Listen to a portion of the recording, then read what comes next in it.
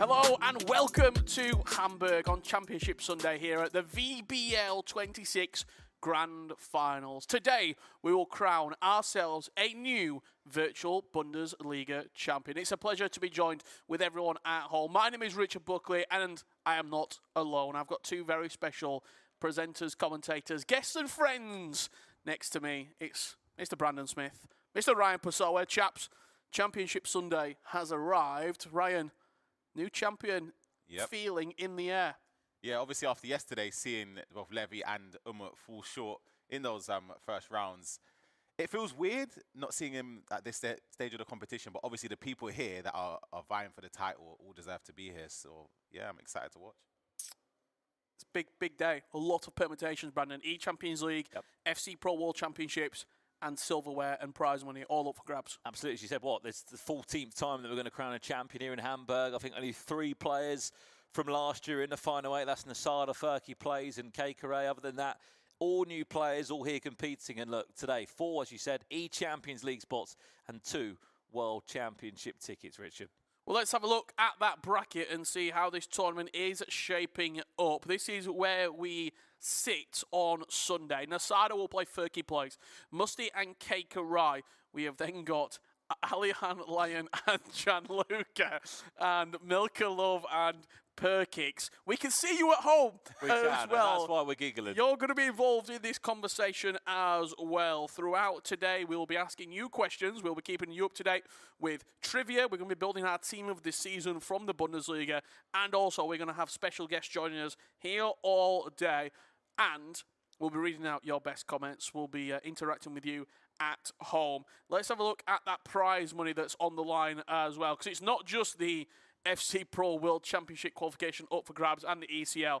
There's some serious money, Ryan. Yeah, absolutely. You can see there straight away, 40,000 euros for becoming the champion today. Obviously, the runner-up gets half of that with 20,000 euros. Yesterday, just reaching the stage got you 1,500. But yeah, there's a lot of prize money up for grabs. Yeah, there certainly is. And Brandon, E-Champions League qualification as well, which you can attend the biggest tournament of the summer from Budapest. Absolutely. As we said, look, 36 players will qualify for the Champions League this year. They're all come, of course, from different leagues, such as the Virtual Bundesliga. I believe the Liga Portugal is actually currently underway right now as well. So lots happening in the FC Pro ecosystem right now. As you said, only 4 players from here today will qualify for the Champions League. What's exciting, though, Rich, is that as soon as we kick off our first games today, every game has a permutation on the line, doesn't it? You win one game, Champions League. You win again, FC Pro World Championship. So you win the whole thing. You lift the trophy here and pick up 40,000 euros. Absolutely. Just to give you a little bit of an update of what timeline you can expect today. In around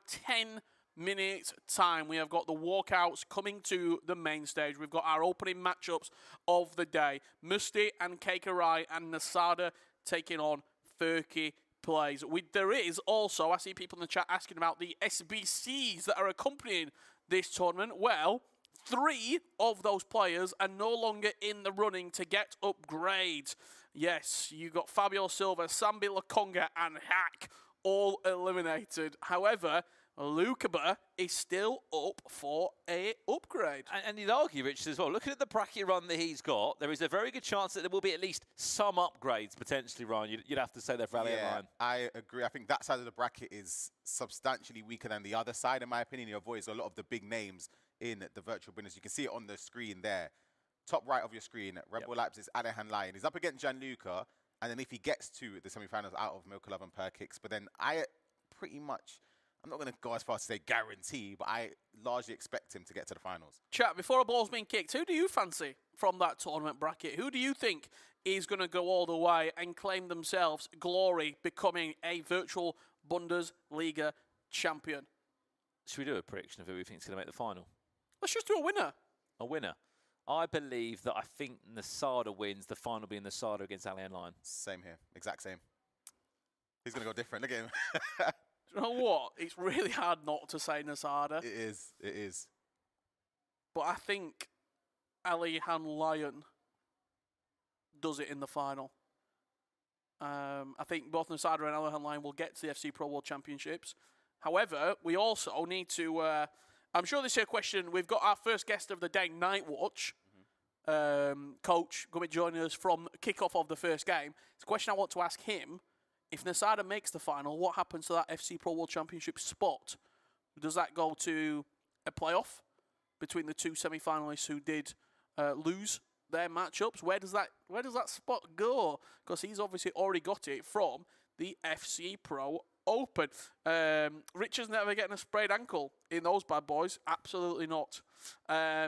We're also going to be building our virtual Bundesliga team of the season as well. We've got all the nominees up for grabs. I'm thinking we stagger this throughout the stream.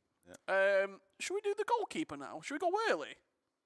Why not? It's a bit early. Brandon's got the... It's a bit early, but we've got the nominations, of course. I mean, we tried to do this online, but we realised we're a little bit too late to the voting process for Bundesliga team of the season. Of course, we know that Serie A is currently live at the moment, but we are looking towards building our Bundesliga team of the season. Right, well, speaking of goalkeepers then, should we show the empty team as well? Because we're going to be building this on our console we've got here. So ignore the players we put in, of course. That's not their team of the seasons. Unfortunately, the controller's on charge. Okay, don't worry. I'm not going to make you go and get it yet, Ryan. Okay. Don't worry. I just wanted to give a bit of context there. Okay, let's go through the goalkeeper selections. Goalkeepers-wise, Neuer not in there this year, which is obviously very different for Bundesliga fans. We've got Kobel, of course, the Bayern, the Borussia Dortmund goalkeeper. You've got, is it Baumann, of Hoffenheim. You've got Antabulu of Freiburg, Hoyer Fernandez of Hamburg, and you've got Nicholas of Mönchengladbach. Ryan, who do you think?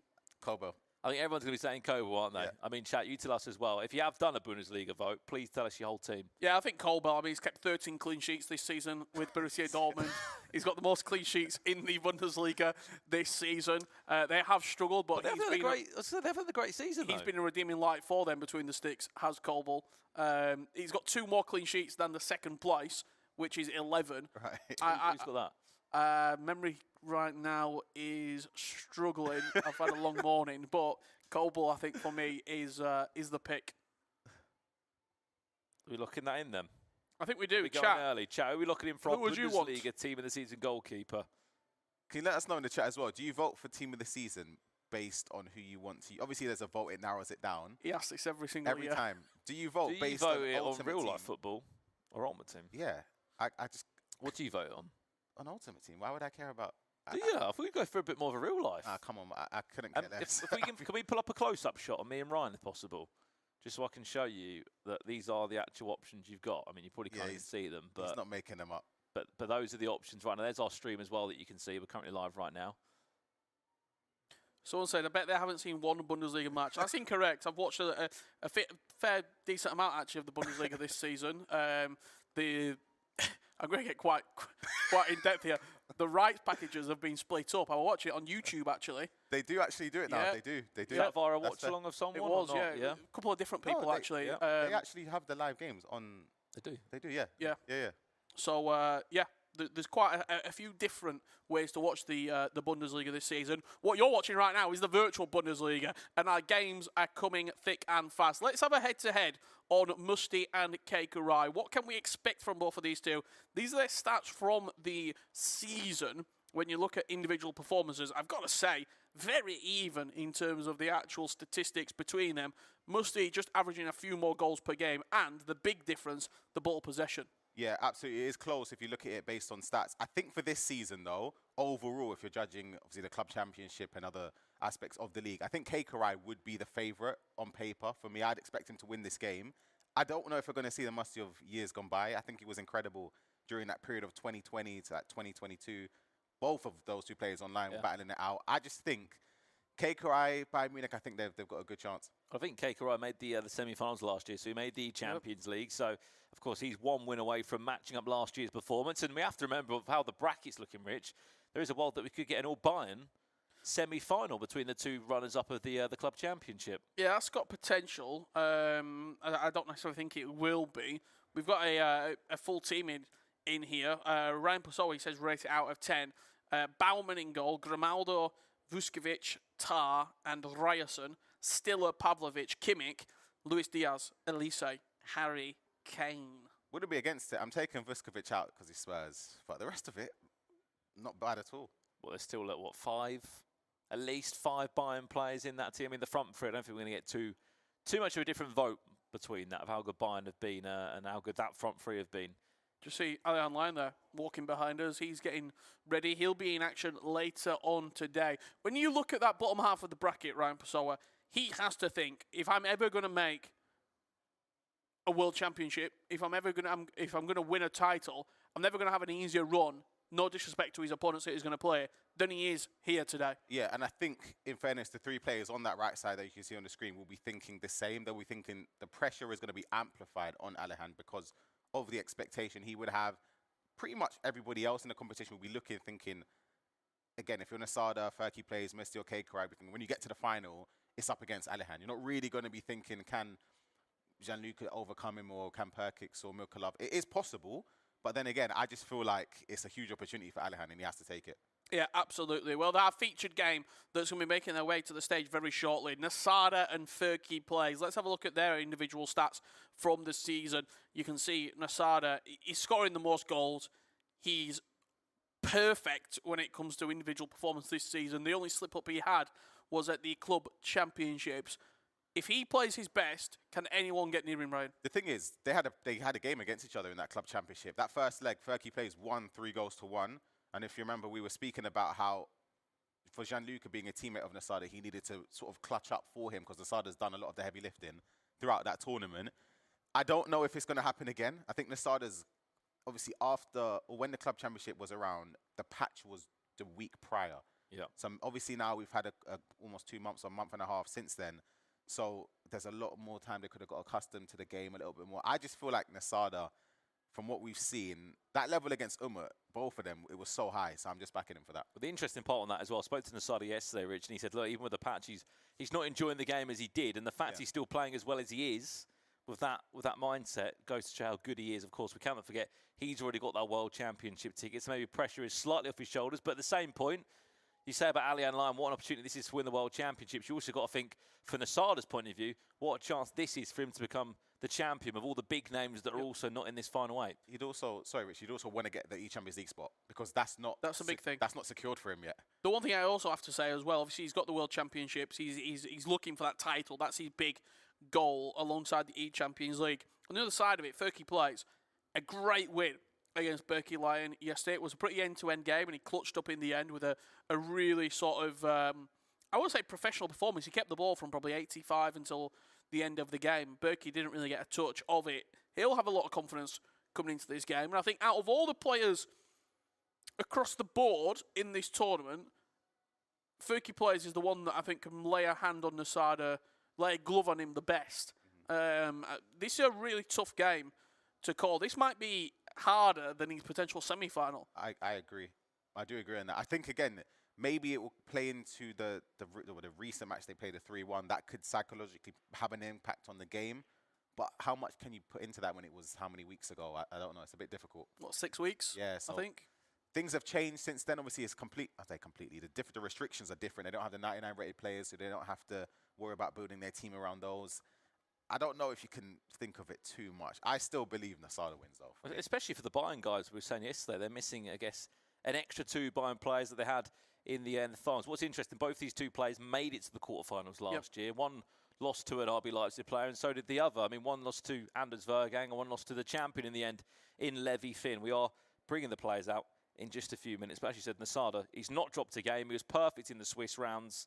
One of the highest goal scorers in the competition up to this point. I am hearing that the walkouts are imminent. Players getting ready in the tunnel, and we should be coming any second now. It's going to be Freiburg and Nasada taking on Bayern Munich's Furky plays. Alongside that game playing simultaneously, we've got Musty19 looking to bring his previous form from old games into his prime.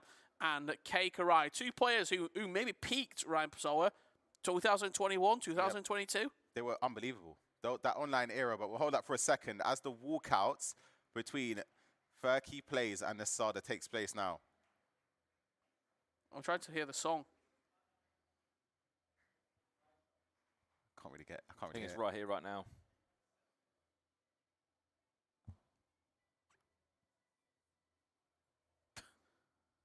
We can't hear it, but Hear it just a little bit through the glass. Through the glass, at least. Of course, Bayern Munich, first time they've sort of really stepped into the e-sport. They've certainly cemented their place in the competition. If they can go and pick up some silverware today, that'll be huge. These two, again, as you said, they peaked during the online era. Good friends as well outside of the scene. Speaking of Bayern Munich, their second representation in this tournament, XPERION taking on Hannover 96ers. Musty.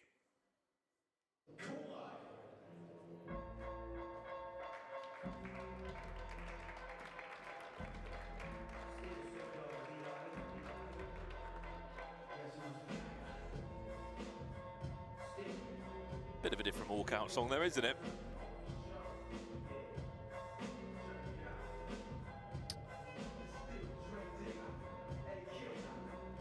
Stop hearing. They got to pick the song. Okay. That they got to walk out to. Both of them, or not sure if it's both of them or that just would be one of them. probably a bit of a discussion there. Well, I said we've got a special guest joining us. Yep. Let's bring him in. We are live on air, but we're a little bit more relaxed here. Welcome, Nightwatch. It's an absolute pleasure for you to be joining us. First things first, how are you, sir? I'd rather be on the other side, but I'm good. I think it's passed. Good night's sleep. Happens. So you were with Levy Finn. Yeah. Throughout obviously this season and yesterday. It seems to be a pretty familiar tale of Levy Finn matching RB Leipzig players in this tournament. Yeah. Last year went well. This year not so much. You can't always win against the Wonder Kids.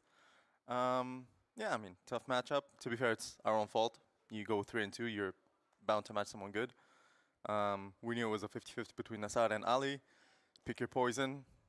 At the end of the day, at least the Leipziger is playing on Sunday. What do you think went wrong for, obviously, Levy Finn, not just yesterday? You mentioned about the Swiss format and then the playoff game. Why did he sort of play below expectation? I think, I mean, it's kind of still the standard, I would say, issues throughout the last years. You go on stage, you're in a big game. It takes a while to get into the game, and at that point, you're chasing a game against a player like Ali, who at this point also kind of has a bit of experience, a bit of maturity, and it's a lot more difficult to come back. Ali played a very good game. Levy just couldn't really get into it. Do you think there's parts of Levy's game that potentially could be missing there? If you're being really critical, or if they play that game 5 times, they're going to be a different result potentially every time? I think, and we spoke about that internally, we could have been critical for the club championship that was played here around a month ago. But for yesterday, I can't really be critical in terms of prep and the hours he's put in and everything that he's learned and practiced. It's one of those, yeah, I think they play, I don't know, 5 times, as you said, 5 different results. But it's one of those on the day, that's what matters, and Ali was just better. Well, here we are underway in our quarterfinals. It's going to be first blood to Furky plays. 5 minutes gone. Bayern Munich leading 1-0 here against Nasada. And a question for you, Nightwatch, who in your mind makes the, obviously you expected no doubt, Alihan to go and win the whole competition, but who would he be playing in the grand final? Do you think it's Nasada, or do you think Furky plays, or one of the Bayern players can get past him and then book a spot in the grand final? I mean, from what I've heard very recently, lately in practice, Furky has had the upper hand quite a lot. So I think it's a pretty unlucky bracket for Nasada as well, going 4-0, matching Gomo directly, then Furky, then potentially Cora as well, who's also a very good player. Also a lot of pressure for Nasada. Last year he lost in this very game against Levy, game for Champions League. Now he's obviously the favorite for the whole tournament, arguably, so I think there's also a bit of pressure, although he does really good to handle that and not show it as much. But yeah, we're hoping Ali gets to the final and if possible an easier opponent, if that's even possible. I said this when we were previewing these games. There is undoubtedly great save from Manuel Neuer. Musty and XPERION just not quite kicked off yet. While we're doing a little bit of a pre-show, if Nasada plays his best, he should win this tournament. I think that's quite straightforward. I think on his day he is the best player here. However, it's difficult to play your best all the time. It is, and I think at this point people also know kind of what to expect from Nasada. It's one of those, it's the same like against Ali. You know what to expect, but that doesn't mean you can always do much. But I think Furky is also a very experienced player. He knows how to play to kind of annoy you, tilt. He'll not be phased by this. Not at all. Furky, I think in his mind also this is a bonus for him, right? Yep. He focuses on content, he does his content thing. I remember in Atlanta when he played, he wanted to go 3-1 to get through Swiss. Give me text. I just want my content. I want my views. So I think this is the main priority, and I think he's having a very good season. Always knows the game in and out. Has a frustrating game style for opponents, and that makes him actually really, really good. The fact he's playing as well as he is, though, whilst balancing and streaming the content, though, is fair play to him, because it's not easy to be at this level, is it? Not at all, but also when your content is kind of focused around gameplay, it also definitely helps. I think he's known for playing a lot of weekend leagues, having a lot of accounts, Road to Glories, and whatnot. So knowing the game inside out in terms of mechanics, like these small things that make a difference, especially at this level, and not just a different type of content where you're more entertaining and whether it's menu streaming, so to speak, I think that also helps. So What more? a bit more realistic. It's good. I tell you what, that's 3 chances. Yeah. Got a question there for you now. It's about, from James Rodriguez, sorry. How special was it to coach Anders? Special. It was definitely a highlight. It's on side as well. Yeah, this could be 2-0. Undav. Oh, just didn't quite get it out of the reach of Manuel Neuer. I mean, what I'll say is what you see from Anders on stream is not a show. That is Anders off stream. What a goal. And that is 2-0. Tell you what, maybe Nasada Wow. thinking, how have I not made the most of those 2 chances he had earlier when he was offside? He finds himself 2-0 down against Bayern's Furky, but I mean, look, you can't write off Nasada. He will come back at you, and as we know, he is a goal-scoring machine. Serge Gnabry, 2 goals to 0. Somehow he's found a gap through the 5 or 6 Freiburg shirts there. What a start. Yeah, it's like Gnabry when he played against Arsenal. Did he not put Is that Spurs, you mean? Spurs? Spurs. We played for Arsenal. Yeah. Was it Megabit or was it Razek where we asked who would they be? Was that? I think it was Megabit who said Gnabry had to be in the team. Yeah. Was that something that you agree with, or For these teams in the these Bundesliga? restrictions? Yeah. It's a tough one because you have only 2 players per German club, and I don't think Gnabry is amongst the top 3 maybe, because Nor is very important at this stage of the game. I think Musiala is very good, especially after the Champions League upgrades. Also, arguably, Leimer, a very, very good right back. You don't even have space for players like Kim Min-jae, who's one of the best center backs That's our game. He's got him. Chance again, and Yemi, 3-0. What a start. Wow. Oh my goodness. This is against a player that's not dropped a single game in this side of the tournament. 4-0 in the Swiss rounds. Beat yesterday 6 goals to 5, and now he's got 3 goals to try and get back. Nightwatch, if you're in this situation and you're the coach, what do you attempt to make a pause here? Oh, definitely a pause. Like Yeah, the game would have been already queued. Yeah. I mean, I think it's necessary. I don't think if you necessarily make tactical adjustments because you're playing 4-4-2, right? You're not. That's what you're known for, and you're not really changing. But take a breather.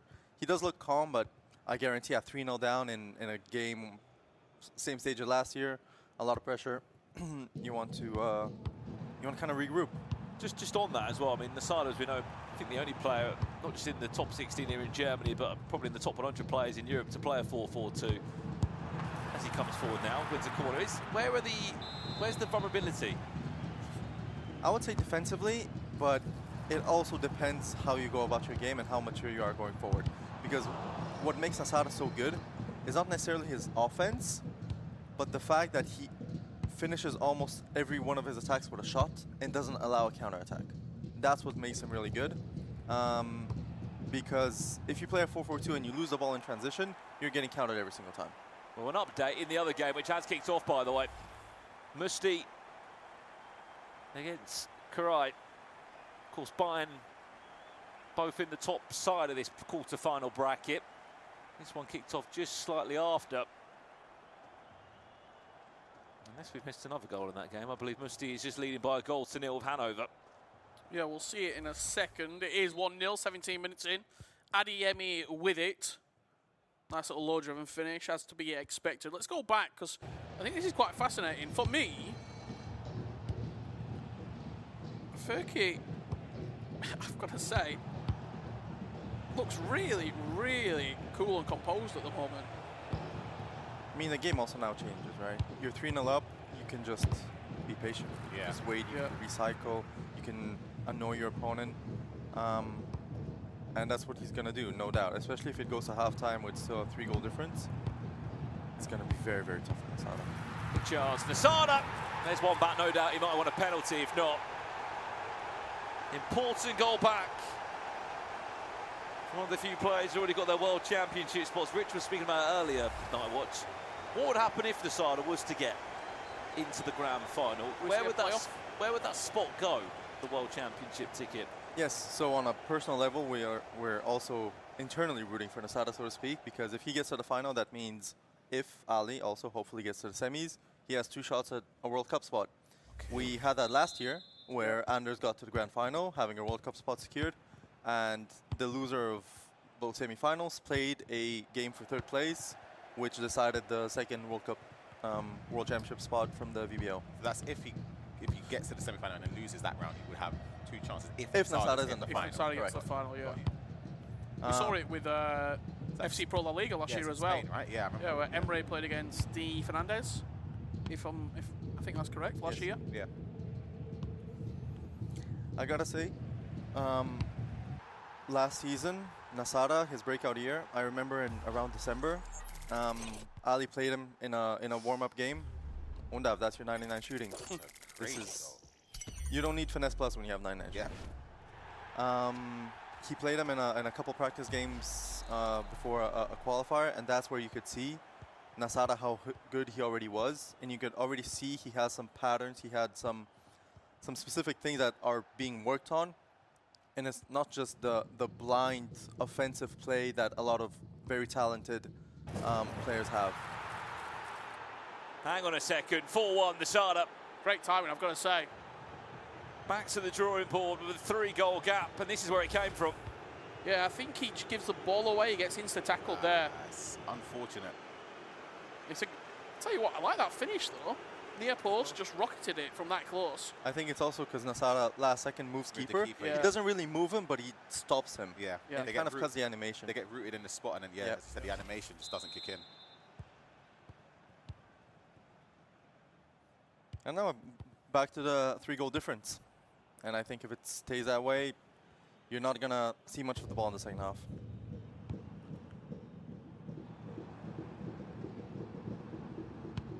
I'm intrigued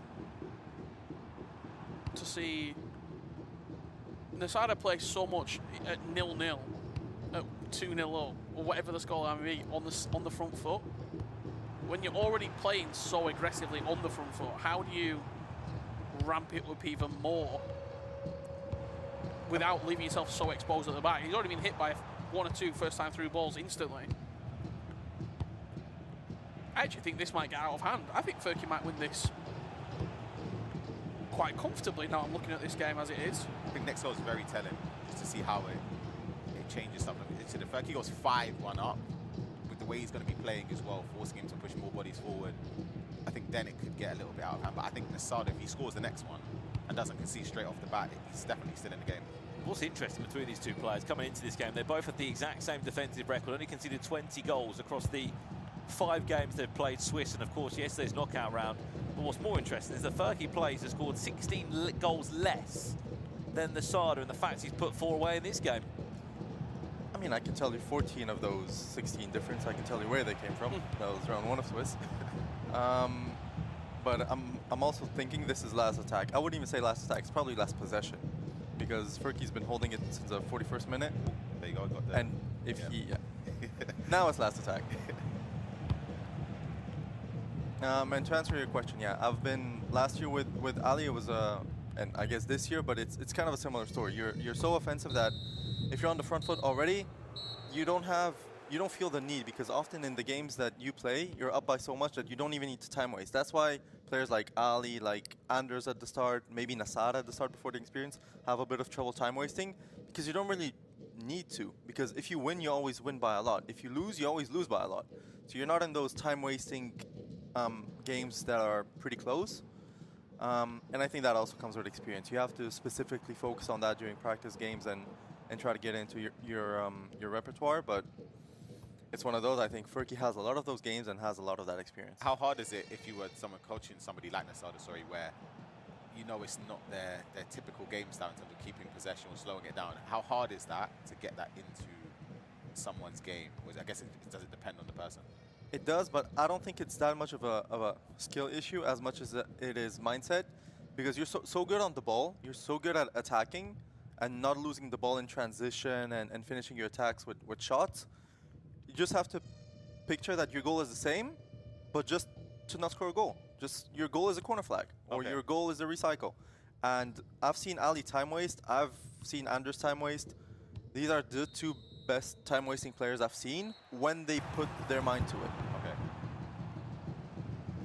You've not seen me do it. It's probably I'll be honest, it's probably the best thing I'm at the game. Okay, IX, Danny. Oh, believe me. Ooh. Oh my gosh. Back to this one now for the start of the second half. If you have just joined us, this is the quarter-final stages. I taught Artie Griezmann. Yeah, fitting. Hang on, Nasada, keeper's off his line, there's one back. Too easy. Not happy defensively there with how it opened up, or? I mean, easier said than done, especially when you're watching on the couch. But I think you're giving Nasada such an easy goal. Start of the second half, you're gonna be kicking yourself in and losing this game. Is there a situation where, if you're Furky or you're, again, in the coach's perspective, you're going in at halftime 4-1 up, do you now tell the player, all right, let's slow it down a bit, or play more of the same, because it's still 9-minute half, it's still a long way to go? It is, but you also must not forget, if it comes to 70th minute, 75th, and the result hasn't really changed, you also, in these moments, have to picture or imagine what's going on in your opponent's head. Because if you're Nasada and you're 3 goals down, 75th minute, you're panicking. Yeah. The game is, at that point, you're just playing to hold the ball. We could see it yesterday, Ali versus Levy. Oh, Block. Almost looked like a right time finish. If you can see it yesterday against Ali versus Levy. It could have been an even game, but because you're down by such a margin, you start coming back into the game. But as soon as your opponent takes 4 or 5 minutes per attack, and you also need to take care of the ball to get the good chances, that's when it becomes really, really difficult in terms of the time management. Can't really afford to give the ball away in such high octane areas. If your Furky plays there, shoots across the goalkeeper, Neuer just scrambles it in, and that time is slowly ticking down. Keeps giving it away though, that's two in quick succession. I think Furky, that's not clear. to me, he looks a little bit conflicted in how he wants to play this. He's trying to go forward and sort of really fire that ball with a ping pass into his attacking players. But in return, he's sort of playing right into Nasada's hands. And now you can't do that anymore. Yeah. Because it's a 1-goal game and there's 30 minutes left. So now you have to go back to playing normal. Nasada has 2 goals in 15 minutes, confidence back up. So I think now it's Nasada's to lose in a way. We got anything happening between Keikarai and Musty, or are we still at 2-0? Still 2-0, 56 minutes on the clock in this game. It looks as it stands, potentially one Bayern player going out and one player going through. Of course, Karai did win this game last year. He actually got to the Champions League. Looks like he might be falling one step short. We'll come back to this one, of course, very soon. There is a pause cued as well by the Bayern player. I mean, Nightwatch, you've been to an Champions League. I don't think I've ever seen such a smart-dressed player at an Champions League group or final. How big is it for these players to get there? Only 36 can make it to the Champions League. I mean, it's a huge, not only privilege in a way, especially for the guys who are playing for clubs they support and they're fans of since they've been a kid. It's also a very, very big tournament. It's very prestigious. It's always really nice to say to even to the casual football fan, I've played at an Champions League, because just the name resonates in a different way. And I think you go at the tournament, at the live event, you hear the Champions League song, it just hits different. You've had a good running, hasn't it? I mean, in terms of representing Bulgaria as well, you made it to a top 8. You went, of course, even further than that. going all the way through to the biggest game of the Champions League. Last year, you were a coach of Alihan Lion. Fingers crossed we might see you through again, maybe. I mean, we'll see. I think there's also a potential Chance. Under, ball driven. Yeah, I think, as I said, Nasada's to lose. Not even 20 minutes into the second half and he's got 3 goals. It just feels like... Game management. Yeah. He had a 4-1 lead. But then when Rich was saying he gave the ball away when he tried to ping it towards the, I think it was the wide player or the striker around the halfway line, it kind of looked like he wanted to play how he was in the first half, but then his mind's actually hold on, I'm 4-1 up. Yeah. But then he's getting caught in his own mind a little bit. Nasada though is flying right now. Before the game started, I heard a short German interview from Furky. And he said, yeah, you know, normally you learn from your losses. I've played Nasada, you learn from your losses. I don't really learn from my losses. That's what he said. And I don't know when the last time is where he kind of lost such a resounding lead, but if that's happened, indeed hasn't learned from that loss. Is that one that you missed out on, Ryan? ECL? I've only ever played one, but it was on other console. Only played one qualifier, I remember. Played one Is that game. one that you must have played at pretty much all the tournaments you could have possibly played at, other than... One I've never played that. Yeah. Yeah, I remember that the first... What was his name? Because I remember it was on the other console, obviously, and then I set up a Road to Glory team. And if you remember, Nightwatch, there were no restrictions back then. I know. I played on, Yes, I know. on PlayStation. What was his name? Nation?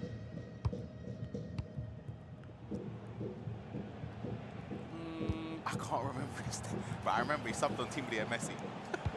I managed to somehow get into extra time and then lost. I think I got batted in extra time.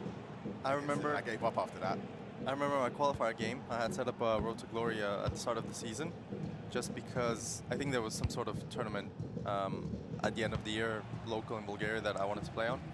And my game to qualify was against a full Team of the Year back line. Yes. With a Road to Glory as well, it's tough. I had Hullet, which back then was a big thing. You had your Alessandrini, I think, on the right. Could be a chance. Undav. He's about to go 5-4 up in this game. Just about keeps it in to play. I mean, the big question is, did you unpick the back line or not? I'm sorry? Did you unpick the back line of the Team of the Year players or not? Yeah, I ended up qualifying. I remember, I'll never forget it. I have that clip somewhere online. 105th minute, I'm throwing goal. I sweaty it, empty net, score, free kick. I'm like, what do you mean free kick? Keeper's on the floor because he jumped to intercept the pass. And by getting up, he hits my player's elbow that just passed the ball and falls back on the ground. Ref gives the free kick. Oh my. I end up winning on pens. Bigger news over here. Nasada is 5-4 up. We just jumped across there. Correa's got a goal back for Bayern Munich. He's only 2-1 down, but Nasada has just completed the ultimate comeback here. From 4-1 down in the trusty 4-4-2, he is now leading 5-4. I've got to say, and maybe it's from the nice position on the couch, Furky plays after he went 4-1 up has been really poor. Yeah, again, I feel like he's just second-guessing a lot of the things the things he was doing right in that first half. The start of the second half, he kind of gave the ball away too many times. This is the goal as well. We're jumping over because there is another goal in this game. Keikurai against Musti. Musti scoring again. I believe that makes it 3-1. 3-1. Yeah, it looked like a pretty simple finish. Got to the byline, cut it back, and there's Lothar Mateus with the finish. And pauses across the board. I also think it's hindsight tax. This is the replay, Ryan, as you were saying. Yeah, this is the one. You see the triggered runs there and the player locking inside. Becker, first time shot, top bins to make it 5-4. What were you going to say? No. That in hindsight, easy to say, but a switch at 4-1 up, tactically, maybe a 4-5-1 or a 4-1-4-1 would have made sense. And you would think, obviously, okay, you're 4-1 up with the 4-4-1-1, why would you switch? Because the second half is not the same game. You're playing a different game. You're not playing to score anymore. Yeah. You're playing to not concede. You're playing to hold the ball. And obviously, if this game turns around and he's up in extra time, I think we might see that, but it's a big ask. I saw that Nasada prepared the 4-1-4-1, so I wouldn't be surprised to see it in a couple minutes. In terms of like offensive changes, second, not going to get around the defender, just about getting it back to the goalkeeper. Is there a set way to attack your team when you're trying to push forward? Like you change formation into a certain formation and put certain instructions, or is that just, I guess, dependent on the game state? I mean, you can always do that. I think it's always, you can play the same formation in various ways with the rules and focuses on this game. And especially on this in this tournament. Game over. What a player. Nasada from 4-1 down, now leads 6 goals to 4.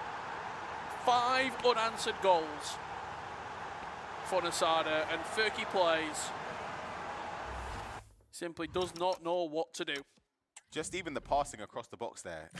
it's undefendable. I've seen it firsthand a few times this year, and it's just there's so little you can do. Just the AI movement and the 4-4-2. Yeah. Plus Nasada's skill around the box, his creative runs, his player locks, his quick thinking. You're going to concede a lot. How hard is it as well, Nightwatch, when you're playing against a player who's in such good form? His confidence must be through the roof. He's obviously been playing FC since the start of the year, getting Atlanta done, getting to the FC Pro Open, qualifying for the World Championships, having those extra reps outside of playing here in Germany. There's another goal back. He's not out of this. Should say, that's game over, sorry. I thought that was Bayern's red kit. It isn't. Hanover are 4-1 up, and I think he might be going through. But back to the point, how hard is it when you're playing against a player that has, in some ways, not stopped? It could actually have helped him that he's been playing here in Germany, because of the club championship, he's playing that much FC.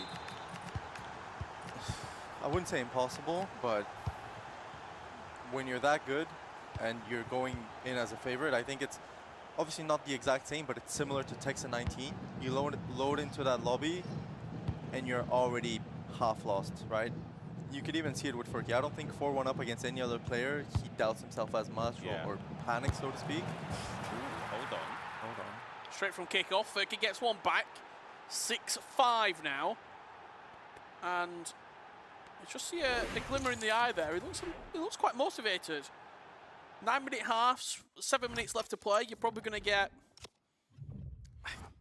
2 good possessions, I would say, at this point. Thing is, yesterday we saw Nasada against Umut.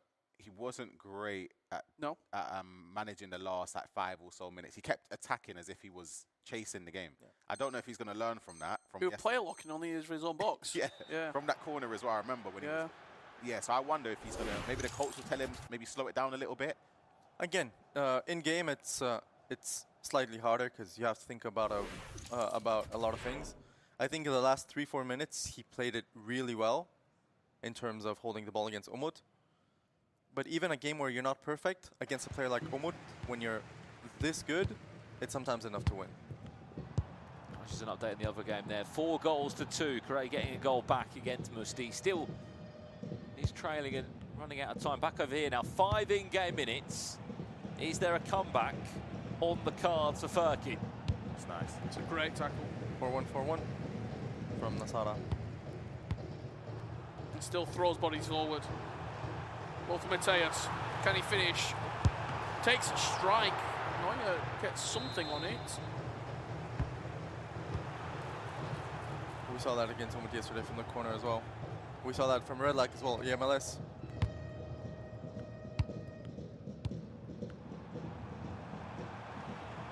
Gonna go forward. Naive.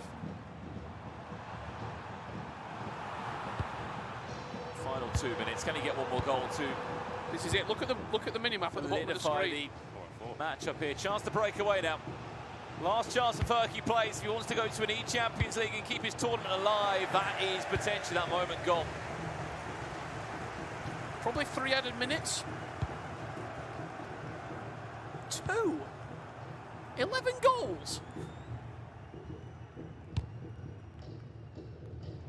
He's already survived near enough a minute of the added period of time, and from 4-1 down. Oh, wow. This is it. What is going on? Is he about to give it away at 6-6? There's a running race now. Beckham against Klosterman now. Furky plays. Can he unpick the defence of Nasada? We've played the added time of 2 minutes. This is the last chance. Blocked again by Anton. That will be the end of the road. And Asada is off to an E-Champions League for the first time in his career. No reaction, by the way. Because At least a reaction of relief. Yeah. Like a sigh or a scream. Full time here as well. Musti qualifies for the Champions League. Correa, who was there last year, will fall in the quarterfinals. And for Bayern Munich, they go from having 25% of the competition left to 0. Both their players eliminated in the quarterfinal stages. Congratulations, Musti. He's on his way to an ECL. do you know what I think it is with Nasada when you saw that reaction there? I actually think he realises he got a little bit fortunate there. Because on another day, there were that one where he passed it across the box and it was almost a 4 against 4. I didn't know if there were maybe on another day he hits him in behind there and scores. You can be losing the ball, I think, twice after the 88th minute on a +2. Yeah, that can't happen. Against, this is absolutely no disrespect to Furky players, against a better calibre of opponent, he concedes there. Yeah.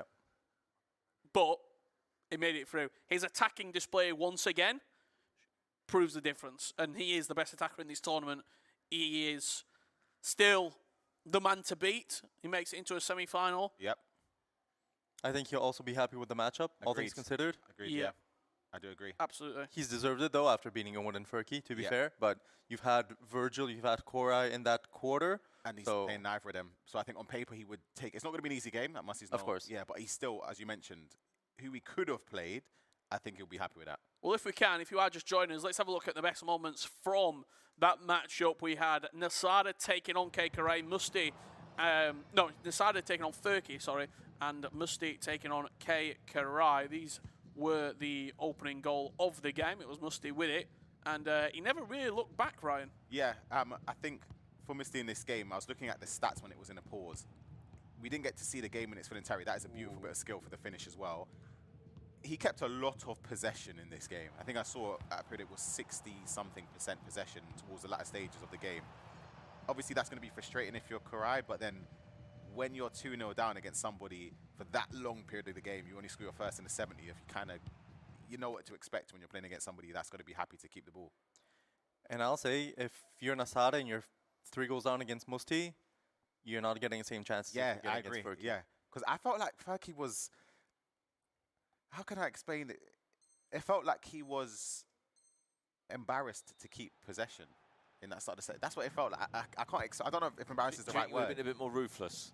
Yeah, he needed to be more He'll ruthless. kick himself. Yeah, you look think back and think, what? What was I doing? You do it against Burkai, who's your friend, after he said yesterday, I won the game, but I lost a friend. Yeah. I don't see why you don't do it against Nasada, but it's, again, it's also nerves, Was right? he scared of Nasada, did you think? I doubt it. I don't think scared, maybe a lot of respect. Yeah. And that kind of impacted and didn't want to play that way the whole second half. But again, I guess hopefully for him he'll learn from this. I mean, those through balls were cutting Nasada open in the first half. It's the old classic. It's a story of 2 halves, to be honest. Nightwatch, while we've got you, obviously with these highlights playing on in the background, what does the next few months look like for you? Obviously, all eyes towards E-Champions League, FC Pro World Championships. How does the next sort of couple of months look like? For now, we're looking forward to the Serie A. Yep. Because we are kind of slightly dependent on one spot dropping down to Levi to make play-ins.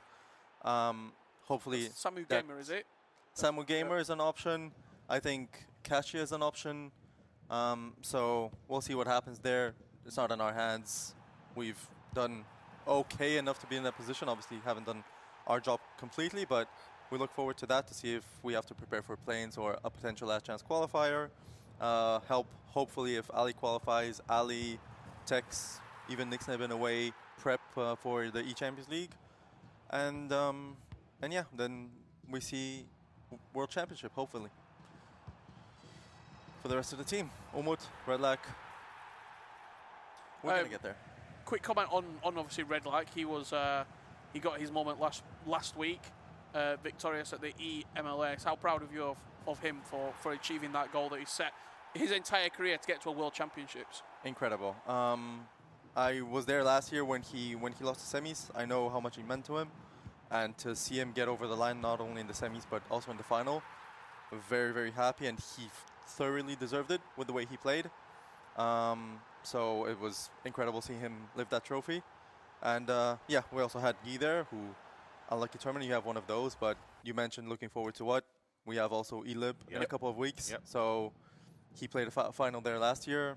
It's very tough competition, but he is part of that tough competition. So we're hoping to get there over the line as well there.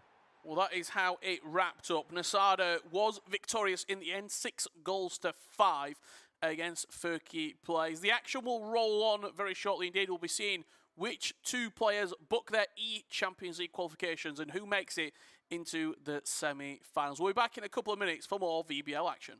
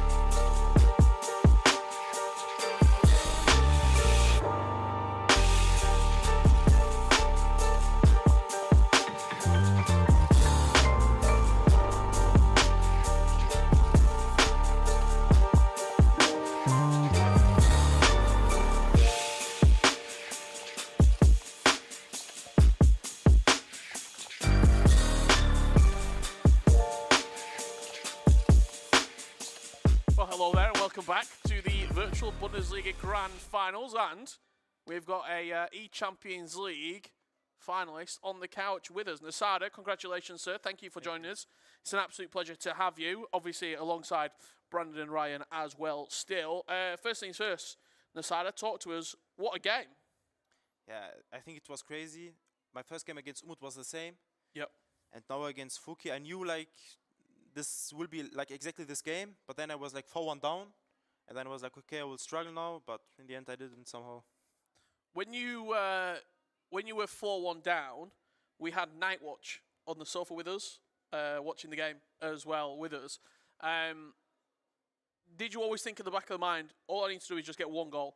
I just need to make this tight, put him under pressure, and then the game's there. Yeah, I know like it's 9 minutes half. Then I know I can score like 3 goals in 10 minutes if I play good. And like every attack of me is like dangerous every time. Yeah. And then I know like if I score 1 goal, I will score the other. So yeah. What was going through your mind though? Again, you mentioned about if you could just score 1 and then it could start flowing. When you were 3-0 down early doors, were you thinking, oh my goodness, hold on a second? Yeah, to be honest, I was already thinking like, fuck, sorry. Apologies for the ill-spoken language. Yeah. Yeah, I was like thinking, I will not qualify for the E-Champions League again, because last season I lost the deciding game against Levifin. Yep. And yeah, now I'm happy somehow I did. Did you always feel like you were going to come back? Yeah. every time because In your mind, what's the scoreline that's not achievable? Because it feels like you just can outsqueeze your way out of many situations. I think it depends on the opponent, and I think like against every opponent, like a 4-goal difference, even like if it's still the 60th minute or something with 4 goals, I will still like believe in myself. If I score 1 goal, I will score the other. But for example, if it's against Levi de Weert and I have to score 4 goals, it's a bit different because he holds good possession, crazy defender. It's like that's a bit harder then. Talk to us, obviously, through your... who for you is the star player in the team on the pitch as well? We can actually show a little bit of insight as well. We can do some live... I mean, it's not IQ, but who's the best player for you in terms of actually on the pitch? I think it's Dennis Undav. Okay. He has 99 shooting and Yep. every finesse is a goal, every low driven is a goal. Even his game changer every time. When you shoot, it's a goal. Well, we can have a look at Undav's item here as well. Obviously, the Fantasy FC promo, he's been doing well with his club as well. He's been getting the upgrades going through. How has this item transferred and transformed throughout the VBL as well? Because obviously each time you come back, Nasada, he seems to get better. Me? Yeah. Yeah, because as I said, like before maybe, the VBL, I think it's the strongest league, like from the average. Yep. I think the average is really high. And you have like constant practice. They practice like every day. And it's just like that because I play against Umut a lot. I learn from him, he learns from me. So it's just, yeah, just practice a lot and just keeping in the competition. Quick one as well, for those at home. If you were to build like your perfect striker, for example, what play styles in terms of, let's say, 3 play style pluses with the theme we're currently in the game, and then the silver play styles. For a striker, what do you look for? Finesse, low driven, and I would go with quick step. For the 3 play style pluses. And what about for the silver play styles? Do you think obviously the passing ones are important? Like incisive, ping, tiki, they are all 3. Technical is really good. Rapid, something like that, yeah. So obviously he doesn't have rapid or quick step, but he looks so fast. Yeah, he's really, really fast. I don't know why. Maybe because of his body type, something like that, but he's crazy fast. I don't know why. I mean, just look at that shooting, Brandon. He didn't do that for Brighton, did he? No, he didn't. He didn't score any goals for Brighton, I don't think. He scored maybe one in the FA Cup. How much do you think it's helped Nasada, you getting to play in the FC Pro Open at the start of the year? Again? How much has it helped you playing in the FC Pro Open? Yeah, I think it was like my first major, and then I was... then I knew like I'm one of the best players in the world. And yeah, it was like the craziest feeling because I started like my first game. My debut was against Gibaros, and I was like crazy nervous. And I think this helped me like just to be not as nervous as like I was this day. And the deciding game in the World Cup, I think it's just like experience I need to for my career. And yeah, I think the Pro Open was a really good start. Do you feel less nervous now you've qualified for the Champions League about this tournament because you've already got the World Championship qualification? The only thing that is left for it now is winning the title. How do you feel about that? Yeah, I think I will be like less nervous because for me, before I came into this tournament, I was like, okay, I want to qualify for the E-Champions League because I want to play like in every competition in the world. And now I'm in the semifinals. Of course, I want to win it now. Yeah, but I would say I'm not nervous anymore, to be honest. Let's speak about the Moroccan side of things. You put out a post most recently saying you're proud to represent Morocco and head of no doubt what the Nations Cup is going to be, and more importantly, the World Championships. There's 3 Moroccans that have qualified already for the World Championships. Of course, Karim, Marwan, and yourself there now. They're always in the chat, these people. If you had to say anything to the Moroccan community, what would you say? I just want to say like thank you to all the Moroccans because the support I had from them, I never experienced this before because I don't know why it's like this, but the Moroccans, they are not jealous of you or something like that. They just like are happy for you if you qualified for something and all of this. I really appreciate that. Talking about the games we've got coming up, Alihan Lion taking on Gianluca, Milka's Love, and obviously Perkix as well. What's your sort of prediction on these games coming up? Obviously, I imagine you want Gianluca to win, being a teammate of yours. Okay, I have to say, like, on the paper, Alihan is like the better player and has to win it. But Gianluca is always like against the big players. He always like performs really good because like in the regular season he beat Levithan, he beat Yuval and all of them. And I think if someone can beat Alihan, it is Gianluca. And I think between Milka and Pax, I think this is the closest in the quarterfinals. It's a 50-50 game, but I would say in the end Milka will win it. There you go. Amazing. Well, there we have it. We'll let you go, Nasada, because you've got a semi-final to obviously prepare for a little bit later on. Yeah. Thank you so much for your time again. Congratulations on the Champions League. Thank you. And fingers crossed you can go the full way tonight. We'll see you very soon. Yeah. Thank you very much for joining us, Nasada.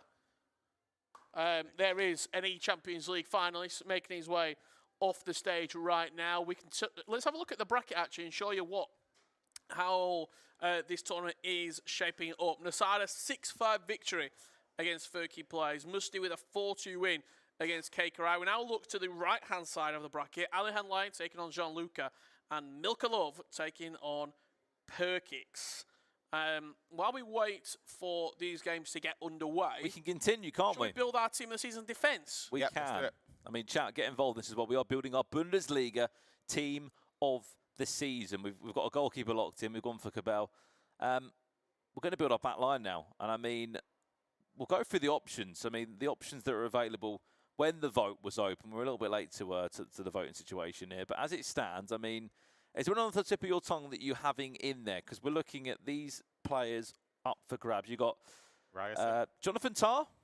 Yeah, Ryerson. Slotterbeck, Upamecano, Ryerson, of course, the Norwegian player of Borussia Dortmund. As we've got another guest join us as well, you can maybe help us build this as well. He's back. Stop. He loved it so much yesterday. He's back on the couch again. We don't stop. He figures out which way it's meant to go. Just put it on. Spin that round. Spin it. Spin it. There you go. There we go. Bingo. Megabit, welcome back. You've joined us at a perfect time. We're building our Bundesliga team of the season. Oh. So we're doing our defence first. Are you a Bayern fan? I'm Bayern fan. Okay, so do you think Jonathan Tah deserves to be in there? For sure, yes. Okay. But Upamecano, I think he's better, especially international, but he's between world class and he makes mistakes you shouldn't do in the Sunday League sometimes. And it's, kind of, you're going crazy with him sometimes, but he's probably the best 1v1 defender. Have you ever played Sunday League? Yes. What position were you? I was a striker. Actually, I was pretty fast and had like a pretty good goal instinct.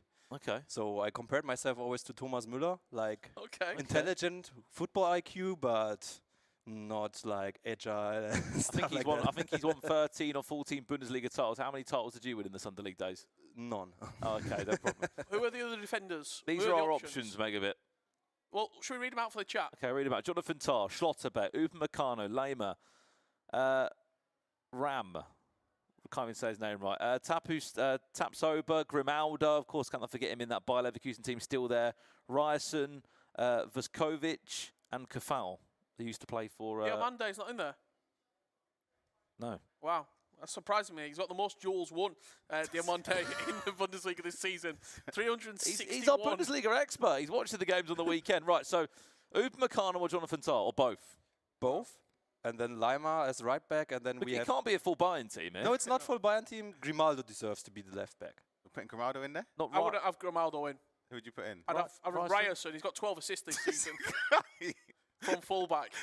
Ryerson? I'd have Ryerson in. No Slotterbeck? And I'd also have Jonathan Tah, 96.27% successful passes Yeah, but that don't matter, does for it? Jonathan God, he Tah. doesn't miss a pass, does he? That's from open play as well. We're not Right, talking set let's plays. just jump over to the console and we'll stop in. Right, so should we get the centre-backs in first, right? I think Jonathan Tah has to be in. Jonathan Tah in. Again, we're only building the defence here, chat. We'll do the midfielders, of course, following the God Hatton's in there? net. Any's great, yeah.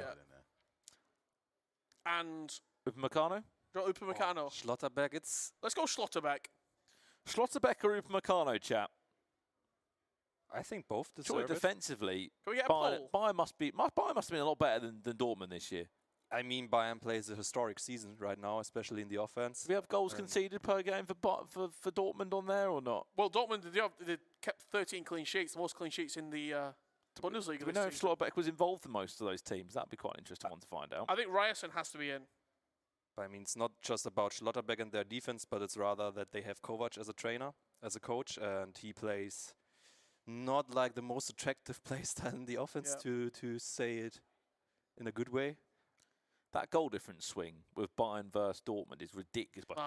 It's not just ridiculous. Bayern has a better goal difference than the three teams next. Plus 78 goal difference. Here we go. Crazy. Who should be your centre-back? Type 1 for Schlotterbeck, type 2 for Upamecano. We got the poll live. Who are we saying for Rap? I know people saying Vuskovic, I get it. Ryerson is the most locked-in choice, thank you. Obviously, 12 assists from fullback. It's a great season.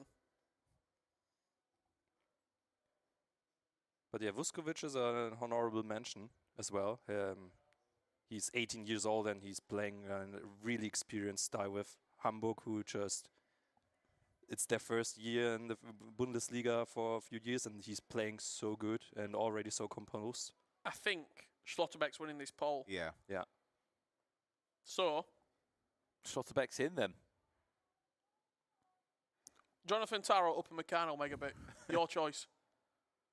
I prefer Upamecano, to be honest. Okay, swap him in. Do we have time for a poll for that? Or Swap him in. But just putting him in? over the full Bundesliga season, I would rather go with Tar. Guys, let us know. Jonathan Tarty. He's got the move across from Leverkusen in the summer now, of course, with Bayern. Look, only 27 goals conceded the whole team across, 29 games.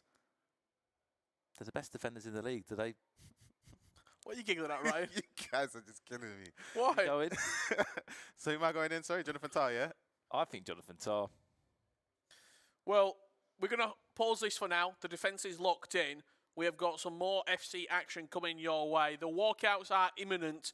It is going to be Freiburg and RB Leipzig. Gianluca taking on Alihan Lion as they're going to make their way through that sliding door to the main stage.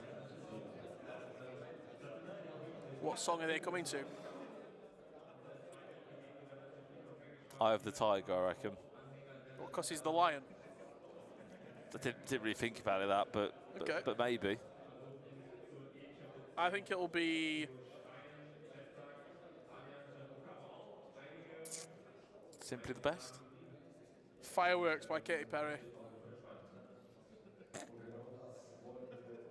It's not a bad shout.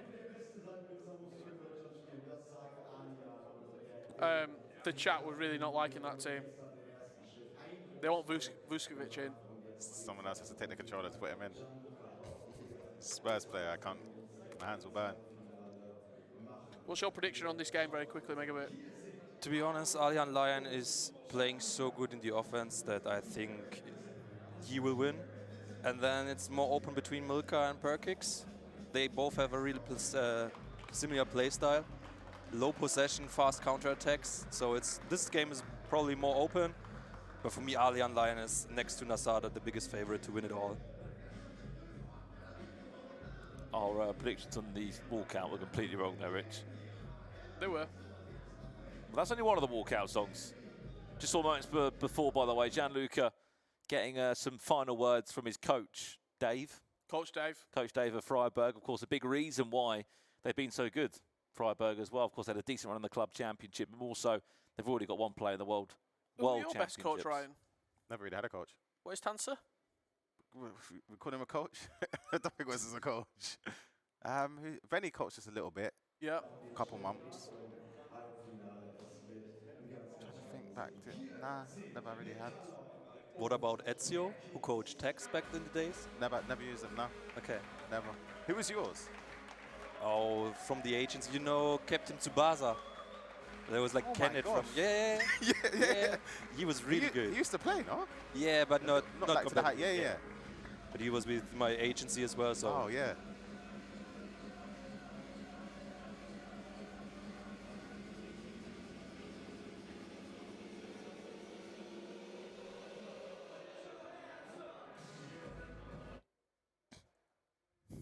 Put your hands up. They're up. How big is a day like today, Megabit, for these players? You've been here before. You've had a championship Sunday. The difference now of course, you win one game, you get a Champions League. You win again, you get a World Championship. As every game goes through, the stakes get higher. How do you deal with that pressure going into each game? For probably most of the players, it's the biggest day of the season, and that's when it matters the most. To be honest, like Nasada, he's already at the World Championship, so you saw him. He was down 1-4. He could lost all his composure, but he was like also already relaxed. He knew, okay, I can become German champion, but I'm already at the World Championship, so let's go. And I think that's what matters the most, if you stay composed. And yeah, championship day is like, it's crazy. You prepare for the whole season and then you have to perform in one day. And to be honest, most of the nights before that are like full of sleep. It's difficult to prepare. It's full of Red Bull, isn't it? I saw you drinking one out there earlier today, getting ready for day 2 of action. To be honest, as a commentator, yes, but as a player, I try to never do it. Coke or Coca-Cola or Red Bull, it's not the way to go, because Plenty of water. yeah, only plenty of water, because you have to be fit for the full day. And if you drop a Red Bull, you are like full power for 20 minutes, but what comes after? You have a downfall. Dennis Undav, early doors. Water and fresh air. Yeah. Water and tea, to be honest. Love the team, Rich, don't you? Eyes lift up. You ever had Yorkshire tea, Megabit? What is that? Don't matter. The best tea Best tea in in England. England. Is it just black tea? Also in English? Yorkshire tea. Yeah. Bingo. Of course, we've got one game underway here. Remember, this is in Champions League spots on the line. Milkov against Perkix is waiting to kick off as well in our second match-up here. Early doors, Alihan line glances it in. Dennis Undav is speaking such a great deal of, I think he may have scored more goals than any player in the virtual Bundesliga this season. He is here, there and everywhere. 1-0. RB Leipzig lead. Thought he was going to play the pass originally to Becker, just use him as a decoy run, playing it inside, and it's a great start for Alihan. I think this might get a bit messy. I think Alihan might win quite comfortably. I'm going to go 9-2. It's a big score like that. I think I agree. I do think he wins comfortably, but I mean, it's a huge problem against Alihan Lion to concede early. He's so good in the offense. And from what I see, it's just like he defends. I think you might be right, Rich. Wow. What a start from Alihan Lion. Remember, he was a top 8 player in the Champions League last year. His route there was via winning the Bulgarian League. When you know, Megabit, when you used to be playing and you have the quarterfinals on a different day to the round before, and you know who your first game of the day is going to be, how much preparation do you do the night before? Are you watching VOD? Are you trying to analyse your opponent? Because Gianluca might have done all that research, and in the first 10 minutes, he's 2-0 down. It goes all out the window. How much research do you do into that? Yeah, you always go into a match with a plan. And obviously, you plan, and then you play, and after 10 minutes, it can be thrown all over. So, big save. I know one game at the World Championship against Dosseri, I knew just hold it, like 0-0, it's all right for the first half. Don't be down early. After 10 minutes, I was down 2-0. So you gotta play on, obviously. It's not over, but it's hard, it's difficult. Shout out there to Vindex with a 7-stream streak. We can see you in the chat. If you've got any questions for Megabit, put them in there. We'll try and fire them over. Or maybe any questions for Ryan Pessoa. I was just looking actually at the record in the Swiss stage for the goals conceded. Gianluca only conceded 12 goals. He was he had the second best defensive record, and Alihan third best. So it'd be interesting to see if. Ooh, a minute, there we go. That's a goal back for Gianluca. Comes just before the 15th minute. But I was going to say it's interesting. It'll be interesting to see if. Obviously, Alihan can replicate that defensive performance, and then I didn't get to finish my sentence before he conceded. The thing is, I don't think Gianluca can win with this defense. Yeah, he has agreed. to like outscore Alihan, and this is such a crazy difficult task. And Alihan might be on a historic run to be maybe the first foreign player to win the virtual Bundesliga. Yeah. Who's impressed you the most from watching yesterday? Of course, the players that are still in the competition. Your answer is probably going to be in the Sada or Alihan Lion. Which way are you going to go? I think they will meet in the final, and then it's so tough. I've never seen them play each other, to be honest. So I think it's Alihan Lion. He's so good in the offense, and Cut back, 3-1. it looks so easy. Yeah. And he's playing like one of the best pros in Germany. It does it really easy. Just noticed, look how close it sits that monitor. Question there coming in from Reese Vaughan. He was a E-Premier League quarter-finalist only a couple of weeks ago. What does your championship day look like from start to finish, Megabit? Or is that to Ryan Pessoa? Could be, only one for me. Megabit's the real champ. What does your championship day look like from start to finish? Before I answer that, let's take a look at this goal. First goal of the game, Perkix goes up. He's the hometown hero. The last one remaining here from Hamburg. Through the legs as well, the timing of that.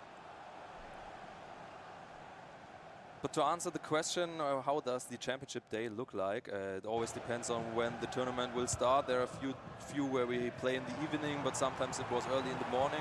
So I always wanted to be fit and have lots of sleep and just start the day with breakfast in the hotel. And Well, Mr. Dunn used to say he only had salad on days that he was competing. What was you eating? Obviously, as I said, tea and water, and then also the food has to be light. There was not like a special food I was searching for, but obviously I wanted to perform afterwards, so it was lots of noodles. Great finish, and that's the equalizer. We didn't get to ask you about predictions really, Megan, for this game. Is there anyone that you think will have the edge? Oh, there is a nice finish again for Alihan to make it 4-1. Yeah, between Milkov and Perkins, Sada said it's probably the closest quarter-final to out of his game on paper. I might go with Perkins because like he gets the confidence from the crowd as well. We hear lots of people screaming when he scored the first goal, and that might push him over the edge. He's also got a great name as well. His name's Brandon, apparently. Yeah, I think it is. You mentioned about German and food there, Megabit. I've got a question I've been asking quite a few German people while I've been over here because it's puzzled me while I've been over. The obviously very famous for bratwurst, but why such a small amount of bread for such a big sausage? I don't even know what to say. No one seems to know the answer. I mean, the obvious answer, Rich, just get a bigger roll. When you say it that way, you also have to think what we Germans think of your breakfast style. it's also like lots of question marks. Well, it's an open floor. We'll answer your question back as well. I'm never going to find out, am I? But let's just appreciate the way Alihan performs right now. 4-1 after 25 minutes is insane against, what did you say, the third best defender or second best defender in the virtual Bundesliga? Second best defender. Only conceded 13 goals. Oh, sorry, 12 goals actually. He's already conceded a third of that in this game. It's ridiculous.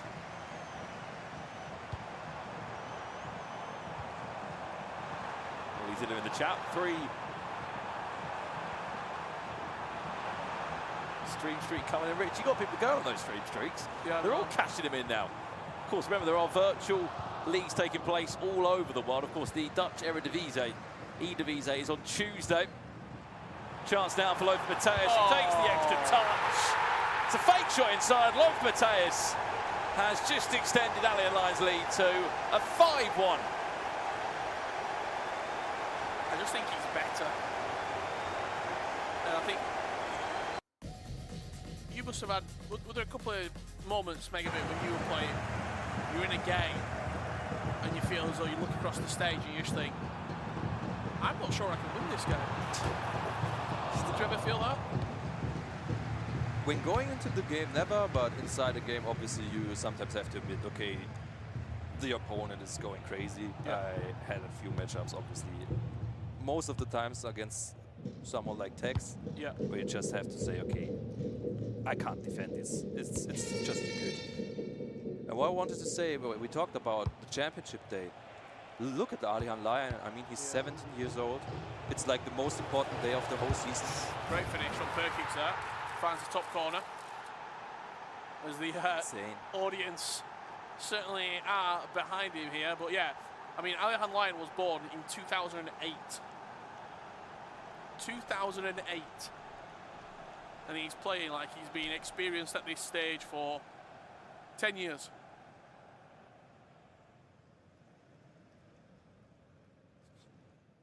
I'll tell you what, he's been on fire as well. What a chance could be to make his first ever World Championships this season. And also talking about composure here in this game, Perkix, he seems to be a little bit more relaxed. And Milka shaked his head when conceding, so that might also have an influence late in the game. Let's take a look back into Gianluca against Alihan.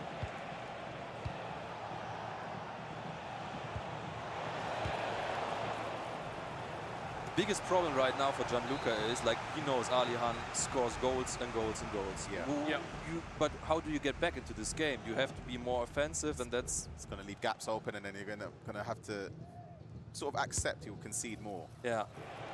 See that corner come in. We've got another question, actually, from Reese Ford in the chat to you, Megabit. Undav with the finish, finds the top corner. There's 5-2 as... Not the only goal, Rich. There's been another goal over in this game as well.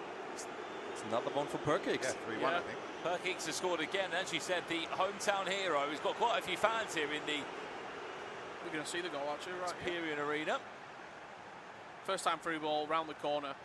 That question, as we're in goal celebrations that came in, what other league would you have liked to play in when you were a player, if there was one, away from the VBL? I would say, obviously, E-Premier League and Ligue 1 because of their structure. And I always loved, like, England and France. And then I would say, not right now anymore, but EMLS because I love America. Okay. So those were, like, my wishes, but I didn't explore those options.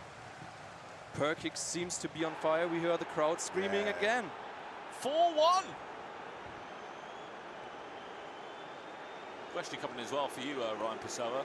Tartan Tech says, what formation are you currently playing at the moment, Ryan? Still in my 4-4-2. Haven't changed that sort of the tactics set up. Obviously, if people have been watching Ryan's streams, they'll know what formation he plays, but obviously that was quite a long time ago, wasn't it, Ryan? So it's been a while. I've been following in your footsteps, Brandon. What was what was the last formation you were playing on the stream? Still 4-4-2? Yeah. I'm sure about Danny well, but that's all. Getting looked after still.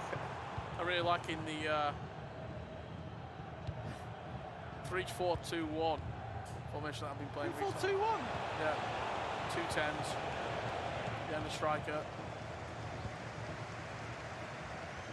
That formation, it's fun offensively, but the counter-attacks in this game I see in this tournament, it's just like not possible to defend sometimes. And with 3 at the back, it's even more difficult. Yeah. What is Ryan's Twitch? That will be rbuckley98. Brandon, you can set them off. Plenty of stream streaks coming through.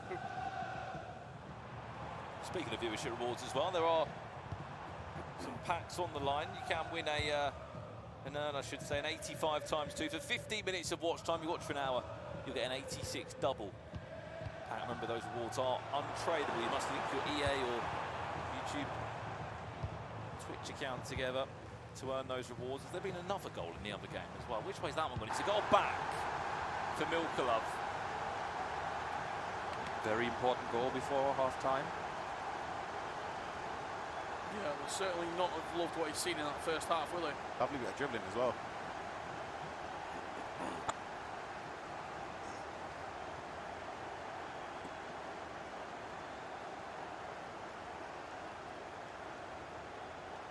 We're about to approach half-time here between both games. Obviously, we've got a little bit longer on this game, actually. Suzuki with the goal 30 minutes into it.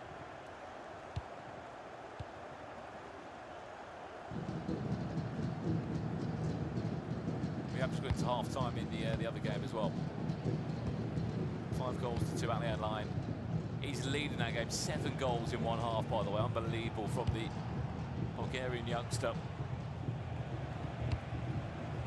Dennis Undav now. Foul there in the end. Tried his best to link up with Musiala.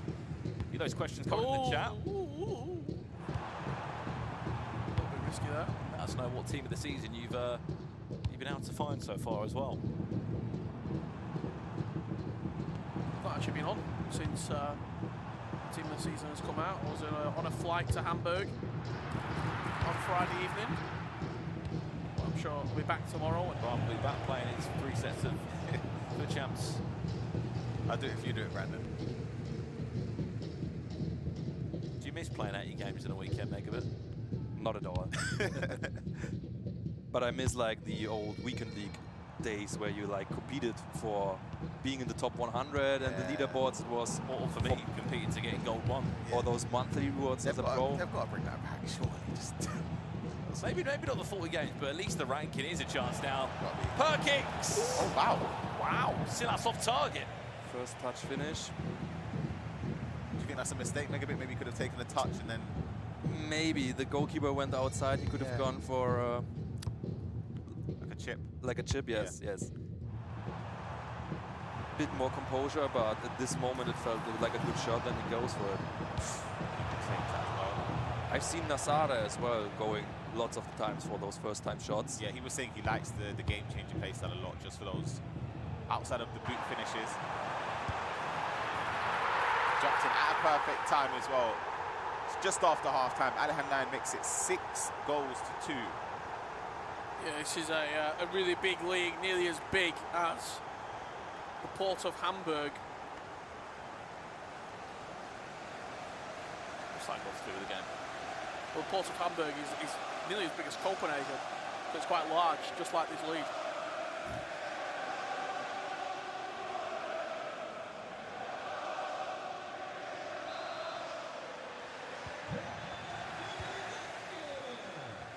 Goals to 2 now, and it is a 4-goal lead over here. Someone saying there, Megabit, what's your Twitch? Where can people see you? Mine says Megabit98. Easy to find. It might need dusting off though, right? Yeah, but it's more difficult to find live streaming this account. James Rodriguez, do you think first touch in gold can make a difference? That's first touch plus. Yeah, it does. You could obviously have it as a silver playstyle, it's still good, but at this stage of the game, you'd ideally love to have all over. That's a beautiful first time pass. Offside. Offside. 3 goals it would have been for Gianluca, but it's offside. But yeah, first touch plus, I think is a great playstyle. We have just gone into half time in the other matchup at this point. There is still a lead on the side of Perkix. At the break there of Hamburg. He is 45 minutes away from his first ever E-Champions League. Cannot forget, this is his first ever virtual Bundesliga finals. He's already done so well to even get to the top 16 players. And I think for Alihan Lighting, he's got aspirations of going to the very, very top. He'll be disappointed by the Pro Open performance with not going through and really succeeding to a good level at the Pro Open. I think you're seeing here that Alihan Lion that made the Champions League top 8 last year, and they can really make a dent in this VBL as well. Sorry for the question, but is Alihan already qualified for the Champions League? No. Not yet, okay. He win this game. then Yeah, he's there. yeah.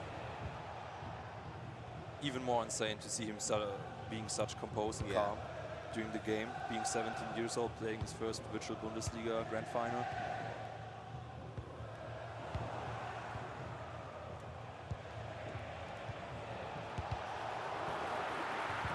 Bounce nicely for him, just keeps his composure at the back, and he's very, very... that's the one thing for me, Megabit, about Alihan. We know that he's got the performance, we know he's got the gameplay, but his composure seems incredible. Yeah. I think you can also give a shout out to Nightwatch. He's coaching him throughout the season, and he also was one of the most intelligent people in the whole competitive scene. The most interesting thing is if you backdate to last year, Alihan, of course, he got to the Champions League via the Bulgarian League. He was only 16 years of age last year. He scored 87 goals and conceded 12 in the Bulgarian League. Didn't lose a single game, of course, then went through to the Champions League, played so well there, got in the top 8, and that was his sort of first announcement to the FC Pro scene. It always felt inevitable that he was going to come over to a major FC Pro partner league, and it seems like this could be his moment to go one step further. Potentially, he would be in the Champions League with a win here, and he'll be one game away from a World Championship. He'd have 2 opportunities as well if Nisada was to win his semi-final to get to a World Championship as well. I think that might actually benefit him because, as Megabit said, he seems to be playing with freedom already. Yep. So when you know, well, by the time he plays, he will know if he's got those 2 chances. I think that might help him a little bit. Just easing the nerves if he has any.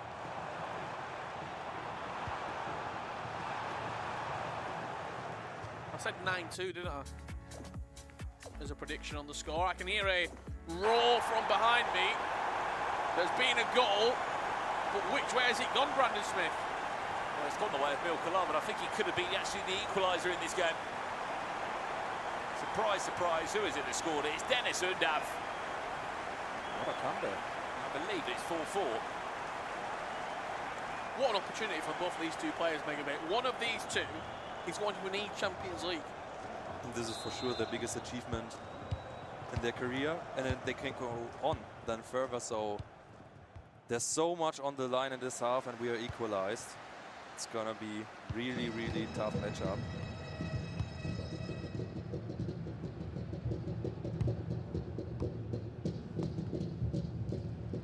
And Milkov basically was like one of the Germans already like competing at the level of at the age of 14, 15, and he was like one of the next stars in the making. And actually, it's a few years ago now, and it's now also his first virtual Bundesliga Grand Final. And to see him now performing like that, it's also a really good sign. Got a question for you. Where did your name come from, Megabit? Was it just like your first PlayStation gamer tag or Xbox gamer tag? Or? It wasn't. It was basically I had a name that no one could pronounce.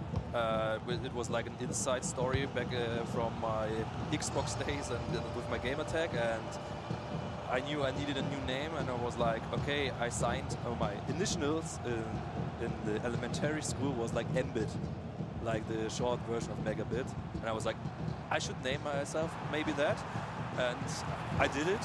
And just a few moments later, my agency contacted me. What are you doing? This sounds like you're a robot. I don't think this is a good name. I was like, let's see, let's see. Well, you were a bit of a robot, weren't you, in the esports space that goes for a corner? Yeah, the weirdest and most funny. I can't tell that story. But this name in French, it was even more crazy. And what the French people told me, and I was like, there's no way my name is like that. Shout out to the French. At least your FC did the talking on the big stage. Of course, Megabit with us, a former virtual Bundesliga champion. All 13 previous champions here are actually in Hamburg. It's been a really nice touch from the Bundesliga to do that. We have had another goal back in the other game. It's 6-3 now.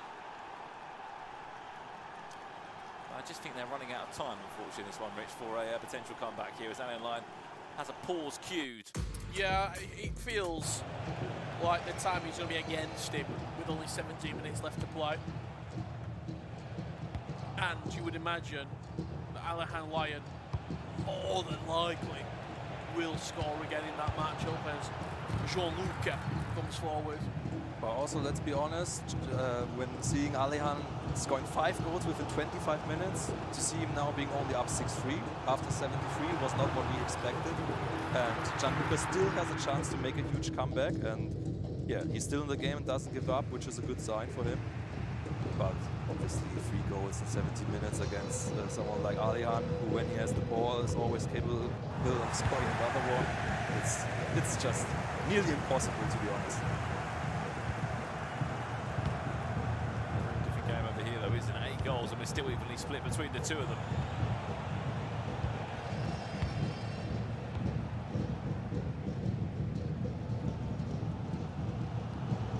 Player lock here, and he keeps on waiting.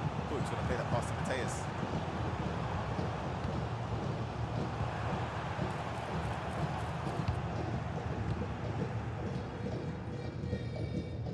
When you're obviously watching Megabit still, and if you do want to get back into competing, hopefully one day, Do you miss it when you actually see it up close like this?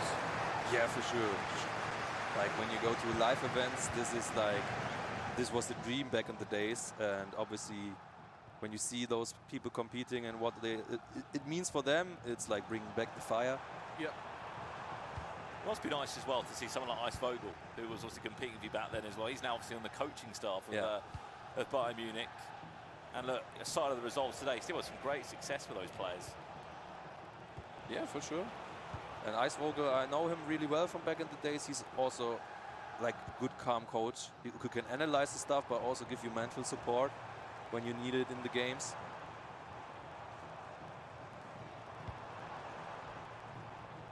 Yeah, which Alihan, I like that he also is able to like just play the game down. He knows the minutes are on his side, and now this is just beautiful.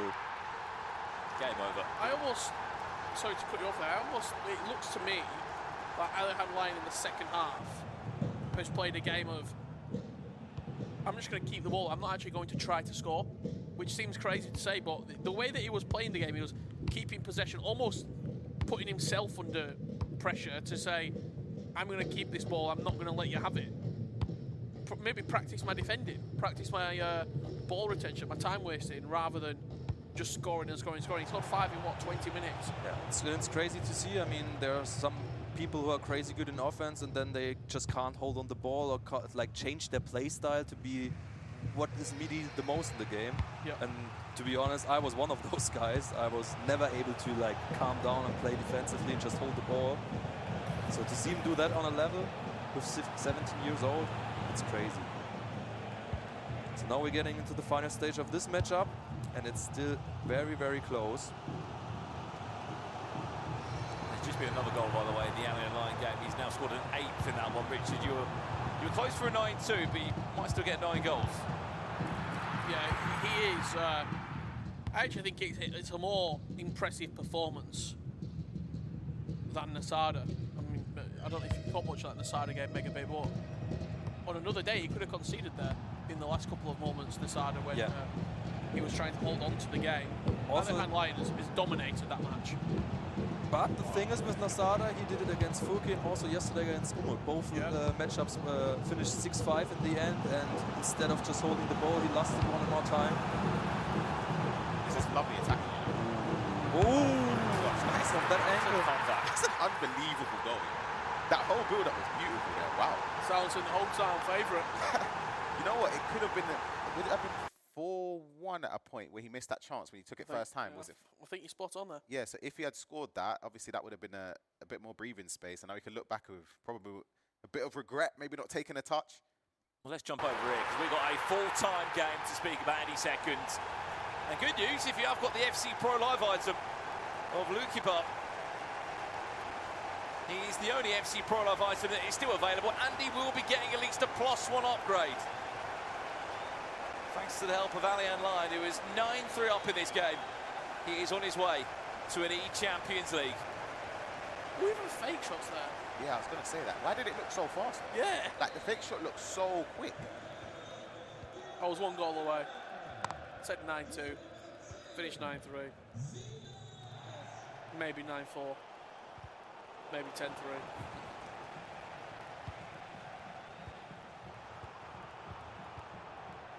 Megabit, obviously we've got a little bit of time left between Perkix and Milkov there, but on this performance here from Alihan Line, is he the player to beat now? Yeah, for sure. Him and Nasada, they are doing things offensively that no other one is capable of defending for a whole game. It's very, very good to see. And now, that's the 6-4 that. Milkov has just come back. He is also on his way to an E-Champions League by the looks of it. What a comeback. Being down 4-1 to seal the deal for E-Champions League. Incredible comeback. And now he has to finish it. Still 6 minutes to go. Well, we are going to get a full-time result in this game first and foremost, so we'll get that closing moment. Any time of 3 minutes. Nothing less than a consolation goal, but as we said, a third player from this virtual Bundesliga will qualify for the Champions League. Will go through to the semi-finals. He might be on for goal number 11. Dennis Undav. It's just clinical. It's just ruthless. He's off to an E-Champions League, and over here. What a chance. Has to score from this corner just to give him any opportunity to try and get another one. Knocks it down. Just a lot of bodies in front of him, and yeah, he's just running into trouble. It's done. What a performance from Milkov. Really, really impressive. Trailing, comes back. And a great performance there. One last question before we let you go there. Coming in from Tartan Tex. Guys at the panel, if you could bring a playstyle of your choice to FC, what would it be? Create a new playstyle. Dive plus. Diving. There used to be in a certain football game there was a dive button. You could get away with it, didn't you? If you timed it correctly, you got away with it. Really? You did? Yeah, I tried it like 1,000 times back in the days. No, it worked, always received the yellow. Ryan? Don't know what I'd call it. That's full time, 6-4. Milkov goes through. Something that negates all playstyles. How about that? Okay, let's get it. Something different. Do we have a real answer, Megabit? I think fake the ref is like a good one, like Okay. diving. Okay, I'll give a proper answer. I will go. What do we not have? Let's go with. Bicycle kicks. We've got acrobatic. Acrobatic, yeah. Let's do power penalties. To be able to put more power on the penalty and I've got a better one. make the circle smaller. Game breaker. This guy. Back in the days. Can you imagine a game breaker? Power shot plus, no? Yeah, but What about a penalty saving one where if you dive left, You save it. Save it. Yeah, I think that's nice. I think that's a good one. It's a fair one, no? penalty save one if you die. So let's say instead of having to choose if it's top left or bottom left, Right, if you okay. just dive left, it saves it. That's a good idea. Yep. Well, there Jordan Pickford would have it. Don't remember. Yeah. Megabit, it's been an absolute pleasure you joining us. Thank you very much. I'm going to ask the same question that I did yesterday. Obviously, you said you might be coming back. There might be a return, potentially there.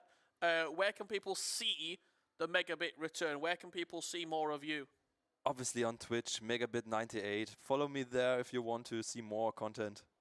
Well, who knows in the future what happens. You've got to come back, Megabit. It's been too long. It was man. a pleasure being here.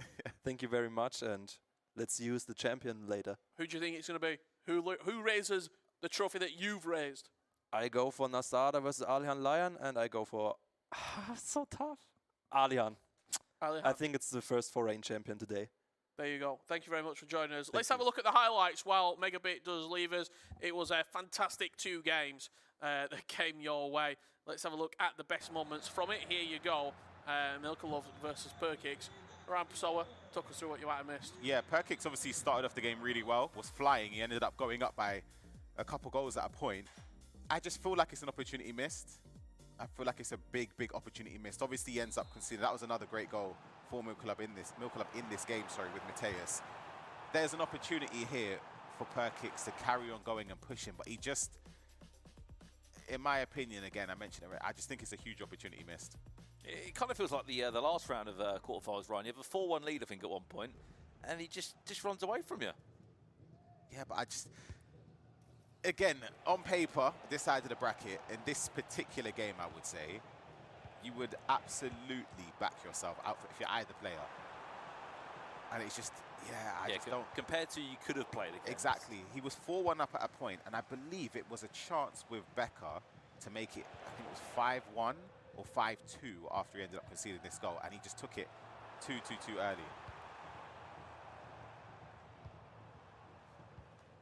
But you can see the highlights.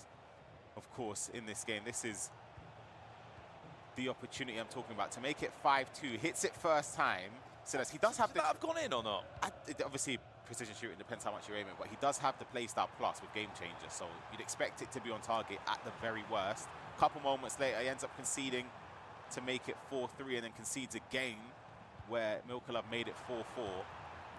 And then from that moment, you're in a position where, as a player, if you know you've missed a chance, you start to second guess yourself. You start to look back at the opportunity missed, and it's unraveled his tournament. First time shots, talk to me, because I feel like, I mean, back when you were competing. We had the first time finesse, but that was a very specific thing for a very specific game where you could green time it. Yeah. Now you can't green time, but it feels like the first time shots, especially in the last couple of games, couple of FCs, just absolutely fly in. But I don't see a lot of people in champs or rivals really ever hitting first time shots. They're good, but they're not as good as they were last year, for example, in my opinion. But they're still capable, especially if you've got players with the play styles, with the shot power, you can hit them first time. Nasada does it a lot with Undaf because he knows he's got 99 shooting, he's got finesse and etc. So he's capable of doing so. But as you said, we don't really see it too often. And of course, this was the other game where Alihan, bloodbath. Yeah, this was gruesome. I lost counting there. Was it 11-3? I called it after the second goal there. I said I think this might get messy. And I'm not talking Lionel.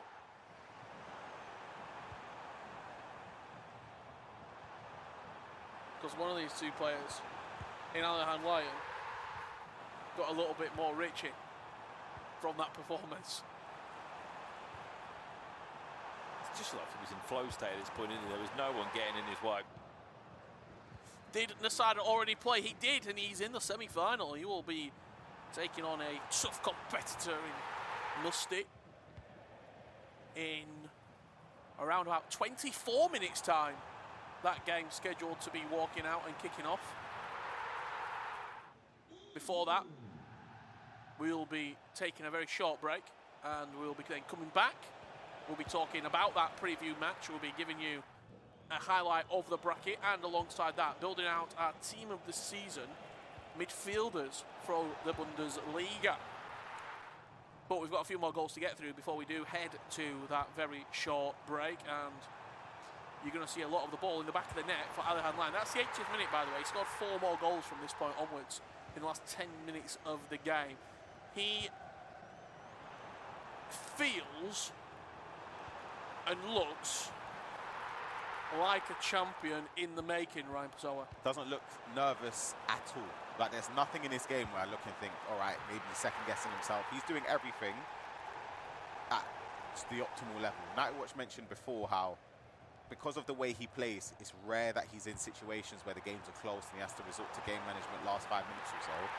He's always 3-0 up, 80th minute, or 3 goals up, I should say, and he just cruises because your opposition has to push forward. You know that you're up against somebody that defends well, scores a lot of goals, so then naturally you're going to be thinking there's no hope. Just before we go to a little break, potentially so, Richard, I've got a little bit of trivia. Hit me. To do. It's not team of the season wise, it is about Bundesliga-esque players. I mean, you boys can get involved because I don't think you know the answers to this. Chat as well for those that are active.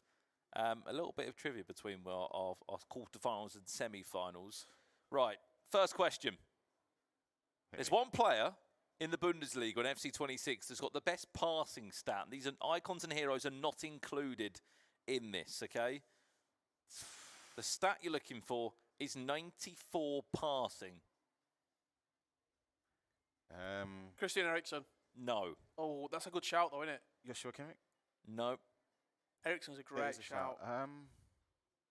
Stiller. I don't think it's that No. high, is it? Nah. 94 passing. If you need a promo, I'll give you the promo. Go on. Is it Finchley FC? Answer the call.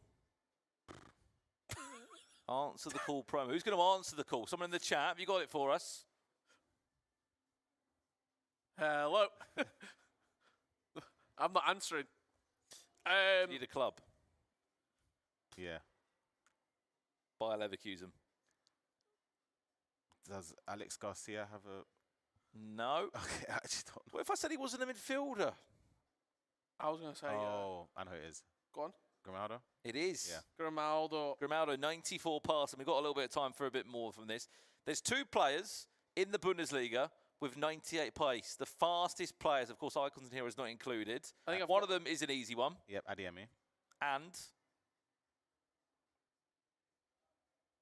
The other one. Oh, wait, I know who this is. for birthday.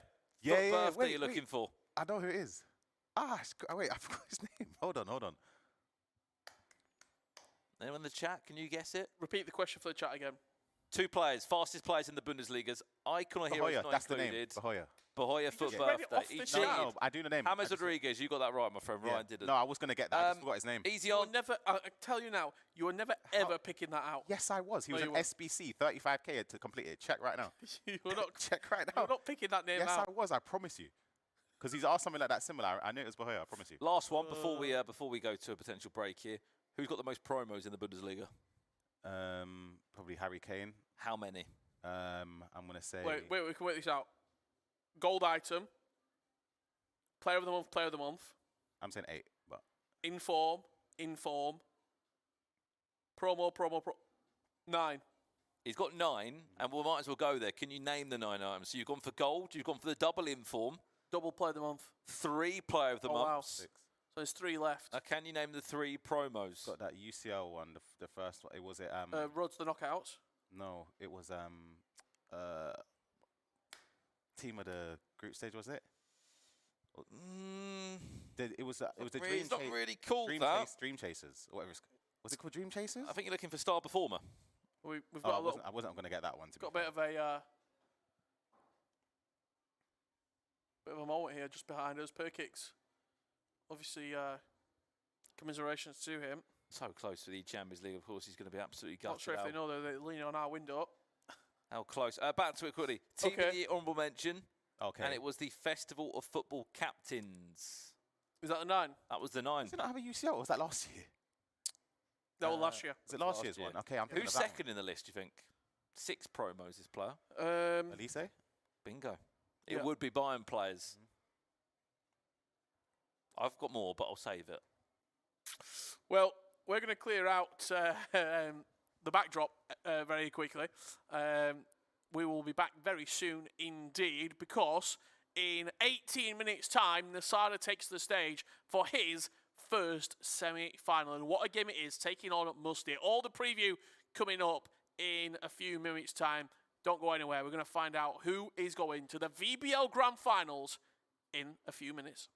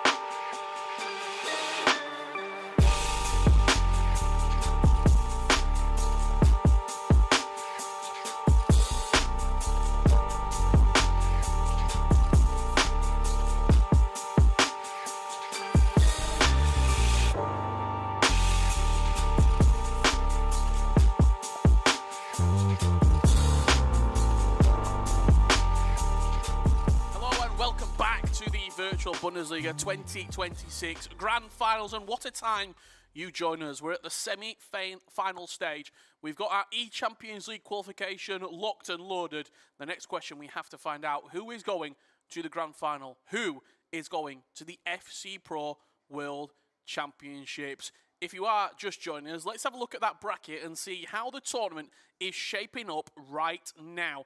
This is what you might have missed. Nasada, 6-5 victory against Furky Plays. It was Musty with a 4-2 win versus K Karai.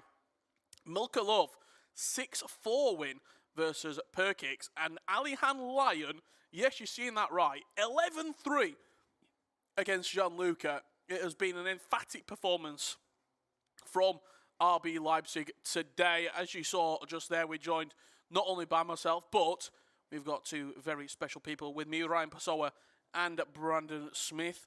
I just wolfed down some food very quickly. A little bit of couscous, a little bit of meat. I'm feeling refreshed for these semi-finals. What day we've had so far? It feels like it's been a little bit of a topsy-turvy day, to be honest, Ryan. Some good performances, some poor performances, and one exceptional performance from Alihan Lion. Yeah, two big comebacks, you can say, on either side of the brackets. Obviously, with Nasada was 4-1 down against Furky Plays, performed incredible to turn that around. And then, obviously, Milkov looked pretty much out of it, especially if Perkix scored that goal. He ended up coming back as well. But then, obviously, sort of a controlled performance from Misty against K Karai, and then the Alihan Lion dominance.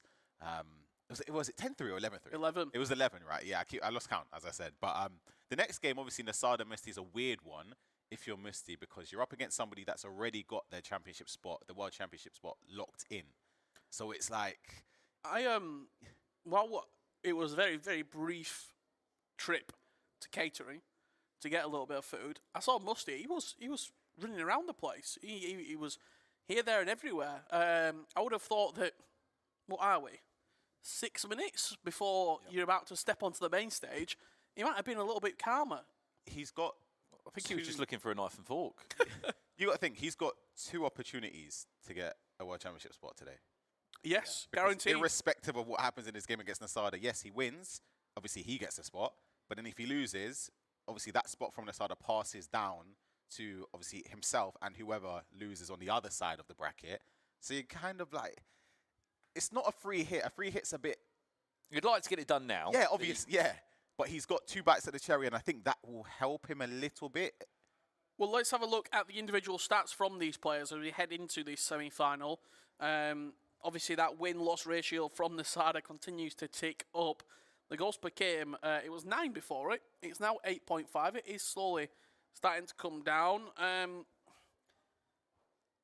Is it a little bit of a similar matchup for Nasada? We had him on the couch, Brandon. He was saying that he don't like people who keep the ball, who play possession. Furky plays, that's part of his game. As for Musty, is it not a little bit of a similar game for Nasada? Potentially so. I think just going back to what you said there about Nasada, I mean, look, he is... I mean, defensively, you could sometimes question him, but still, he's one of the best defenders still in the tournament. He's got 51 goals off the back of that last game. One thing we know about this man is, even said on the sofa, 3 or 4 goals down, he backs himself to come back into these games. So I'm really curious to see what Musty comes out and how he makes it difficult, Ryan. I mean, also for Musty, it is, you've got to look at his content as well that he's been creating. He's one of the biggest streamers, content creators in Germany. When it comes to FC as well, similar to Furky plays in that respect. So, I mean, he started with competitive FC, he's moved into content creation, but when you're still that good, Ryan, and you can still make semi-finals and Champions Leagues, why wouldn't you want to go on and achieve the very best? Yeah, absolutely. And I think we were just looking briefly at the stats as well. Obviously, it's not on screen now, but I'll refer back to it. He prides himself, oh, here we go, perfect. Great from production there. The goals conceded per game is very similar. But then again, for Musty, the way he plays is to nullify his opponent. So like he likes to keep possession. You can see there from the possession stats. But I'm thinking if that's your game style and you're still conceding similar goals to somebody who has the completely opposing game style, I just feel like alarm bells in this game are ringing for me. I just think if Nasada scores early, similar to what you predicted in the Alihan game, it could really get away from him. What time is it right now? Sorry. I don't think we've got enough time to build the team. I was going to say, do you want to do one quick trivia question? We'll do one quick trivia question. If the it's chat... 57. Walkouts are scheduled to come. We've got a few minutes, haven't we? At 58. Ryan's a question in the chat there for you. Yep. The boy. Just give an answer to the question. You don't need to read the question out. 1 to 10 being 10 being confident, 1 being 10 being confident, 1 being not confident. I'd say I'm about minus 29. I give 29 for a certain individual's kit number. But who knows? I could be proven wrong. I'd love to be proven wrong. Are you home or away? Away. Stunned. Trivia time. This should be quite easy. I mean, more for the chat. You boys can't get involved. There's one player in the Bundesliga that's got 99 shooting. I mean, look, he's been here, there, and everywhere. He once upon a time played for a famous Brighton Hove Albion. He's been scored a lot more goals this week than he did for us. Who is it? 99 shooting in the Bundesliga. Fantasy item, I believe, as well. That's been probably one of the most important players for today. You're a little bit disappointed by? What? We didn't get the club mascot. Yeah, expect that. That's actually, what was it, a dinosaur? It was a dinosaur. Hamburg. Dino the dinosaur. Right, let's see these players walking out then. Semi-final time. Here is the number 1 seeded player from the VBL. He's got an FC Pro World Championship spot already. Champions League's in the bag. The only thing that's missing is that championship. Nasada.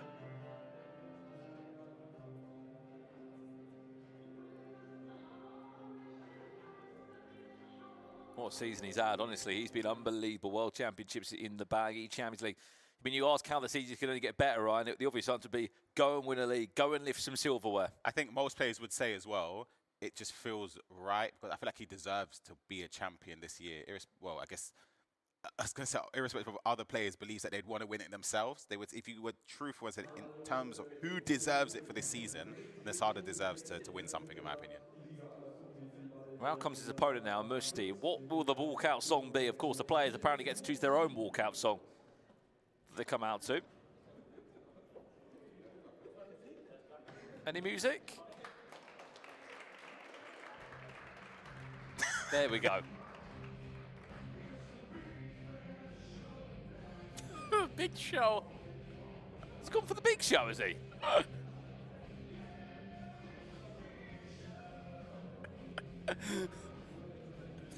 Well, he's going to have to put on a big show here, isn't he? If he's going to try and somehow get past Nasara. They haven't played in the league format there. At one point, I thought he hasn't chosen a song here. He's just come out. He doesn't want a song. Walk out in silence. I think what happened was the sound producer was trying to find the song. I mean, it was such a unique choice. We're waiting for kickoff now. Both players are on the main stage. Zuni with the correct answer. Correct. Undav Dennis has Undav. 99 shooting. Yep.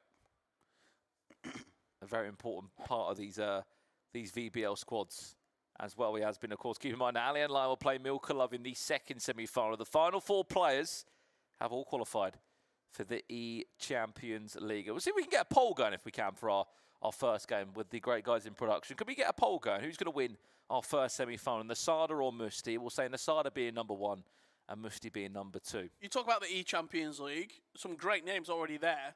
When you actually look down the competition list, Matias Bonanno, Jafonzo, Nicholas 99 FC, D Fernandez. It's starting to really take shape as a stacked tournament. Yeah, you've obviously got the winners of their own domestic leagues that get put straight in. So obviously the quality is going to be very, very high. You can see the poll there. Interact in the chat. Who do you believe will win, Nasada or Musti, to advance into the final? Owen Mulligan there as well. Wait, no, he's not. Is he? Is he there? Owen Mulligan, he qualified from the Irish, the League of Ireland. He has. But then didn't the spot? As far as I swear. the data says online, I know he qualified won. because I know he won, but I don't think he got the spot. he didn't get the spot. He did. He did on my watch. Maybe I'm putting one in there for Nasada. From what I'm seeing right now, he's there. He's there. Maybe I'm wrong. Oh, no, I don't think he did. No. Oh, you're wrong. I'm not wrong. Okay. Nasada, very, very fan favourite here, and a lot of people in the chat think that he will win. Adrian, MNA, James Rodriguez, Arbukly 98, all saying number 1 there for Nasada. So I'm under the impression that JP Slater is on his way. Where do you see this game being won and Champions lost, Ryan Pessoa? First goal. Actually, no, I say that. If Musti's going to have to take at least a 2-goal lead for me. But then I think if Nasada starts as strong as we expect him to, I just don't see a world where Musti scores enough to stop Nasada. It's hit that kickoff every single time. Wow. Probably should be 1-0 up already.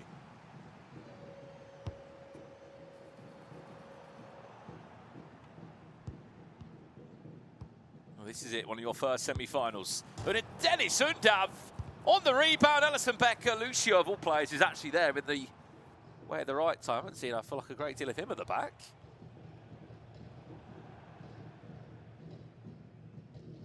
I think a lot of people have put their hero choice as Lizarazu in left back. He's gone with Henriks here. How do you feel about that, Ryan? Don't mind it. I think Lizarazu, the thing is about the fullbacks in the virtual Bundesliga, there aren't tons. You've got Lehmer, but then that's a Bayern Munich spot. See, Klosterman, people have been using that right back. I suppose the Alphonso Davies Bayern Munich shout, is it a waste of a Bayern Munich position? I think it's a waste. But just to remind you of those squad building restrictions, you're only allowed 2 players per club. So if you choose Manuel Neuer and Harry Kane, you can't have Pavlovic or Jonathan Tah or Alphonso Davies or whoever else you want. Jalal Musiala could be one that would be taken away from contention. Here he comes again now, looking to break the deadlock. There's Dennis Undav. And there's Nasada. Off the mark. You give a player of Nasada's quality a 99 shooting item. It's going to be a long, long day at the office. Ryan Pessoa. Yeah, he said it himself when he was on the couch with us that he trusts Undav the most because of that 99 shooting. And there's exactly why. Just opening up the space with the dribbling, a low-driven finish.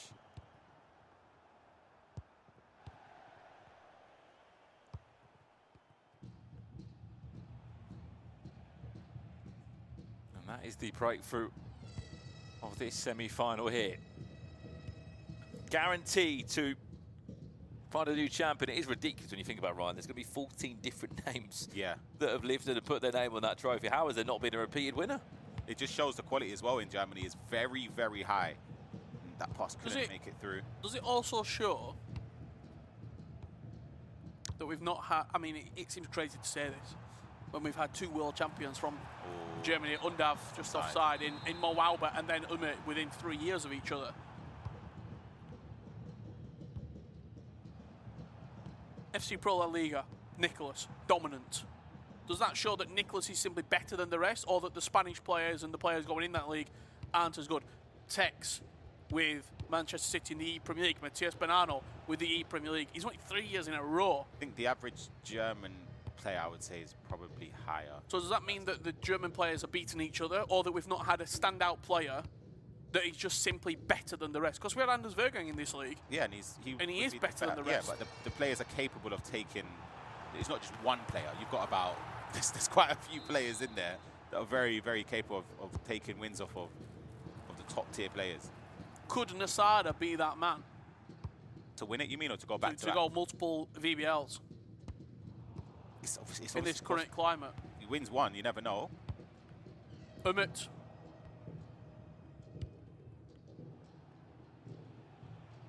Could be one. Not this year. If you look back on the list, isn't it? There's a Yahic. I don't think so. Maybe a creative clash. We saw him on the ground yesterday, of course. He's happy to be here. I mean, looking back on the list, you're probably thinking if Johnny returns back to the Bundesliga next year, could he be in for a shout? Maybe. Levi Finn will be better next season. Even players like Dolomite, I mean, yes, he wasn't in the top 16 this season, but no doubt he'll have a club. Sometimes this is a one-legged affair, so just extra time and penalties if necessary. It's not 2 legs. Maybe Levi Finn could have been that player, but his tournament came to a screeching halt at the hands of Freiburg's Nasada.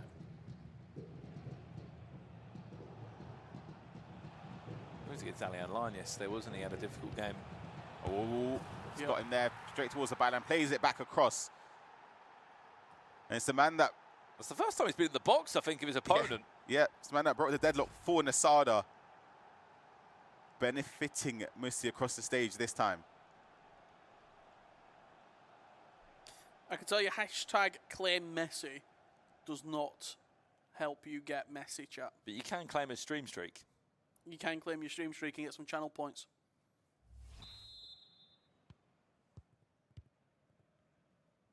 That is the all-important equaliser in this game. 1-1 after 22 minutes. It's a brilliant long ball forward into Klosterman. He's done it every single time, that kickoff. It's the same routine, and he gets a strike away every single time. How important is that of a reply straight from kickoff? Not only does it put you back in front, but just chips away at your opponent. Let you know, wherever you score, I've got a reply in my back pocket with a postage stamp on it, ready to be sent into a letterbox.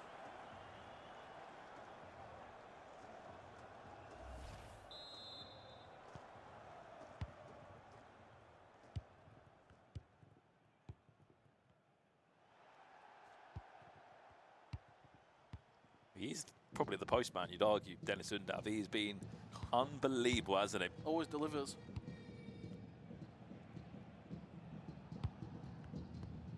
I mean, he's not in these teams, and if there was any budget, there would there may be a conversation. Who do you think is the most expensive Bundesliga player right now? Not an icon or hero on the game. Oh. Carl. Yeah, correct. How many coins do you reckon he's worth? 4 mil. Less. 2.8. Less. 1.7. Bingo. Slap Richard Buckley knows he's been looking on Footbin. Ryan Pasola, someone in the chat there asking a question as Adeyemi comes forward into Undav. What's a letterbox? Is that a question? Where? The Cuz 2024. So you put your letters in. Bingo. Maybe small parcels as well. Yeah, could be.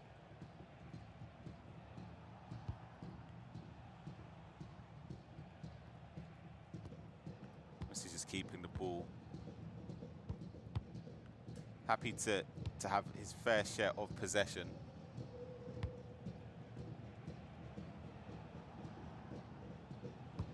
Undav. There's that Suzuki item that we were speaking a great deal of yesterday.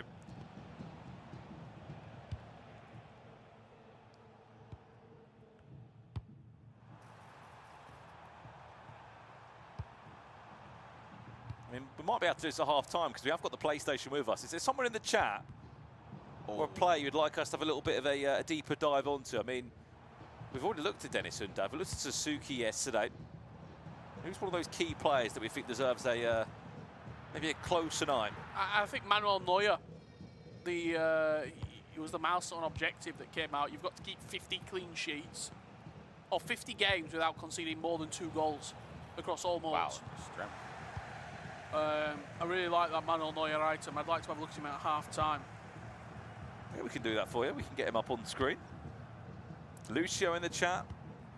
We might be able to do 1 or 2 players, so let's have a play. We'll have a little bit of a deeper dive onto, and Ryan will give you his opinion on the item and why it is so popular as that ball goes through to Adeyemi. Off the post, should have probably scored. And that should have been probably 2-2. Without the small margins, so it's not for a fantastic Intercept Plus activating there. You're probably looking at a 3-1 scoreline. Chance, Undav. There it is. That time. He found the back of the net without any issue. Dennis Undav again, we're all square at 2-2. Definitely should have scored from the previous chance he had, but this time makes it count. Goes for the near post.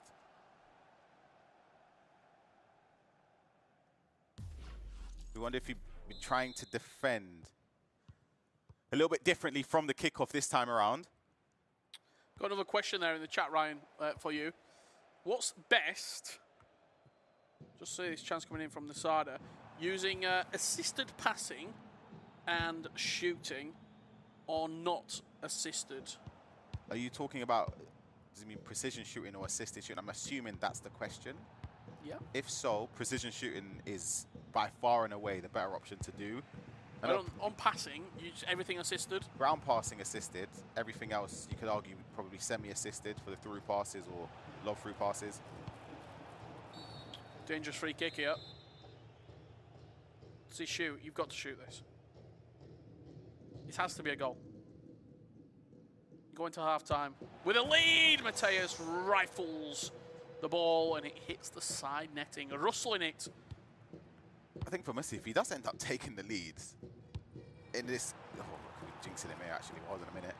It's going to be end up powering down. Can he get Body's the angle? back post, gets it across. Adeyemi can't get it into the corner. Not really the play you want there in the air for a header, is it? Still got the shot on target. Added time to follow. And look who saved it, Manuel Neuer. We're having a deeper look at that item at half time. Alongside that, Lucio. We'll have a little look at it if we can, Ryan. Yep. Last chance of the half will fall Nasada's way. He's just keeping this ball ticking, gives it away, and that will do us for the first 45. Well, let's jump over to our PlayStation now. Look, Manuel Neuer, as we said, I think he's in every single player's team, Ryan. We can see him here for a little bit of a deeper dive on him, his moments item. Before, maybe we didn't always see Manuel Neuer in all the teams. Now we do because of this item. What's so good about it? Well, with goalkeepers, I think for this year specifically anyway, you're kind of looking towards the far reach playstyle, which he's got it as the playstyle plus. Footwork is great as well. And having the 1v1 close down and deflector are also 2 good playstyles. The far throw is decent. I think cross-claimer you'd kind of like to have. Yep. I wouldn't say it's a necessity. Like it wouldn't put me off if he didn't have it, which in this case Neuer doesn't. Passing as well, having pinged pass is a nice thing to have on a goalkeeper. If we just have a quick look at his attributes, obviously he's pretty incredible across the board. Does he have what's the weak foot, by the way, on that one quickly? I think it's 4, isn't it? Yeah, and 2-star skills, so he can do a step over. Can he? Look at that Lucio item as well. Yeah, very quickly. So we've just kicked off for the second half. Maybe we save that then. We'll save it. We'll save it. Back into the action we go. Winner of this, of course, would guarantee themselves a World Championship spot. Nasada's already done that. Rodriguez in the chat, so that'll be the first header of the day. I think it might be the first header in a while. Yeah, we've seen go in. Just never happens.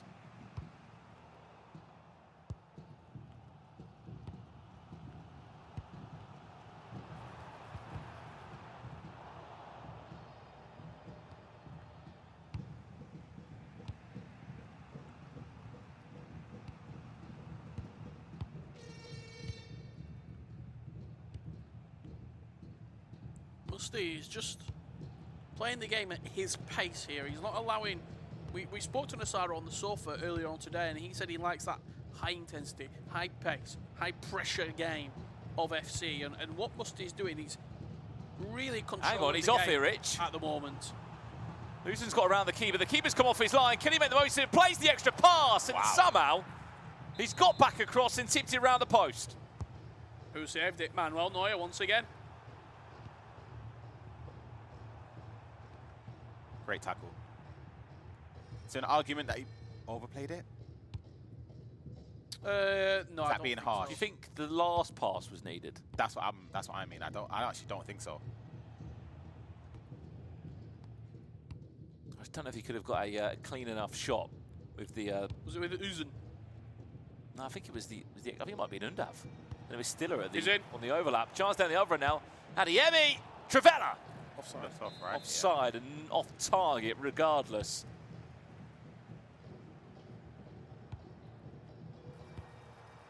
I mean, to give your opinion on it, Ryan, I mean, play styles are a bit hit and miss in terms of when they first came in the game, everyone loved them. Now they're at a stage where they are, I guess it depends who you're up against for the casual player on the weekend. If you're playing against someone who knows how to use all the play styles in all the right areas, it can be no doubt very frustrating. But overall, do you think they've been good for the game? You can give your opinion. No. That's my... And what would you do? Would you remove them all, or would you have just set play styles? Just different ways you can look at it. Would you be able to have, I don't know if it's even possible, some play styles get given if you get a certain attribute to a certain level. So let's say you have 93 short pass and you get tiki-taka or something like that. I don't know if that's possible. Here we go. Gets it. Oh my gosh, what a save. Neuer, I feel like we heard about him speaking about him at half-time. He has been on fine form. Undav, that passing sector by Henriks. I think for me personally, when you talk about playstyles, it's the gold playstyles, the playstyle pluses that are the difficult ones to balance. I think all the silver playstyles, I think if that was it, I actually think that's... they impact the game, but they don't impact the game to the level that they do now. Oh my gosh, hold on. Oh, it's offside. Agree and disagree. I feel like there are some, like for example, why should I need to have silver tiki-taka to play a first-time pass with someone that's got high passing stats? Just don't, yeah, for me personally, I don't, yeah, not for me.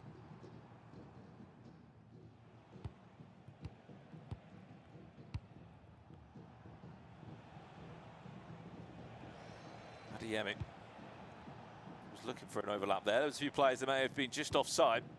You see the complete contrast in the way both players attack. Look how slow Musti attacks it. He just waits for Nasada to get impatient, pull his centre back out. He's got him down the line.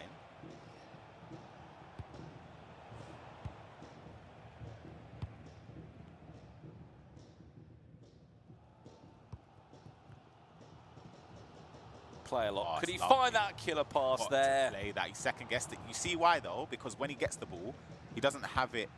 He rushes because when he loses it, Musti's happy to keep it for quite some time. And down the other end, outside of the boot finish. Musti? Wow.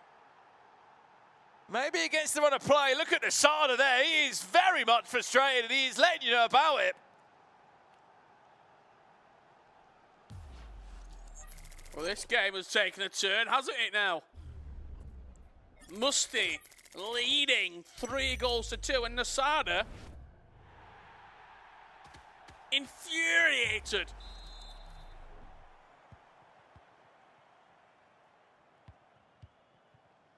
I Thoughts, Ryan Pessoa? was just speaking before he conceded the goal there where he gave possession away. Because you're up against somebody that's keeping the ball for so long and is very patient with it, it frustrates you. And as you get a position where you get the ball back, you then start to rush or panic a little bit, thinking you have to make this attack count because you're not going to see the ball again.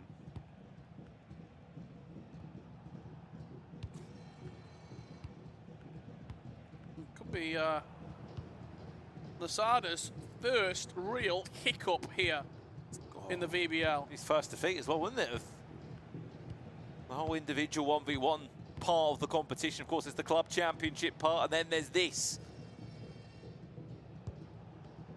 One thing we know about Nasada, you do not write him off. There is no doubt he will create 1 or 2 chances. That is why Musti, if he can, needs another goal. Yep. He looks so relaxed though, doesn't he, Musti? Looks like he's not phased at all. Through if he can play him. Nasada!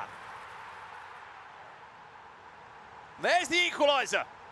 I think for Nasada, a lot of the frustration for me is probably coming from those saves that Neuer's been making and those missed chances, because on another day, Ryan, he's 6-3 up at this point. Yeah, but he's done well there just to get the space. And we saw before he conceded that third goal, he had a chance to play, I believe it was Adeyemi in. Or was it in there? I can't remember. Someone was in though, and he had about 3 seconds where he actually could have played it whilst he was onside and didn't play it. This time, however, he done that to equalise. You're just seeing the changes here. What we got? 17 minutes left to play here at the VBL Grand Finals. I'm really intrigued to see how this final furlong of the match will go. Let's get back into it. Kind of feels like extra time is going to be needed between these two. 15 minutes.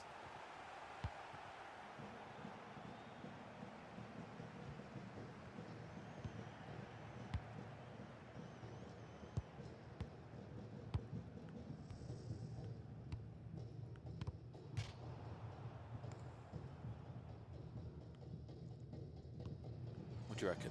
Last minute goal, Ryan, or extra time? I think there'll be a goal. I think there might be a couple goals before the 90th minute. I think if it falls in favour of Nasada, Musti has to completely change the way he plays and push more bodies forward. If it falls the way of Musti, however, I think genuinely the opposite. Well, it's come from behind already today, as Nasada. Could he do it again? Undav. He's got to recycle. Goes back inside. There's Alex Garcia. Not the play he wanted. Adeyemi.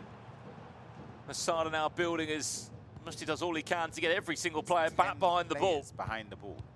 Players switching frantically, trying to stop the press from Nasada. Can he outsmart the press and the tackles? Not that occasion. Just done a little bit too much there. Watch the pass. No way. Musti. He's got rounded. the pace. Has he got the shot? Wow, big save.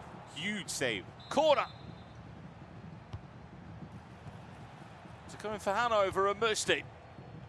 Not quite a tight angle to even shoot from there originally from Adeyemi. I actually don't think he shot thinking he would score. Play for the corner. Yeah. You just play to get a shot away. Yeah.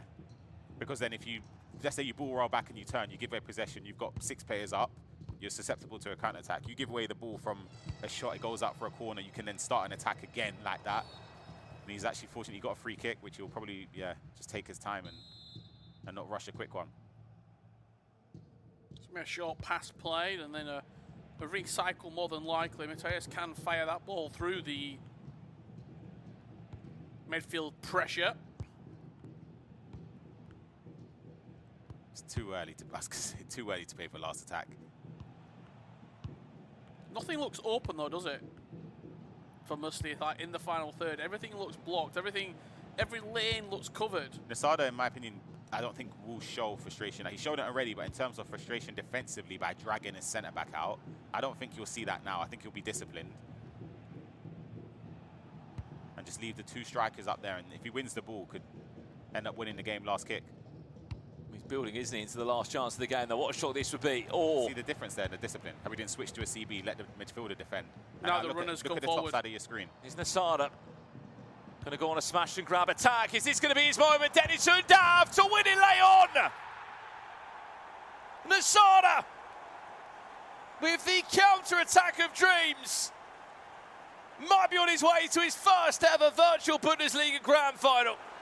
Exactly what I said there, which was he had to defend disciplined. For about 30 or 40 minutes in game, he was defending quite aggressively because he wanted to force Musi to play forward. Last 5 minutes, he doesn't need to do that. It was erratic for the most part, and then just when he needed to, he's kept cool. He's kept calm defensively, and he's done what he needed to do. And again, Nasada sees adversity and puts it in his rear view mirror. You're seeing another replay there quickly of the goal that was scored. Great finish from Nasada.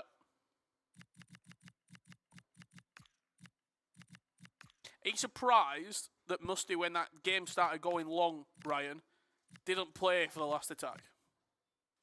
I think he tried to be honest with But you. he went forward, didn't he? Yeah, but because you kind of have to when you. So if you keep the ball for a long period of time, you get a wayward pass. Yeah. He's kept it for way too long. Adam even says he kept it for over 7 minutes. I didn't know if he lost it though in the middle of the pitch and then instantly won it back. He got the free kick on at 84th minute, I think. Yeah. And then it's still too long. You can't keep. It's way too long.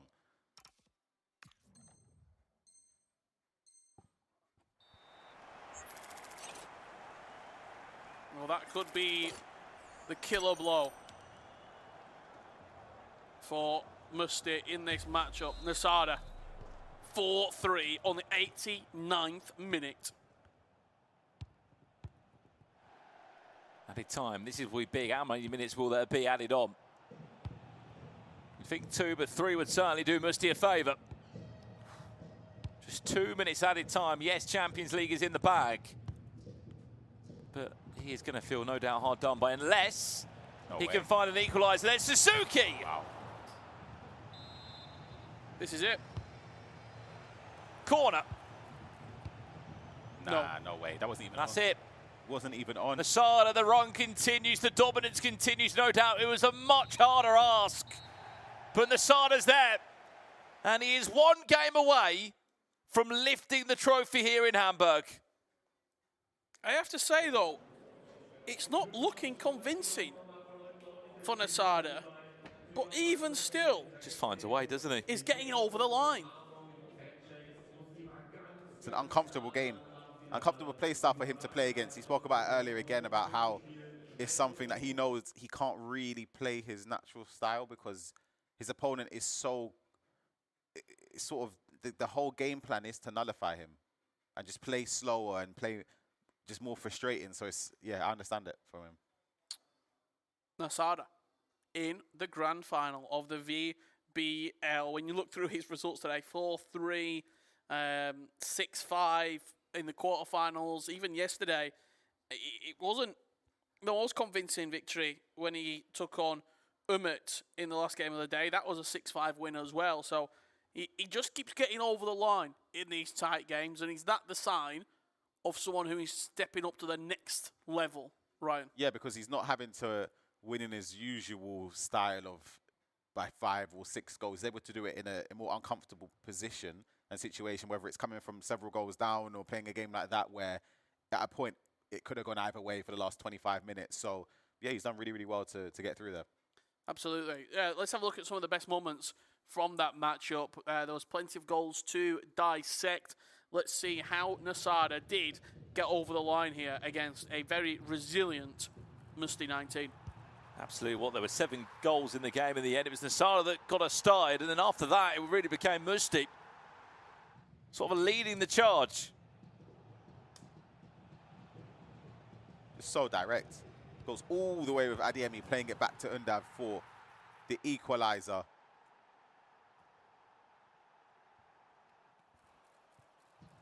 And then straight after that, it was the response from kickoff. Just a pinged pass into Stiller, triggering him forward. And then the turn with Undav again, making it 2-1.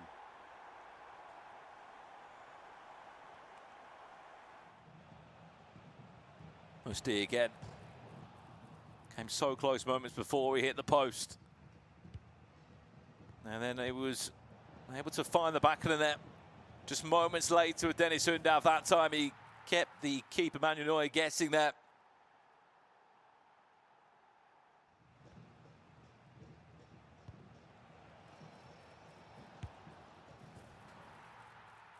That was 3 goals to 2 for Musti. 67th minute on the clock, and look at that frustration from Nasada. Didn't let it phase him though, really, did he? No, it didn't. In fact, I think it made him concentrate a little bit more because he noticed how him being aggressive is working completely against him. That might have been the wake-up call needed for him to push on and advance to the finals, where he'll be backing himself. This was the run here forward. You can see the triggered run, and eventually played inside for a first time outside of the boot finish. That made it 3-3 around the 74th minute. And then it all came down to this moment here on the counter-attack. How we orchestrated this. It was near enough perfect. 88 minutes on the clock. Dennis Undav just about getting the right amount of space just to be able to pull the shot away, and that was the match winner there. Nasada into the grand final here in Hamburg. But who will be joining him? Will it be Alihan or Milkov? That semi-final, of course, coming up in just under 30 minutes' time. Yeah, until we get there, we've got a few things to keep you entertained with. We talked about Lucio during that matchup. We didn't have time to actually have a look at his item, the centre-back, but let's have a look at him now, and we can sort of have a more deeper dive into Lucio at full time here, because he is an incredible FC item. Yeah, absolutely. And of course, with centre-backs on FC26, he's got pretty much, I would say, most of the things you're looking for, but obviously within the restrictions, he's got everything in terms of the other players that you could select there. The pace is good in terms of attributes, but play styles-wise, obviously Intercept Plus, he's got all of the defending play style. He's got Bruiser. My opinion, personally missing Quick Step. I also think Relentless is nice for the second man press lasting longer, but Quick Step at this stage of the game, if you were to create your own perfect centre-back, you'd ideally want them to have it, but he's still very, very strong. And then, obviously, with it being a foot birthday item, I'm guessing 5-star, 5-star. When we look at the skill moves and weak foot, he's lengthy. He's very important as well, which is strong. And then just, I mean, looking at the stats there, I know stats, people are saying play style is more important, but the pace, split, really nice. Actually, quite nice dribbling for a centre back as well. And then you look at the defending and physicality, top tier. He is expensive, but if you packed him or you can get him into your team, certainly one to write home about. I mean, chat, is there anyone else you'd like for us to have a little look at here of who's been incredible? Let's get Dennis Undav up just quickly while we have a moment here. Of course, these are Bundesliga players, icons, heroes, or current players that have been here today. If you're interested in us breaking down one of those players for you, having more of an in-depth deep dive. We looked at this man before. I mean, look, the only player in the league with 99 shooting. The play styles are just right for him.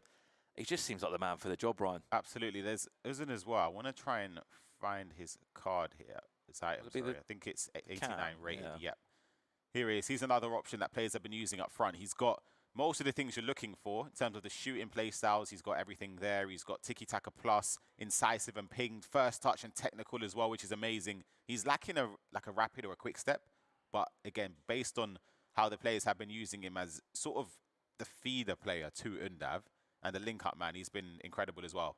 Yeah, absolutely. I'm really looking forward to seeing how these second semi-final matchups do shape up, and will Uzun, Undav, or maybe Lucio be a game winner as we go late into today. Nasada is in the grand final of the virtual Bundesliga. We're going to take a few minutes, probably until just around 42 minutes past the local time. When we get back, we're going to be looking at Team of the Season, our vote for the Bundesliga. We've got the midfielders to pick from. We're going to be doing a little bit of trivia regarding the Bundesliga, and we've got someone else joining us on that headset right there. Make sure you don't go anywhere because we've got a former Virtual Bundesliga champion on guest commentary for the second semi-final. We'll see you in a few minutes.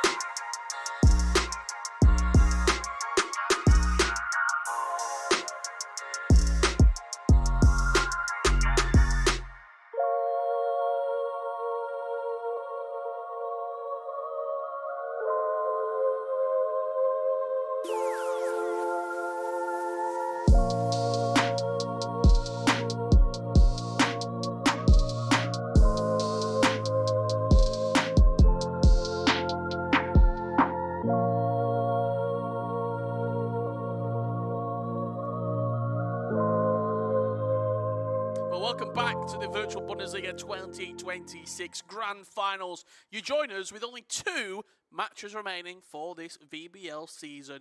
One player is guaranteed to be in the Grand Finals. That is Nasada.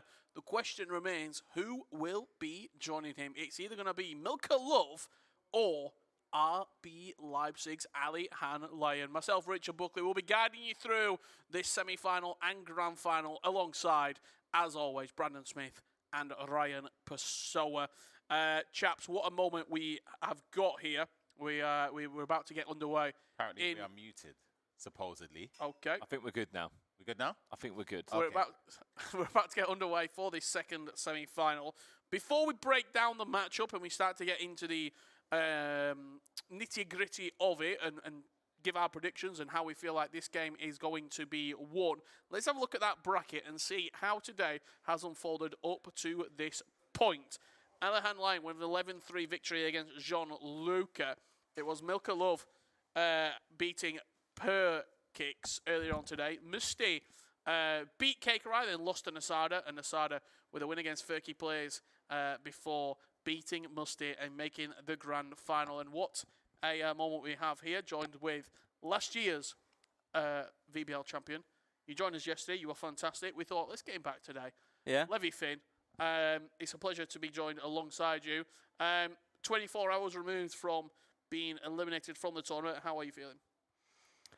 Yeah, first of all, happy to be here back again, of course. And then when I see these games, it's like a bit frustrating because I said yesterday a couple of times, it's the first time since 2 years that my season is now like officially over because I were in the final back-to-back. So I knew that I have the E-Champions League and World Cup. Yeah. And now I just need to hope that I'm going through the play-ins. I explained it yesterday, I think, but now it feels like a bit weird because I didn't know this feeling since 2 years. But it is how it is. I didn't deserve to go through the semi-final. And yeah, now I'm just supporting my friends and of course now my teammate Alihan. Yeah, absolutely. I'm glad that you're joining us because we've got a moment to we've actually going through our Bundesliga team of the season. Okay. We've got all the nominees and we're putting it together and putting our team of the season to good use. We've got our defence. Can we show the defence? We can indeed. We can indeed. Do you agree with that? Firstly, Schlotterbeck, Tar, Lehmer, Ryerson, and Colbell in goal. Like I'm not, of course, I'm not a football expert, you know. Okay. But I think like one mystery call is Vuskovic from HSV. The chat was telling us that. Yep. And because you see, like when he's missing for HSV, they are losing like normally, and when he's there, they play like crazy. So I think maybe Vuskovic and maybe left back David Raum from RB Leipzig, who's playing also a fantastic season, I think. But I have also, like, I did Bundesliga Team of the Season 2 days ago for Rebels Gaming for the social media, and I also put like Tar, Lima. Yeah, so it's fine, I think. Well, we're glad you're here because we're now going to move on to the midfielders. I think we go for a 4-3-3. Okay. If possible, just because we're going to probably have three forwards in the team. So Can't do that yet. okay, we can't do that yet. Don't We'll worry. change that. Right. We have got. We can come on to a solo of me and Ryan, if that's all right. If we can change the camera. You're on. We'll go full screen if we can, if they can see this. Our options are there. You probably can't see us in this tiny box in the corner, but there are 12 options for midfielders. Kimmich, There we go. Alex Garcia. Oh, there you go. Sorry. These are the options again. We would show you on the laptop we got, but the Doesn't change much. vote Yeah, is closed. you've not helped. You've not helped. Nemetcho, of course, we did hear from Yeah. Stiller, who's been in a lot of teams here in the virtual Bundesliga. Obviously, Gnabry, Amiri, Kramasic, Pavlovic, Stage, Bommagrata, Marza, and Berger. They're your 12 midfielders of choice. We're going to just choose 3, I think.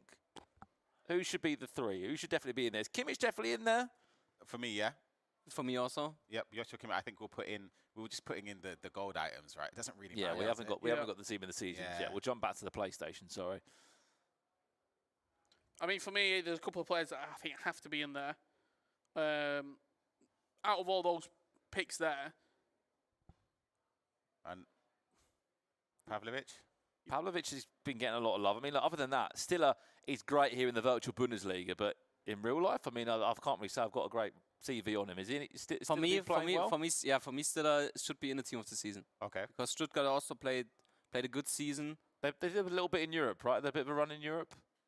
In the Conference League, potentially. European They're out League. now. They're out now. Yeah, they're out now. They lost against Porto, I think. On the Europa League. So they've got to the Europa League, yeah, and the but round of 16. yeah, but they're still in the semi-final of the League Cup in Germany, League Cup, DFB Yep. Pokal, and played also a good season for Stuttgart. So for me, Stiller should be in.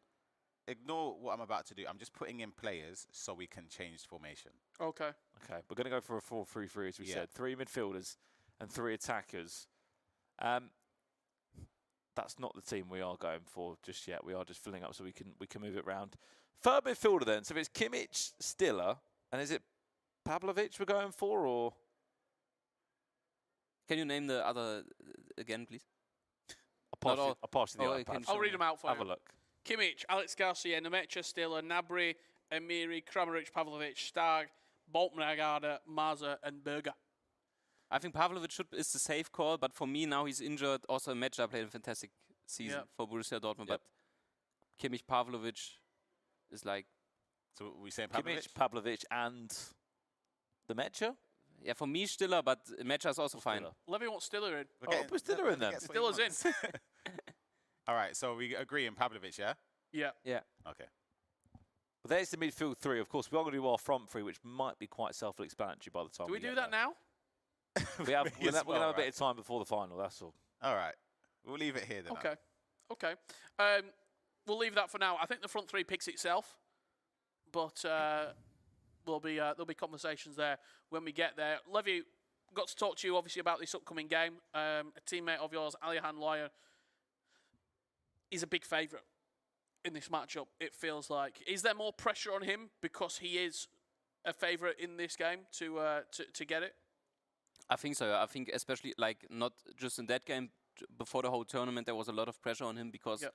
also for him, he knew he needs to go through the semi-final because otherwise his season is over because he's not like close in the rankings to get his playing spots and something like that.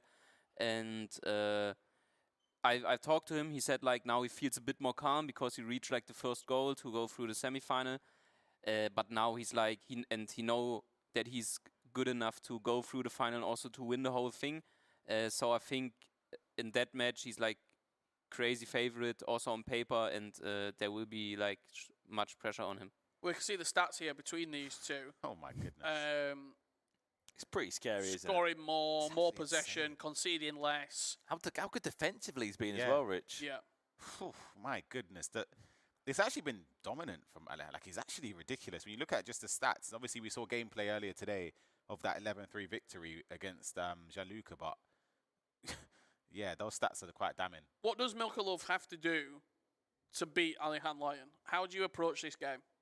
Like first of all, that's because it's nice for me then to commentate the game. Like Alihan, of course, my teammate, and I'm like really close friend with Milkov since years, and now he's like I knew always that he's good, but it's like his first tournament where he can show it and go like through the rounds and also qualified. It's also his first offline event ever. Yeah. Wow. And now he's going Wow. through the First time in the Bundesliga finals as well, right? yeah, exactly. So like it's a crazy achievement for him, and I think for him it's just to like enjoy the moment, don't overthink it, and just knew the situation that the pressure is on Alihan, and just try to play like he plays the rounds before, and just to like focus on himself and don't overthink. Okay, Alihan is crazy good. I need to do something special. And I think if he's just focusing on himself, and it's like also like because Alihan is such a big like scoring machine, he just tried to be alive after the first 20 minutes, you know, and then like Musti did against Nasada, you know, and then he like to try to fight in the game, you know what I mean? One thing he can't do is start off how he did against Perkix, because he was, 4-1 down within an early part of the game. So if he does that against somebody like Alihan, this is you're not coming back. like what I did. Yeah. Like I was 5-0 down, and then it's just so hard against him to come back, because like he can score in every attack. So you need to defend him in every attack and just score on your own. You have to play perfect. Yeah. And it's so hard. It's very difficult. Well, the last match that Alihan lost, believe it or not, was actually against Nicholas in January. Aside of that, of course, he hasn't been playing much FC. Of course, he played in the online cup. In terms of an offline event, I mean, he's been flawless here in Germany. Yeah. I mean, at least you can say Levy. I know he's your teammate as well, but if Alihan was to go and win the whole thing, you'd be like, yeah, I got eliminated, but I lost to the champion. Yeah, like from Milkov's perspective, from Milkov's point. From Alihan, saying, from your point, Ah, if Alihan wins the whole thing, you can say, look, I lost to my teammate. Of course, yeah, but I can also, say, but yeah. he was the champion. Yeah, true. Like, yeah, okay, but like for me, nothing changed, because like, you know, like I'm still eliminated. But I knew before that like that he's like really good. He improved crazy over the whole season. Like he started really well, then had like had some difficult weeks, especially in our VBL competition, and now he improved crazy. And as I said, like I know how much pressure is on him, and I know how much pressure he puts on himself, and he's still 17. Like, and for me, like I'm 6 years older than him. It's like crazy how that young people like handle all these circumstances and then improve and played well in that competitions and in that tournament. So yeah. Do you think it helps where he is so young? Sorry, that he doesn't have maybe as much to think about, or maybe less bad experiences in competitive, that you know you don't worry as much.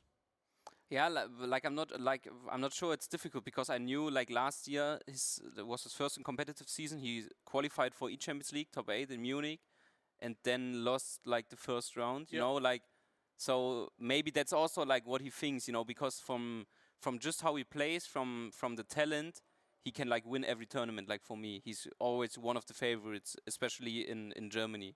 When you look at the whole tournament, Nasada is in the grand final. He's already got an FC Pro World Championship spot. So the loser of this game plays again, obviously, for that qualifying match.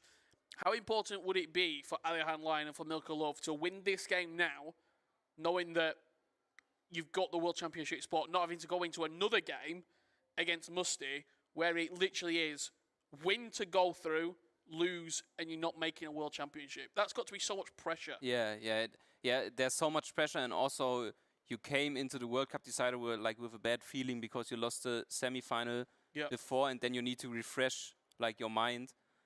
So it's like a crazy important match. There also much prize money on the line. I think it's like get doubled from third to fourth to There you go. Yeah, crazy how fast. Yeah, you win this game, you guarantee 20,000 euros, which is like also important and can be like life changing, of course. So it's crazy important, crazy pressure on the line, and I'm like happy to commentate it now. Yeah, can't wait. Scheduled walkouts in a minute's time. We will be getting this semi-final underway. Nasada is waiting in the grand final. He is there. Who will be joining him? Will it be RB Leipzig's Alihan Lion, or will it be Milkov? First ever tournament, and he's one game away from a grand final, Ryan Pessoa. Yep, exactly. And it feels like it's in touch and distance for him, but the person opposing him is somebody that is, yeah, he's operating on a high level right now. It's honestly scary. He's fearless as well. I mean, he's going to have an unbelievable performance. He said first time he's been in the Virtual Bundesliga finals here for Milkov. He's already got to the Champions League, which was probably sort of beyond his expectations when he came through. But here are the walkouts, as we said. I mean, I wonder what the songs are going to come out to, is what I'm thinking. I know the song from Milka. What about for Alihan? I don't know for Alihan. Was it, Levy, was it used to come out to Luke Littler's song? Yeah. Was it Pitbull? Yeah. I choose the same like the last years, yeah. We are waiting for Alihan Lion to make his way to the main stage. An 11-3 victory in his quarterfinal to send him into the E-Champions League. FC Pro World Championship qualification is on the line.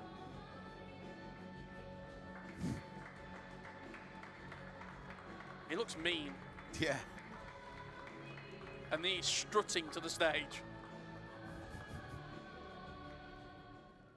He just wants to get straight in, doesn't he? He just wants to get started. He does not care about any of the music. Just wants to play. On the other side of it, Brandon, Milkov. What a tournament he's had. Unbelievable. I mean, look, he could be much more thankful for the side of the bracket that he had as well, with some of the names that he missed. I mean, I think if you said, of all the players in the nicest way possible, you're coming in, of course, Perkix or Milka to get any Champions League spot, they would have been like, absolutely, what a chance that would have been. Yeah, crazy. Here is Milkov.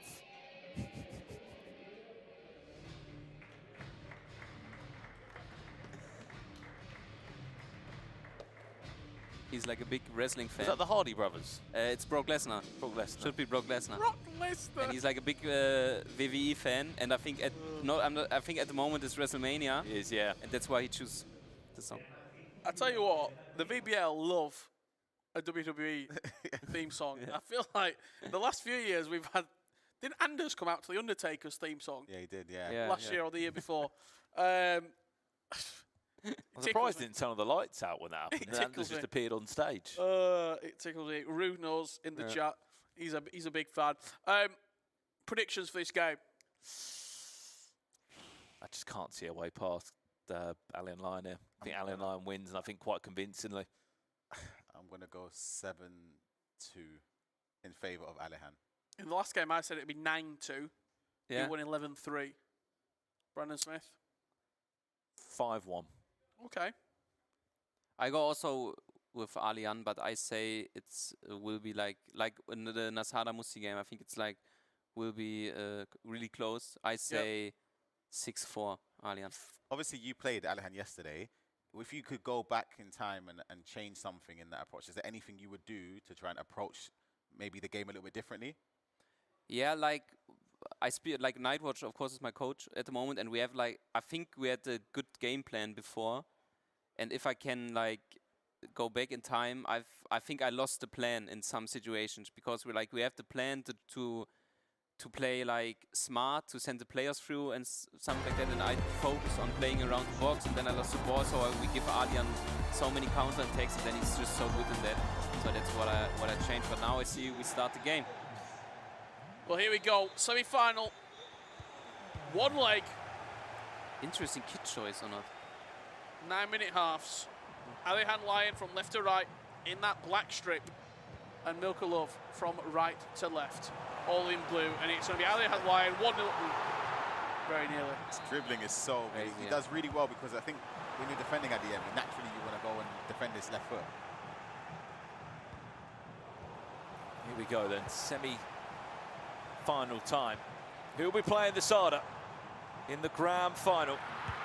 Hello, early start, 2.5 minutes. Alihan Lion is already leading this game. And is that the start of a few? We will see, yeah. But now for Milka, it's important to like stay in the game, to don't let Alihan score like he did in the rounds before. Talk to me about Undav, because everybody seems to be scoring with Dennis Undav. 99 shooting, nearly all the shooting play styles. Yeah, crazy card. Also our run dribbling in gold. Yeah. 5-5, I think. So like crazy card, and nothing for me. Like no surprise that he's like scoring the most goals in the tournament so far. Well, even at the club championships, he was still scoring. Yeah. All the goals, and he's had upgrades since then as well. Yeah, so crazy card. We have some good cards in VBL, to be honest. The way he attacks, I just don't get how he has so much space on the wing, but then again, we obviously won't know what like instructions and tactics setup he's using, but it seems like when he gets the ball out wide, there's just so much space. Defend. While you're playing the game, Levy, I've always wanted to ask this. When you're actually in the match itself, how much are you actively thinking during the game, or are you just instinctively playing? Yeah, for me it's instinctive, which is like good in some situations, but of course in some situations it's better to think more. Yeah.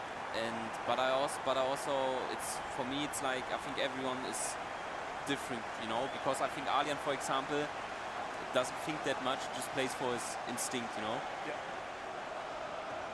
This Ridiculous, you know? again, How good he is. this could be a lot. Obviously, people speak about Nasada going forward as being like the best, and he scores a lot of goals. Surely, Alihan is not gonna actually. Like of course it's now the 9th minute, but if Alihan goes through and the final is Nasada against Alihan, it's for me like unpredictable, because they're both so good in scoring goals, and like I cannot imagine the result. Tell you what, he's on for a third already. We haven't even played 50 minutes yet. Loth Mateus. Could have run on his own there, maybe.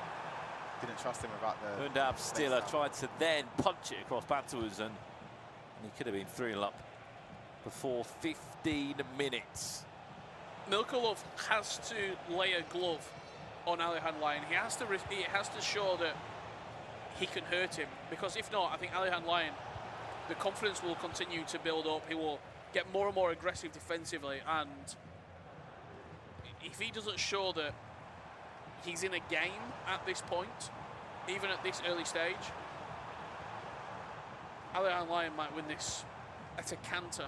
Just look at that shot there of Alihan Lion, by the way. Look how close to the monitor. You can see every pixel. Chance. Undav! 3-0. And he just can't believe what game he's in at this moment in time. As it stands, Crazy, like every decision is just perfect. It's actually insane. Alihan Lion is cruising towards a world championship spot. I think he beats Nasada if he plays like this. Same. Yeah? Same. Yeah. Yeah. I might actually change my prediction. My prediction was Nasada from the very beginning. Yeah. But just watching Alihan, I kind of forgot how good he was. Yeah, true. Wow. Would you not be pausing the game here? 3-0 down. Surely you just, even if it's not to make any changes. Surely Nightwatch would be Just asking, to get a pause in. Yeah, mentally. Just Yeah. Nightwatch would say just pause, just take the pause, just try to think. But now Undav? doesn't manage to get the shot off Lucio, who we tapped in on just before the break there as well with that huge block. Corner not going to be one. Actually, it did end up winning it, but didn't lead to anything. And the counter attack is on. He's got space. Yeah. Huzin's not going to beat Lizarazi for pace. We have to slow it down. Look at Adeyemi. He goes the opposite way. Good defense. One thing that Milkov was doing really well was those first time through balls. Yeah. He hasn't really done anything yet. And that's why I thought that Milka, that the game will be close, because Milka's really good in playing through balls and send the players through, and the decision when he plays is like really good, and normally that's not, Alihan is not that good in defend that. But like how he takes Alihan at the moment, like it seems like he's fully locked in. Yeah. And is ready to take his world championship spot. They had to change the camera position for Alihan so they can get him actually in with the monitor, without the monitor blocking it. Oh, that's a mistake. Yeah, you can't be doing that, and he needs it. If you're Milkov here, you'll be grateful. Alihan's just giving you a route back into this game. It's a freebie. free completely. Yeah. Has to score that, and he does. 3-1 now. And of course, like still enough time to come back. Plenty of time. And if you're Milkov, it'd be a familiar story because he was down by a couple goals against Perkix and turned it around. That's what he needed. I can almost guarantee, though, you're not going to get a lot of freebies in this game. No. It's not a... I actually don't think it will make Alihan like question himself. It's not as if he conceded a goal from being cut apart. Yeah.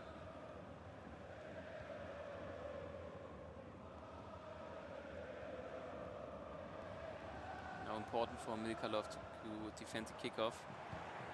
Which he has done.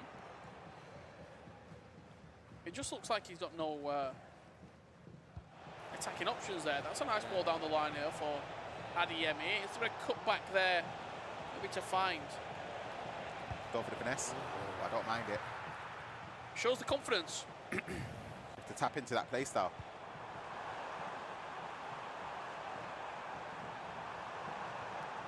Alihan to restore the lead, which he will do.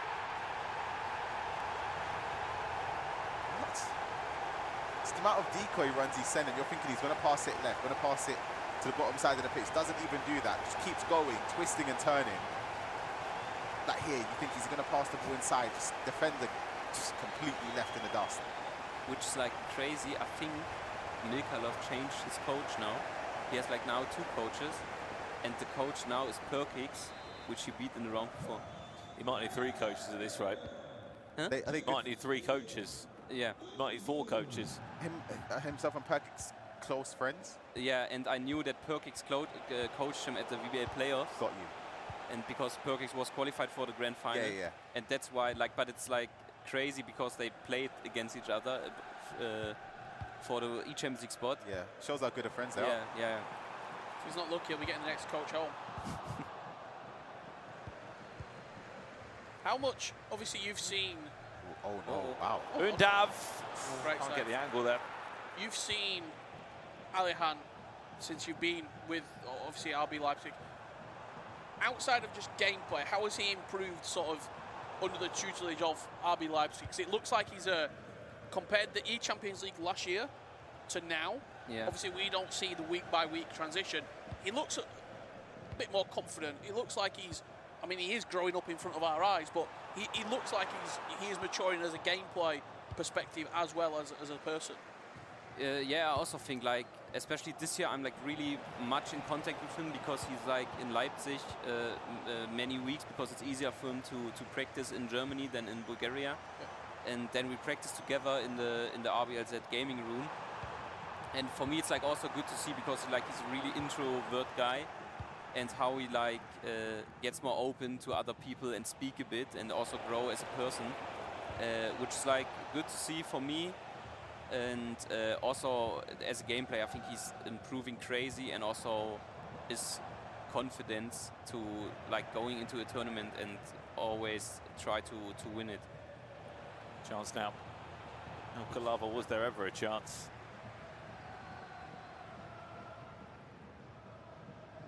There's always been so much talk about Alihan, about him being maybe the next star to come through onto the FC Pro scene. There's Dennis Undav. Oh my. Keeper not fancy that one. Just like he rolled it in. Crazy. I thought that Milka catch the ball with the centre back. Yeah. Do you think maybe again psychologically it plays into because Milkov and also obviously they know that they have that playoff game for the World Championship spot? Do you think that makes a difference in the way he play? Maybe, yeah. Maybe they are like too calm, yeah. Especially Milka now in that game, and things like, okay, I didn't have a chance against Alihan anyway, but I'm focusing on the game against Mussi to going through the World Cup, so maybe, yeah. But now, of course, 5-1, it's like really hard for him to come back. And he looks like he's got no intentions of slowing down. True, and then for me, Ryan, you're right, because before the tournament, Nasada was the clear favorite for me. 6. That's I can't even. Crazy. But like how he plays now and what decision he takes, especially in the offense, like everything is right. it's I also cannot say like who's the favorite in the final, to be honest. I'm changing. Just from what I know, it's a different. I'm changing right here. I'm telling you from now on. And how do you think that? You changing as well, Rich? I predicted from the start. He said that. Did you? He said Alihan from the Okay, start. I said yeah? Nasada. He's in his top 3 players of the weekend. Nasada was mine. I know he's in the final already, but what I'm seeing from Alihan is it's crazy. And his live SBC, Yep. he's going to be getting another Yeah, upgrade. Lukeba, looking to go to a 90 rated. Question there in the chat, Levy, we'll put it to you from Rue, saying, thing is, what does Milka do? Like from now, what he should change. What do you do? He's 6-1 down. To be honest, it's like really hard to come back that, because especially again, as I said before, like especially against a player like Alihan, you knew that if you lose the ball and he's coming in the counter attacks, like he can always score. So I think like Milka should just try to score like in the first half 6-2. Like but to be honest, I don't know how from now, because the only goal he scored was a mistake from Alihan. And then, yeah, Is the game done? it's not done, but yeah, as I said, like to be honest, I cannot imagine that Milka come back that, especially because of the experience. It's his first offline tournament, and then which is like, I really think that he think now, okay, this game is done. Like I think he thinks more about the next game against Musti, because it's just so important for him, and say like, okay, Alihan is just better, like, and he throw that game away, I think. Hardest part is we're not in a half time. He's got a 5-goal gap that he's trying to chase at this point. He's still playing for last attack as well, so it just shows that, he's so ruthless, I'll be honest. Let's see what we can do from here. Added time of 2 minutes, due to the fact there's been 7 goals in the first half. That's been the extra time needed. Trying to pull out the... Obviously, there's a lot of... It's a mistake. 7 question until half-time. Can you make the most of this now? Any chance of going in for goal for half-time? No, and that will do us at the halfway point. Obviously, there's a lot of similarities between Alihan and Anders, both coming through, both being with RB Leipzig, young players, 16, 17-year-olds when they came onto the scene that have got the potential. Anders really sort of saw that potential, and he's winning everything. Yeah. Alihan, maybe he needs that one major title to be able to propel him into the next sphere up. What are some of the similarities? You've been with both players, you've played with both players, you've played against both players. What are some of the similarities between them, other than just young players that have got incredible potential coming through RB Leipzig? Like I think they they are just like crazy talented in general. But to be honest, I think this is the only thing where they're like close, you know, Okay. because they are so different personalities in general. And then like that's what I also need to say. Like what I learned from my career now, you can't compare someone with Anders, to be honest, because like what he did when he was 14, where he gets his weekend league streak, and also like I think he won everything next to the next to the E-Champions League, I think. Yeah. He won FC Pro twice. World Championship. World Championship, Club Championship, World Club, Club Club Cup. yeah. So yeah, but Alihan has crazy potential. Yeah, as I said, like he improved crazy. Also that he goes for last attack in the first half. I think like a month ago he would not do that. It's maturity. Yeah.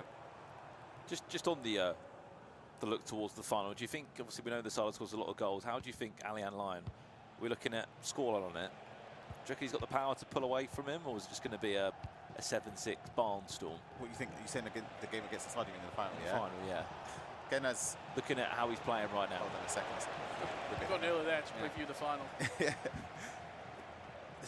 As Levy said, it could go either because they're both playing at a high level offensively. I think that defensively, for me, Alihan is better. But the way he's just playing, he just looks, I can't lie, he looks dangerous every time he gets forward. Well, the final that's coming up, I mean, you look at the ages. Alihan, born in 2008. Nasada, born in 2006. Yeah. Both incredibly young. I mean, it is incredible. Obviously, you're 2002, Levy. Compared to Alihan, you probably feel like Bit like old. yeah, old in general, but also like as I said, like we had much time together this year because we, as I said, we practiced together, and sometimes I really feel like, and for Anders it was the same, like an older brother. Yeah. I'm not like the teammate, you know. I really feel like to help him in some situations in life and something, you know, to grow them a bit also as a person. Yeah. You know. But yeah, of course, like because you said, like my career started at 19, like my esports career. I started with 19. Mateus still up, Buildup again. He's just constantly looking for options. Milkov is doing all he can. When I was 40 years younger, I'd give him a run for the money.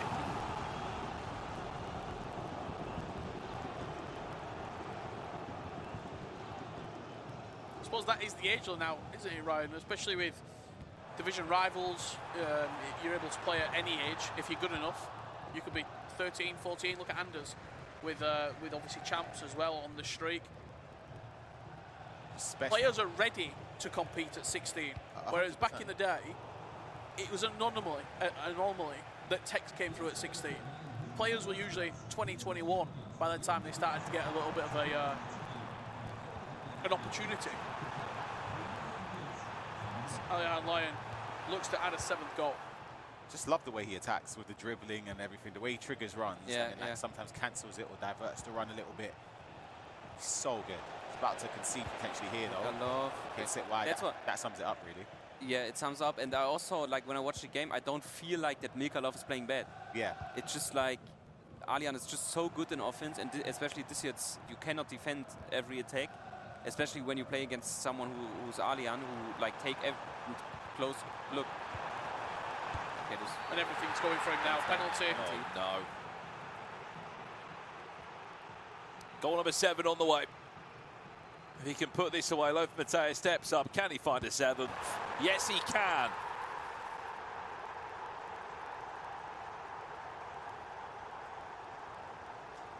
I'd say it's a surprise, but we all predicted. Well, I think you said a slightly closer scoreline. We all said it's going to be a heavy scoreline. He's going to win by a pretty hefty margin, and that's exactly what he's done, right? It's dominating. Yeah. He's dominated from start to finish as well, and it doesn't look like he's going to let up as well. He's just operating at the optimal level right now. I'm going to open the bubble, open the lens outside of the virtual Bundesliga. We've watched a few different leagues over the last couple of months. England, Spain. You're going to go to Italy next week, and Netherlands. With me and Ryan, we're going to be in Brazil for the Libertadores. Is there anyone right now on current form that's better at attacking than Alihan Lion that you've seen in the last couple of months? I'll be honest. The way that he's attacking right now, it might be Nasada. He might be one of the only. Those two are the best I've seen. Nicholas scored a load of goals. Yeah. Jafonzo really impressed me overall. Like in terms of way more than I thought. I kind of forgot how good he was. He was insane. For me, it's like, because I also watch these leagues. Yeah. It's when I watch Alihan and Nasada, it looks like they played a different game. Yes, yeah. It's different. Because they play different formations, they do different things. Like, of course, you mentioned Nicolas. It's also crazy that he won it 3 times in a row, 2 times. 3 times. 3 times now. 3 times, crazy. But it don't looks like that they play the same game.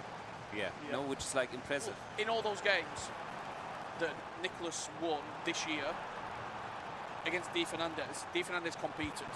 He was right there with him. Nobody today, Alihan Lion, has scored 19 goals today. 19 goals and conceded 4. Nobody has got near him.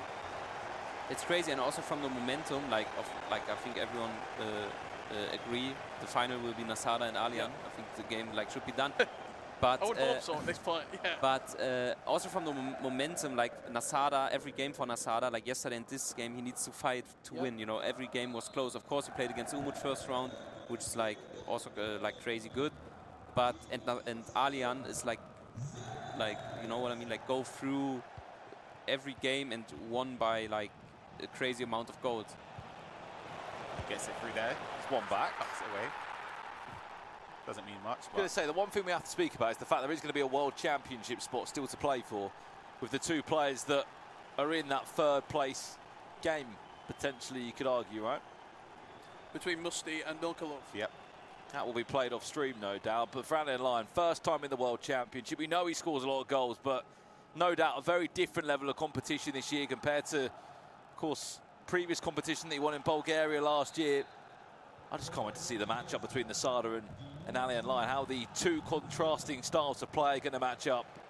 They're both in the World Championships, and they're both in the Champions League. Right, 15 minutes left in this one. He's not done yet. They're Dennis Untav. Also crazy deserved final because both didn't lose a game. Yeah. They like both went 4-0 in the group stage in the Swiss round. And that was like sort of a week ago or so, right? To continue that momentum building. There's low for Mateus. You just wait a second there for the keeper to move. He's just so composed in the box. He's 9-2 up. I think you explained it best there, to be honest, Levy. It looks like he's playing a different game. Well, yeah, yeah.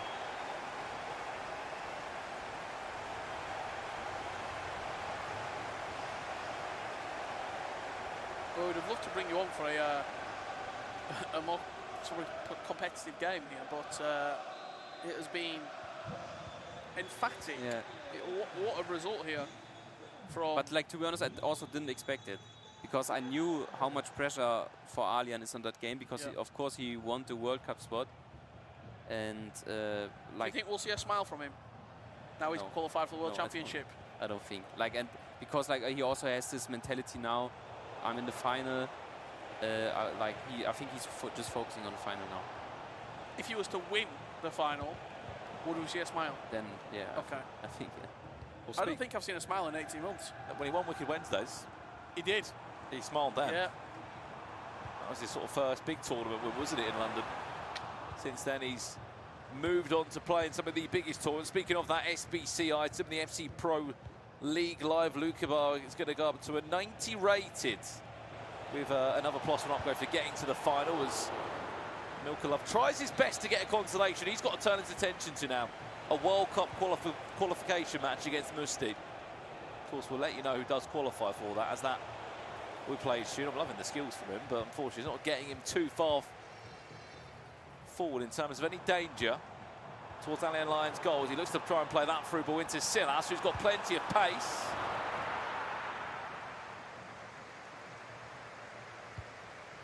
You're shaking your head in disbelief, Ryan. That's insane. I knew it was good, but I didn't know it was like this. He's ridiculous. What's that, 20 goals scored, 5 conceded in the 2 games he's played today. I think the scary thing is, for me, it looks like he's getting better every tournament. Yeah. When you compare E-Champions League to last year and the E-Champions League finals then, it looked like he ran out of steam. He couldn't quite get that big performance needed at the finals when he made the top 8. He's come here and he's achieved almost everything he set out to do. E-Champions League qualification, done. FC Pro World Championship, done. And now, when you compare the Pro Open, where he performed poorly, to this, it's a different player completely. Yeah, yeah, it's crazy how he improved. And who beats him? Does Nasada do it? Yes or no, chat? That is the only person that could be standing in his way. And it's time to follow in just a second.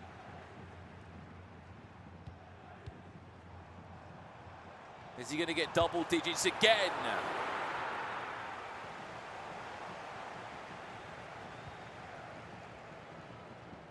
I think Milkov just wants to get out of this game at this point.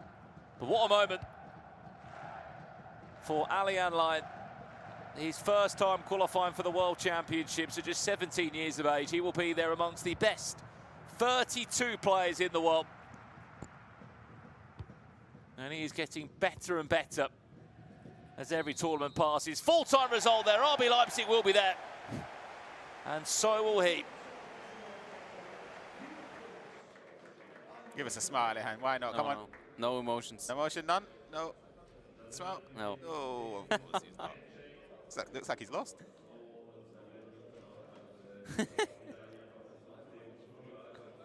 He's just getting the admin to finalise the score to confirm it is in. He is there. You wouldn't believe he's there, though, would you? It looks like he just played a champs game. Yeah. 9-2 victory. What a win. Let's talk very quickly here on Alihan Lion because you know him better than most.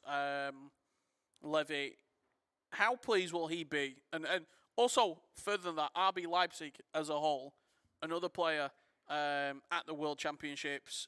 I mean, what an achievement when you look last week, obviously with Red Light doing it. You had Umut already there. You potentially with the play-ins if results go your way.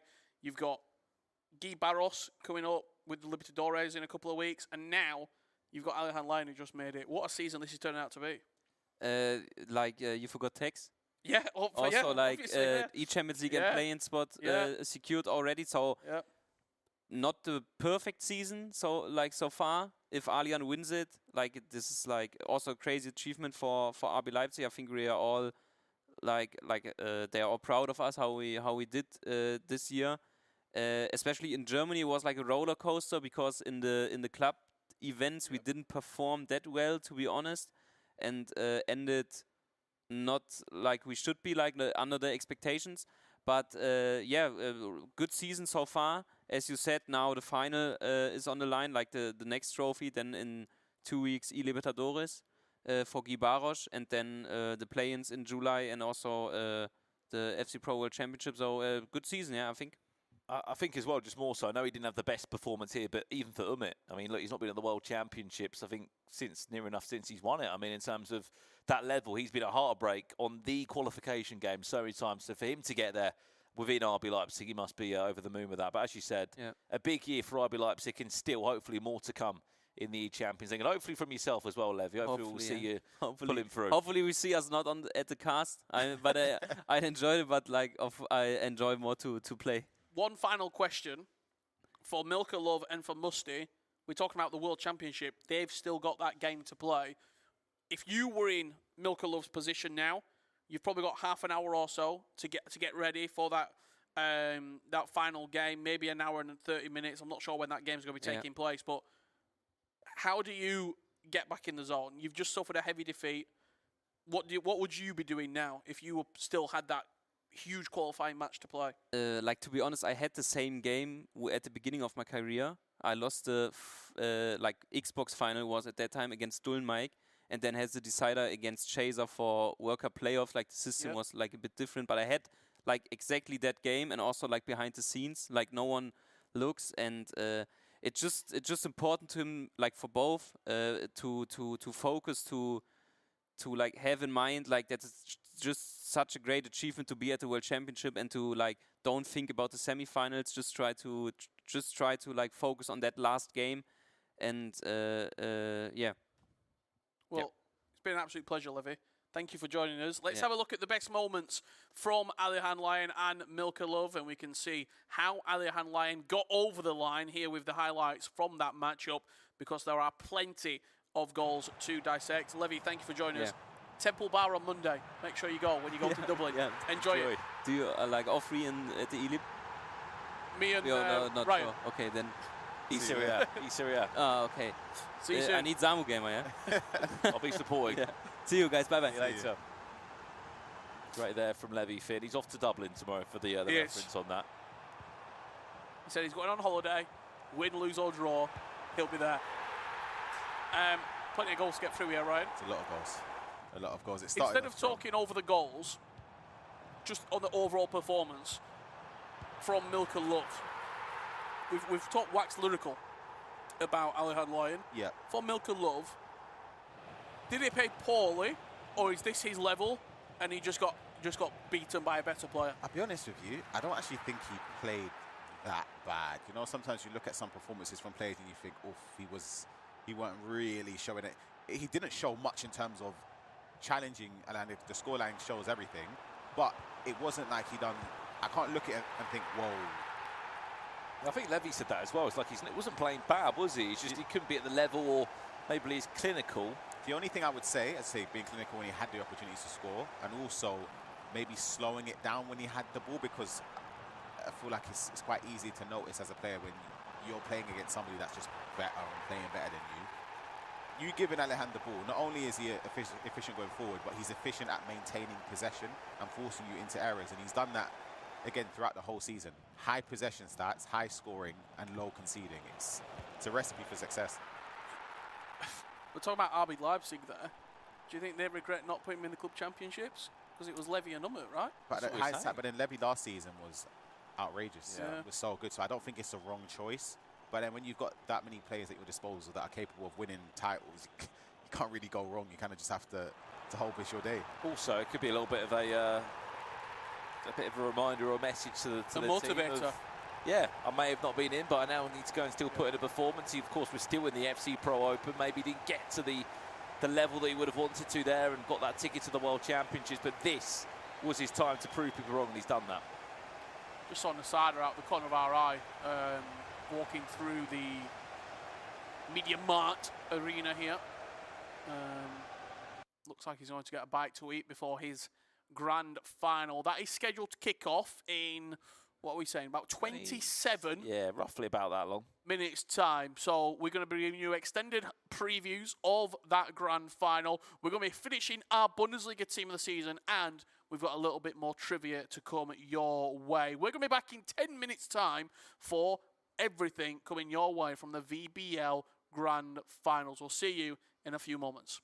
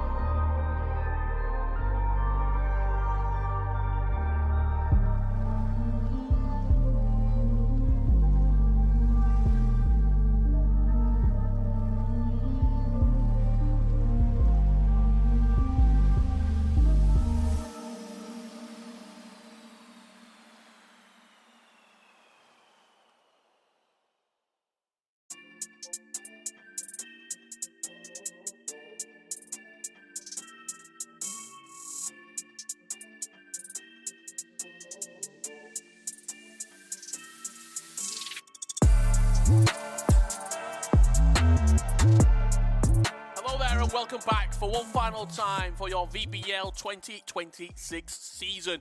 It's an absolute pleasure to be welcoming you in for the final match of the finals. It is a big one. It's Alihan Lion from RB Leipzig taking on #1 seed Nasada representing Freiburg, and I cannot wait to get this game underway. Kickoff coming in around 15 minutes time. Myself, Richard Buckley, to preview everything that's going to be building up to this fantastic affair alongside Ryan Pessoa and Brandon Smith. Chaps, before we get into the nitty-gritty of it, we've got a few things to finalise. Yep. We do, don't we? I mean, we've got a team of the season to finalise as well. We know who's going to the World Championships. Well, we kind of do, because off camera during this final, there's going to be another game, isn't there, Ryan, between Musti and Milkov to decide who gets the last World Championship spot. That's a massive game for both players. Again, if you told them they'll be in a position where they have a one-off game, yes, they lost in the semi-finals, but they still have a second chance to get into the World Championships. They'll have bitten your hand off easily. Absolutely. Well, look, it's the biggest tournament. Only first two players can get there. But as we said, before we jump into our grand final, we have got a team of the season to complete. Our Bundesliga team of the season. Grab the controller, Ryan.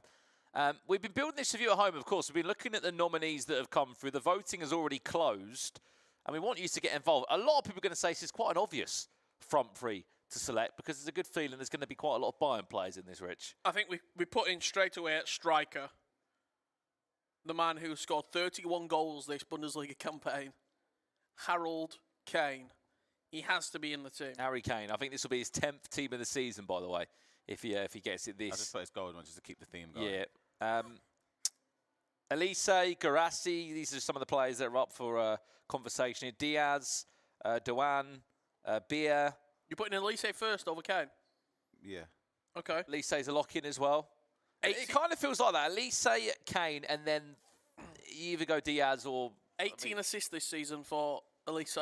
Wow. In the Bundesliga. Just in the Bundesliga. Yep. He's got 108 goals, I think, so far this season. Or something. 105 goals, sorry. They've scored. Their goal difference is ridiculous. It's plus 70. Harry Kane. Harry Kane's in. And finally, for me, I think you have to look at Luis Diaz. 15 goals, 12 assists in the Bundesliga this campaign. He's slotted in perfectly well, hasn't he, from Liverpool? He's put up great performance after great performance. And for me, that's the team. Yep, same. I think Undav is a shout, maybe off the bench. He's got 18 goals this season. But I do think the team just picks itself in the attacking area of the pitch.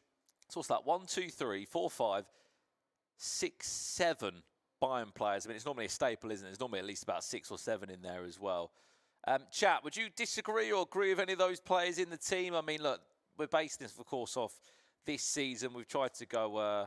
We've actually tried to go real life, to be fair, Ryan, haven't we? We haven't really gone against the team, I'd say. Stuck with it. And I think this is fair. I think the front three sort of pick themselves, in my opinion.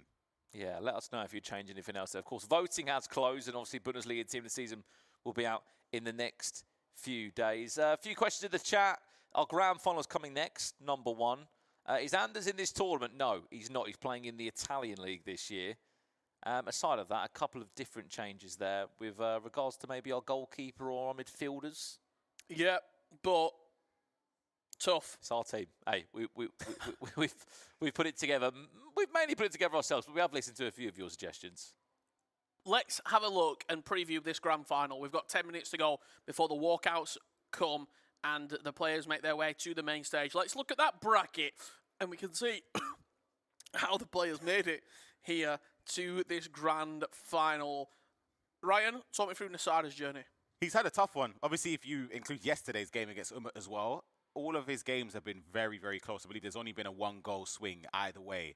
So he's had really tough games. Got past yesterday in the round of 16. Furky plays in the quarterfinals. And then, obviously, the game we just saw more recently against Musti, 4-3, where first time we've seen some emotion from him, whether positive or negative, throughout this whole campaign. And he managed to overcome it. This game against Alihan Lion, though, is going to be really, really tough for him. Nasada was my favourite, but after watching Alihan Lion play, I'm in awe. He's unbelievable. Facing him, RB Leipzig's Alihan Lion. Let's bring that bracket back up. And Brandon, you can talk us through his journey to get here, because it's been one-way traffic. Well, the first question I'll say, Ryan, do you think if Alihan Lion was up against some of those Bayern players, would it still be the same scorelines, do you think? think for me, I think it'd still be the same result in terms of him getting through, but do you think it'd still be that level of scoreline? I wouldn't say he wouldn't win like 11-3 or something, but I'd still back him to win by at least 3 or 4. 8-3. Yeah, I'd still back him. With the way he's playing, trust me, I've not seen that level of attack this whole year. Well, going back to the point we said there, after that win, he scored 63 goals in his Bundesliga journey this season. His first time, of course, playing in the Bundesliga. 4-0 in the Swiss stage, as we said. Of course, 22 goals only conceded. He's not only scoring goals, defensively, he's very sound. Well, let's have a look at the head-to-head here. This is how they match up. And you've got to say, Alihan Lion statistically is coming out on top here. He's scoring more, he's conceding less, and he's having a lot more possession. But they're both unbeaten. It's the perfect final, isn't it, really? I mean, look, we did sort of discuss this yesterday. Could it be Alihan Lion on one side and Nasada on the other? The way the bracket shaped up, of course, the way that they both placed in the Swiss rounds of how it's shaped up, you couldn't really ask for much more than what hopefully is going to happen and what hopefully is going to be a good grand final, Ryan. Yeah, I'm really worried, though, because you know them ones where you big up a game, where you expect it to be high-scoring, end-to-end action, and then sometimes I think you get the opposite. How can it not be, from what we've seen?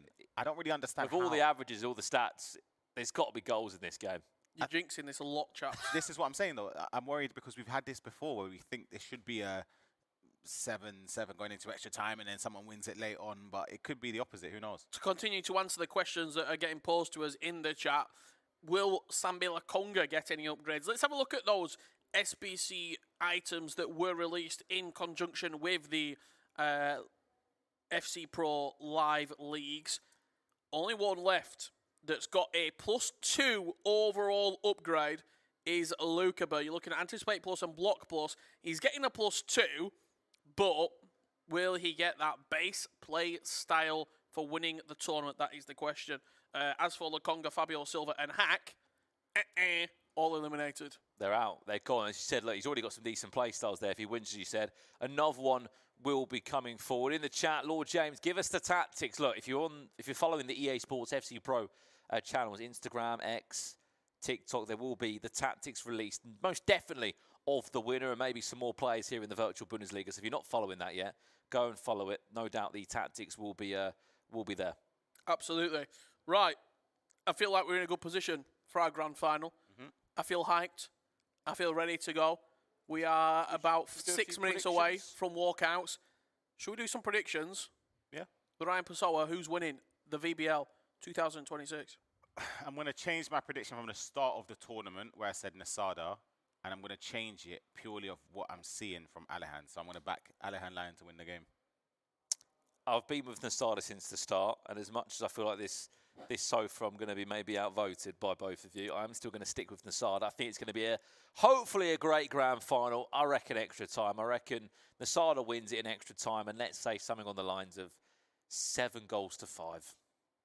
I think Alihan Lion wins this grand final, and I think he wins it 10-6. Wow. 16 goals. Not 26. Couple of minutes to go before we get this grand final underway. Let's have a look at some trivia. Do we have any I've got one question. I've saved one question for the final. You can get involved in this chat as well, down the barrel. Who is currently right now, again, icons and heroes are not included in this, who is the strongest player in the Bundesliga right now? So looking for physicality here. I know where I'd go. Or strength, one of the two. I'd go Jonathan Tah. You'd be wrong. It's not him. I think I've seen him pop up in one team. So it is physical. We're looking for physical. Schlotterbeck. No. So wait, highest physical stat. Highest physical. 92 physical this player's got. Chat. Anyone in the chat, can you guess it as well? Get it in the comments below. No. Not icon or hero, you're saying? It's no icon or hero. It's not a Bayern player. It's not a Bayern player. It is a Dortmund player. So if it's not Schlotterbeck, who else could it be? Anton. Correct. Which version do you think? Why don't we have a look? We actually have the capabilities to do so. I'll tell you what, I put things together like a jigsaw. Let me see. Someone in the chat said Ryan seems a bit unhappy. I don't know if there's... You're right, Ryan? Any football going on? Or because we've got a big final we're obviously looking forward to, right? Can we have a look at the item, please? I think we should jump off this screen. And this was the item, by the way, 92 physical, the strongest player on paper in the Bundesliga as it stands. Anyone else you want us to have a little look at as well? Do let us know in the chat. But that is me out of trivia in terms of Bundesliga stats, unfortunately, for the broadcast. I'm out of trivia for the remaining of the day. Well, the question that always delivers. Go on. Icon or hero? Okay. For Icon or hero, I've got a few of these up my sleeve still Go on. from previously. Number one is an obvious one, Iron Robin. Icon. Yep. Yeah. Thomas Müller. Hero. Hero for me as well. I think come out of Icon or hero. Trying to think. Mats Hummels. Ex-players. Matt Hummels, neither. Mats Hummels. Hero, I'd say. Goetze. Hero. What about someone who's played, a German player who's maybe played in the Bundesliga? Any suggestions? Won the treble at Man City, maybe Ilkay Gundogan? I think a hero at most. I think hero. Okay. Neuer, when the day comes. Icon. Icon for sure. Icon for Icon. sure. Yep. Would he be one of the best Icon goalkeepers, do you think? In terms of like, you mean in-game, like stats? In-game. and match? Yeah, I think I so. would say yeah. I think yeah. he'd be the best. Marco Reus. Speaking of Marco Reus, the SBC. Let us know in the chat. Did you complete the Marco Reus SBC? He's available right now. I think he came out last night while we were in Hamburg. I've not had a good look at him yet, but if you are going to complete it or you plan to complete it, let us know in the chat. We can see you at home. This VBL Grand Final is moments away from getting underway. Let's get a poll in the chat right now. Who do you think is going to win? Number 1, Nasada. Number 2, Alihan Lion. Who is going to win the VBL Grand Final? Who's going to be the 14th winner of this illustrious tournament that has been the longest running in competitive leagues in FC? Who is going to take it all the way? And as the guys were saying earlier, I mean, I think Nightwatch was saying it as well, Levy Finn, it'd be the first time a non-German player has won the competition. If Alihan Lion was to obviously go and win it, of course, he's from Bulgaria originally, was playing in the Bulgarian league last year. He would only be, I think, maybe one of the youngest players, Richard, and the first player outside of Germany. So we'll have to have a look. 1 or 2 in the chat, as we said. Let's bring our players out. And let's see what walkout songs we're going to. Is it going to be the same as the previous round? It's always different here in the virtual Bundesliga. They get a nice walkout. There's the poll that's moving along nicely. As it stands, Nasada getting more of the votes. Here he comes, Nasada. Not just Freiburg behind him, or the German community, the Moroccan community, which he's recently said that he's proud to be representing. That's the trophy on main stage, which they will be competing for. And 40,000 euros. It kind of feels like it is his year. It feels like it's been building up to his season in some ways, Rich. Yeah, it does feel like that, but has it been Alihan years, 12 months? From the E-Champions League disappointment last year, from the FC Pro Open, from not achieving what he wants set out to do, to getting his hands on some silverware 12 months later. He is a disciple of RB Leipzig. Could he be their next championship winner? We're about to find out as he makes his way to the main stage right now. He normally doesn't hang around, though, does he? Straight in, no funny business. His face, he's angry. And just look at the determination on the face.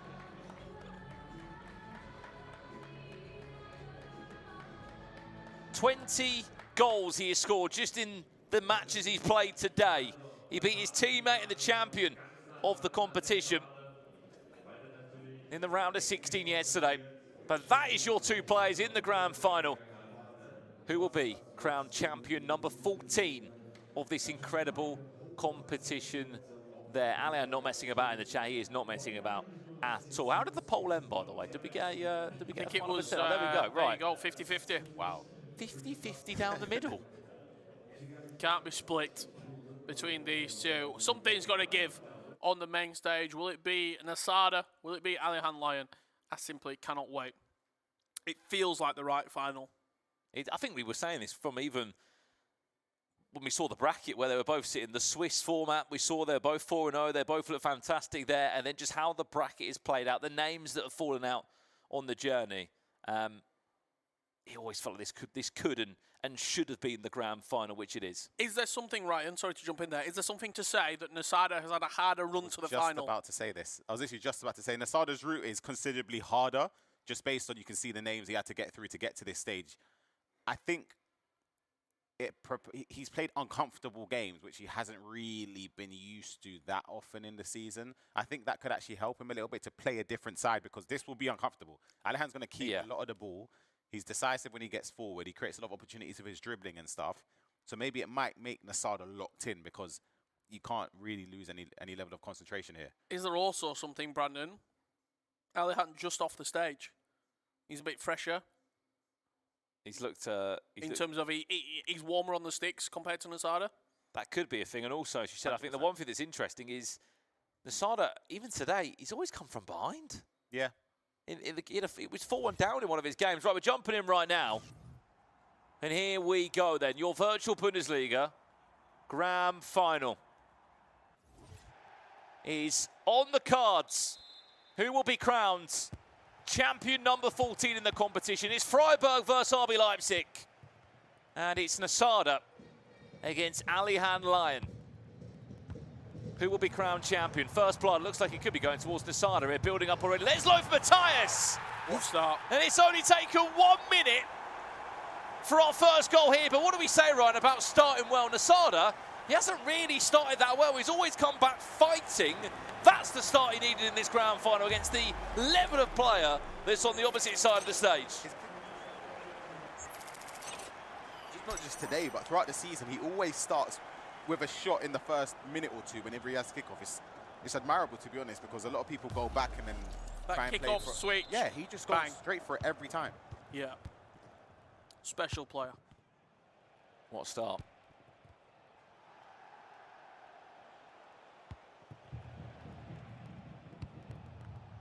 Just 1 minute into the game and already you have a breakthrough. Something tells me this is going to go.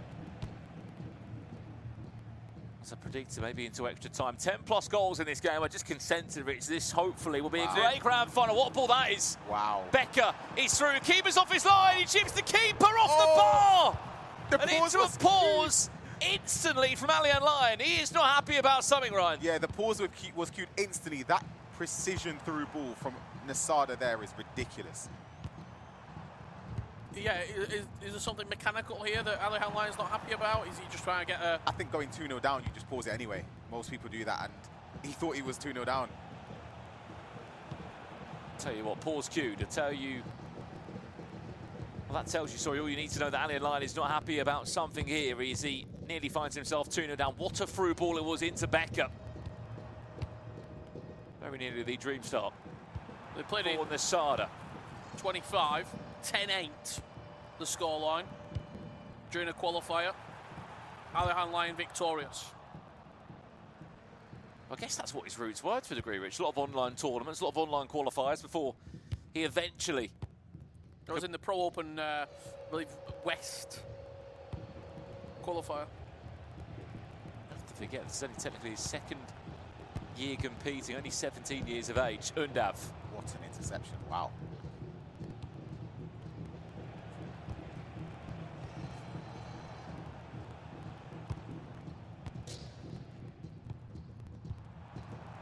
That's the ball again. He's got the pace. Adeyemi, can he get round the keeper? Which he can. 2-0. No mistake this time. He chipped it on the first one. Didn't make any error this time around. Smashes it at the near post when the goalkeeper rushed out. And Nasada with a very, very quick start here. 2-0 up. He's absolutely flying, by the way. The way he's triggering the runs to the wing, and it's completely catching Alihan, all ends up. It should realistically be 3-0. Yes. Just interesting that we just saw Alihan Lion go into his custom tactics. I think he just changed the level of depth to 75. I missed that. Was that down or up? I think he put it up. Up. But by a couple of numbers, wasn't it? He thinks he's allowing Nasada too much time on the ball to hit those first time through balls. Just gave the ball away straight away as well. This just looks It's insane. Isn't that how it just looks so different from the person we just saw 25, 30 minutes ago? You'd be thinking, if anything, as we said, Ryan, oh my days. Oh. You'd be thinking the momentum was on the side of Alihan Line. Yeah, I thought it was. That's why I changed my prediction purely on that. But it's still a long way as well. He achieved his World Championship qualification. Yeah. 20,000 euros. Yes, it's fantastic.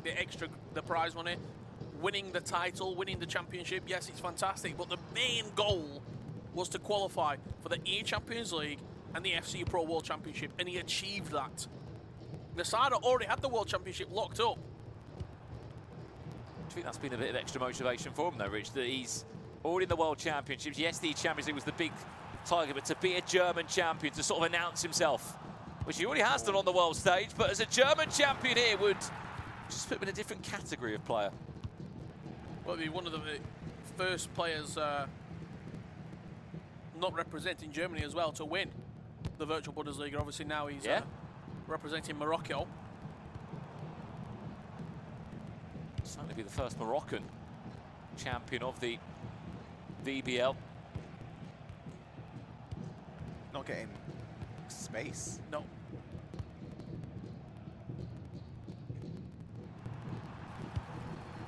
Looking for goal number 3 now, Stiller. Uzun, Stiller again.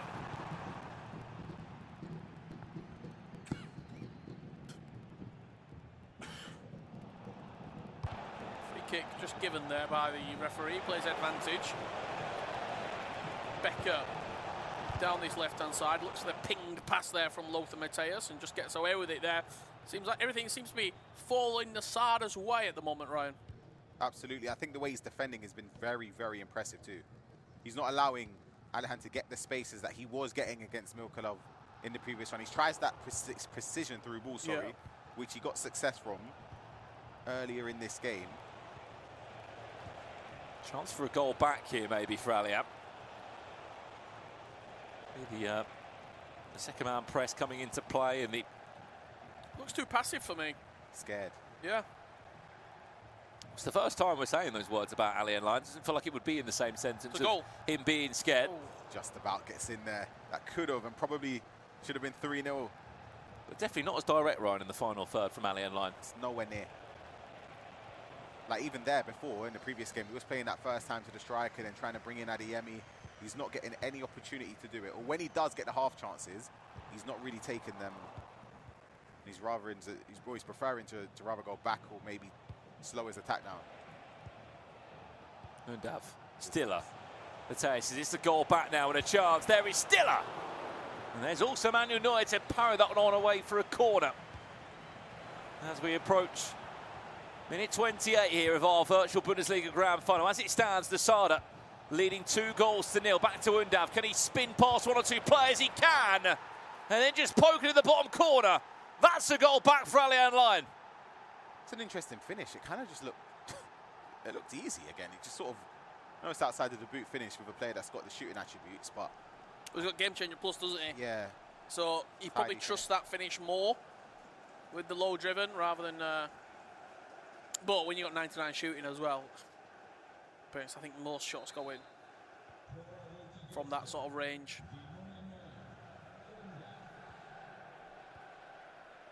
That's that kickoff. Goes back to the fullback, hits the switch, and instantly he's in a position to create a goal-scoring opportunity. Well, he scored from this exact moment before. After just 1 minute from the kickoff, that time Alihan Line able to stop the pressure.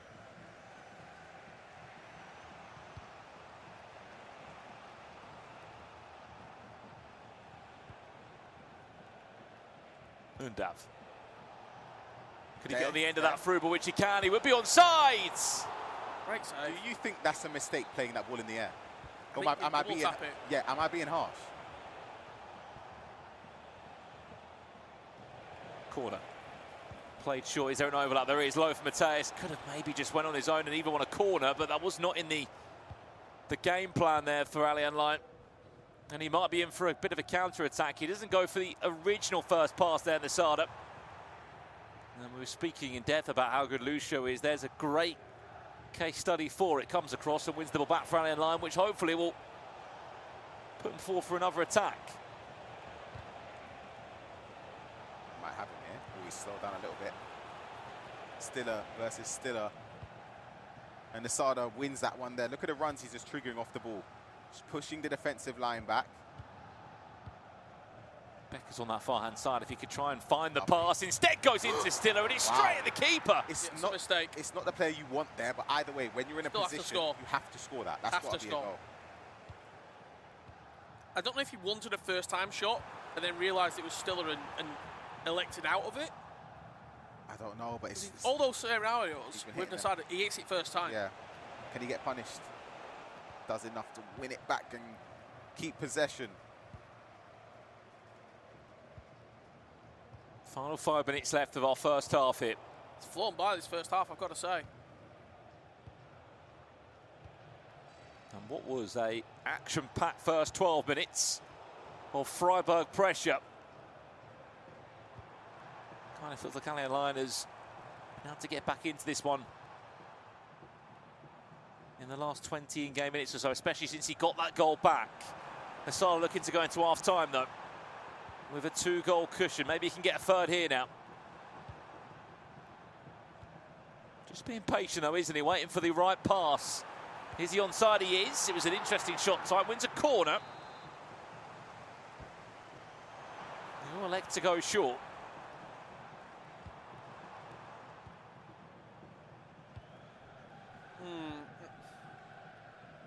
He's trying to play for last attack, I think. But when you've got a corner in that scenario of the pitch, he's playing safe here. Yeah. But I'd like to see you try and score from the corner. Undav. Who's an added time of 1 minute. Because you've still not played for last attack anyway. Tell you what, if he gets the ball past the halfway line, it might be Alihan who's got the last attack and maybe the last laugh of the half. Adiemi on the overlap, finds Stiller. Is he the man to take the shot? No, it went back to Anton. Falls back the way of the Borussia Dortmund winger, then the shot comes in. We may have overplayed by an extra minute here, but it is a corner to come for Alihan, who will go all the way across looking for the card back, and that should do us for half-time in our grand final. Nasada leading 2-1. Yeah, I don't particularly like how Nasada played that final 3 or 4 minutes there. I mean, you have the short corner, you play for the last attack of the half, and then you waste the last attack by going forward too quickly, and you turn over possession and allow Alihan Lyon to potentially level up before we go into half-time. I think it would have been brutal as well if he ended up conceding from that. Yeah. Just because you'll be starting to think, hold on a minute. I probably had an opportunity to make it 3-1, at least tried to, and then it's 2-2 at half-time. Luckily for his sake, it's still 2-1, but it could have been a mistake in hindsight. 100%. Chat, let us know who you think is winning this grand final here in Hamburg. Remember, 40,000 euros on the line as it stands. The season that Nasada's having is getting better and better. World Cup booked in January. Dennis Undav! Tell you what, he weren't far off equalising that. Just parried around the post. Play for Mateus is a gift. Wow. I'm not quite sure how it ended up on Adiemi's feet, but he will not care. Because just like that, we're all square at 2-2. Yeah, it's a tough goal to concede. It was just sort of ricocheting around, and I think it was a tackle in the end that led to a pretty simple finish there, Rich. It's a tough goal to concede. Yeah, we'll see it again. I mean, he wins the he's ball not tackling, back. He tries to pass it. He tried passing it. He bounces off the player. The interesting thing for me that Nasada, we saw him get quite animated in the previous game when he conceded a goal that he was unhappy with. That time, no reaction. Just a shake of the head. With a switch. It was tried to be From the kickoff again here, Nasada. What a start! And I mean, maybe a perfect case study of how you can resume play from a kickoff. I was going to say, Alihan was trying to predict it by switching over and running back, but it still doesn't stop him. I don't know if you saw his hand shaking there, Nasada, when he went to get a drink for his bottle. He was trembling. Not sure if we can get that back on a replay at some point for the stream, but what a ridiculous restart there from Nasada. 3-2 he leads. Someone in the chat saying it'll be 3-3. Will that be in the 90 minutes before extra time?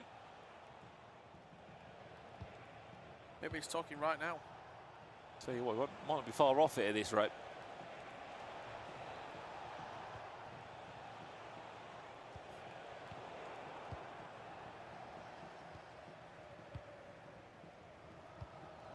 Stiller. Find Buildup. Is there a through ball to be played? There is. Mateus into Becker. Can he get the angle for his shot? Wins a corner.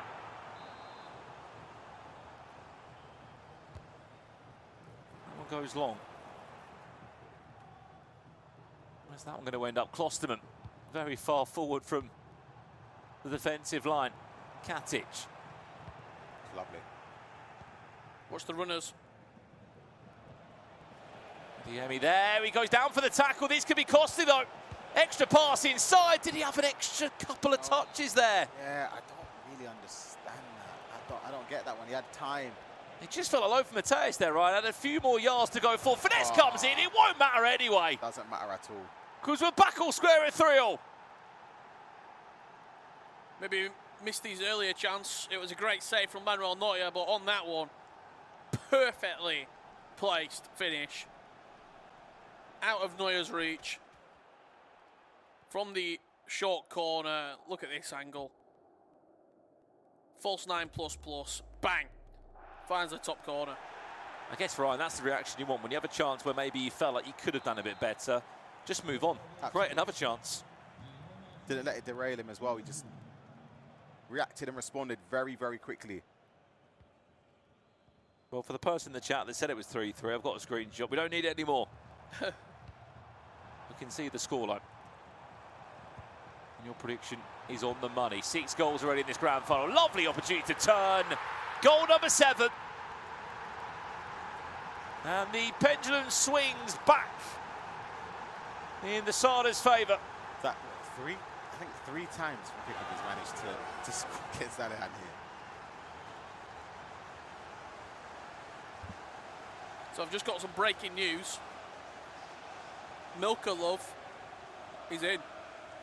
Qualified for the World Championships. Massive. 5-3 victory. Wow. It's a huge moment for him as well, especially coming off of that one-way game against Alihan.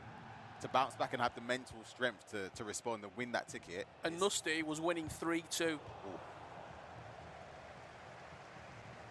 Wow. I don't feel we'll be asking what has happened there anytime soon. But yeah, as you said, headline news, Milkov is in the World Championships as Dennis Undav has just tied it up 4-4. Can't celebrate though if you're Alihan. You know what's coming. You have to defend this approach from kickoff from Nasada, who's been fluid every single time he's conceded. Is it 3 times he scored from a kickoff, Ryan? Yep. Let's see if he can do it again.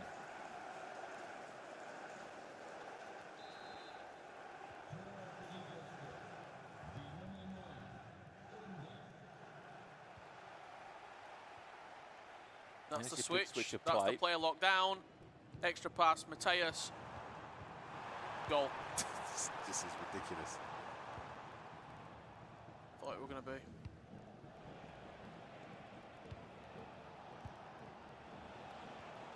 Well, one thing that you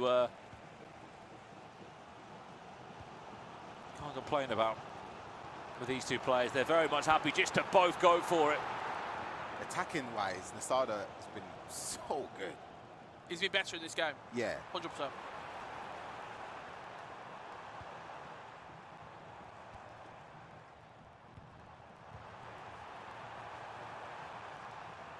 Final 25 minutes of this one now. I mean, look, we asked you earlier, it was 50-50 in the poll, and it kind of has lived up to that in this game.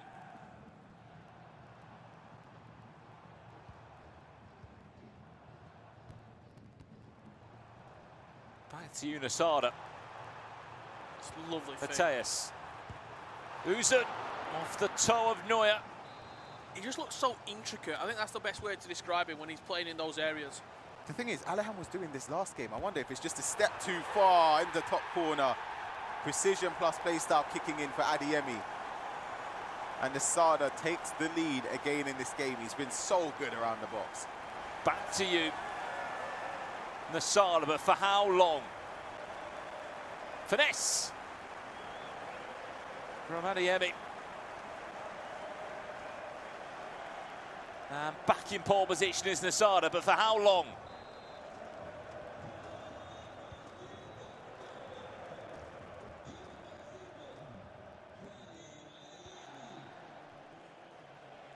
Maybe not too long at all, by the way. Dennis Undav cuts it back. There's your finesse. And it's 5-5. You can't get comfortable at any point. And I won't be surprised. Is he going to change something here? He's hit the same switch every time, right? He's gone to left back to right side. Does he have a defender, Alihan Lion, who he can like a taller one. aerial fortress, sorry.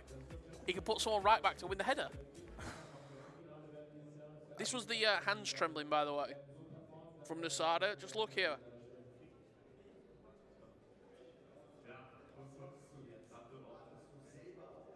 It's not that bad. I saw it. I think because it was in slow motion. No, I saw it in real time. It didn't give you. It didn't give him the Okay, the effect. you were looking for.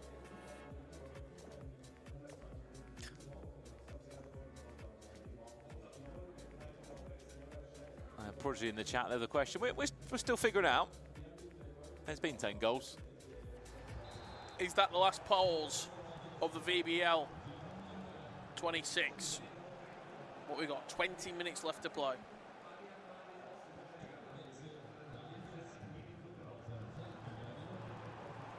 He didn't hit that particular kickoff this time. Nasada. He's playing up through the thirds.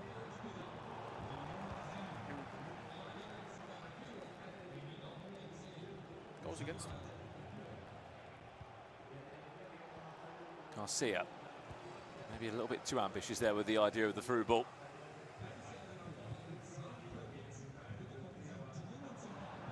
Luzon. Into Undav now. This is the grand final. If you have just tuned in, one of these two will be crowned champion here in Hamburg in potentially under 20 in-game minutes. Wow. Luzon. Oh, I thought he was going to go across goal. It's another corner. I'd love to see the match stats after this game because it has been end-to-end. So many opportunities. Manuel Neuer been called into action multiple times.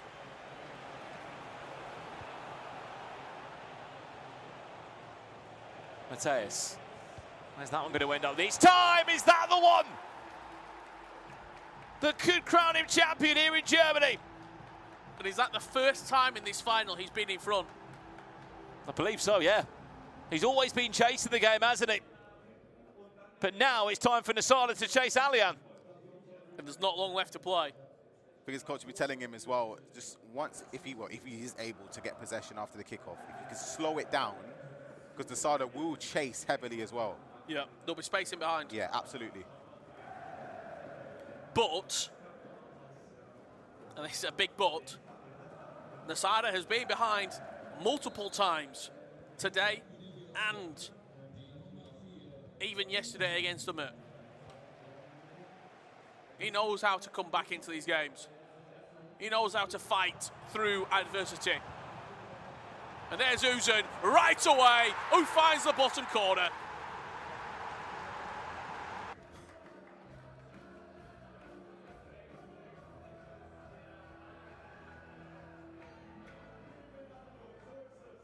Six.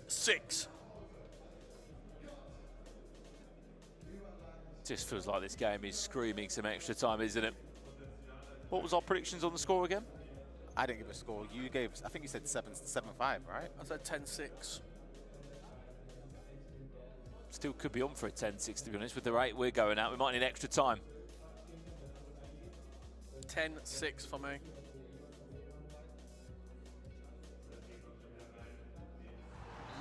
They might run out of pauses, to be honest. What did you get? You get 3, right? Yeah. 3 each.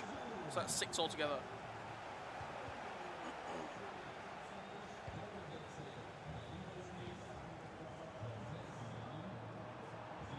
Diomande. Uzen, no way through that time.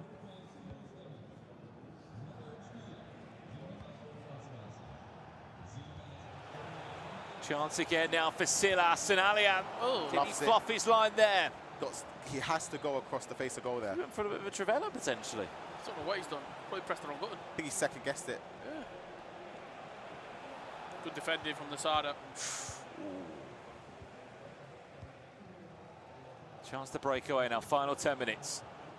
Runs into traffic though, doesn't he, of Loaf Mateus. Silas, blocked. And into the final 8 minutes we go here now in Hamburg. Who has got the nerve, the skill? Something's got to give Brandon. To pull out and grab a match winner. Can't get past Lucio there, and again, possession changes hands. Back to you, Alihan Lion. Where is that through ball? That all-important pass to unlock the defence. It's a battle of the heroes at the back there coming out clutch. Is this that moment to break away? Is he onside? Just about extra pass into Silas. I think he thought he were offside. He slowed down.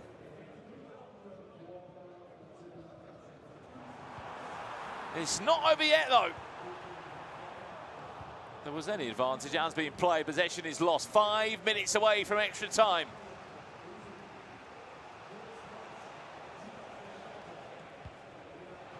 Uzen, Garcia. Silas unable to get the shot away. One moment. Oh, he's off. That's it. He's off, he's off. Oh. Stepped, yeah. I think it was I don't know, it looked like an offside trap, but just pushed the defensive line forward. Does he play for the last Offside. attack? 87 minutes. Tell you what a goal this would be, Rich, if someone lands it. Oh. What a win that could be from Tillman.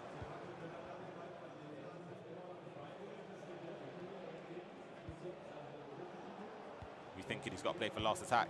No, he's going forward. But I was going to say, I don't actually think I still think he should, but he is going to. Alihan Lion to snatch it with the last kick of a ball.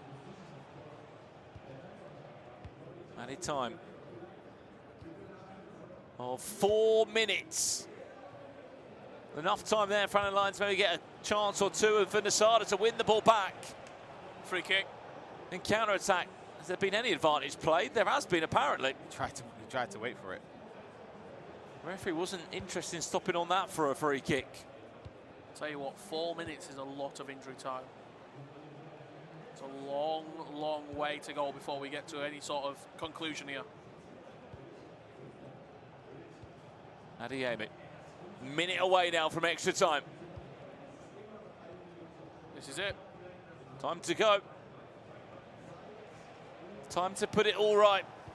He's come from behind all game long, but can he go and win it now? Adeyemi, that was the idea in the past, and it looks like we need extra time to separate these two. I think he had him then as well. Yeah, he could have. I don't know if it's because the defensive AI just stopped because of the...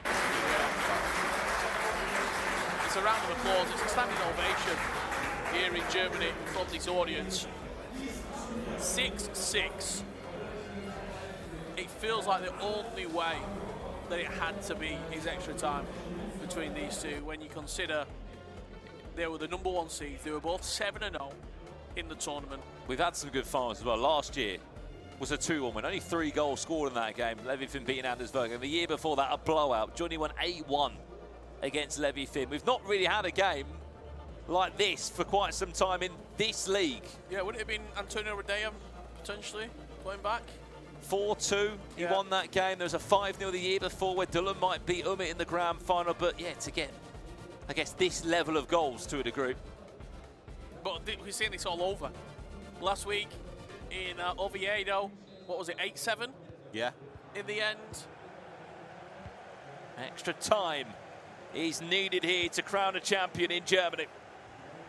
6-6, 12 goals, and still not much to separate the two. Hopefully these next 30 minutes can do so. It will be a penalty shootout to decide this year's VBL champion. Adeyemi into Suzuki, he's just offside. just.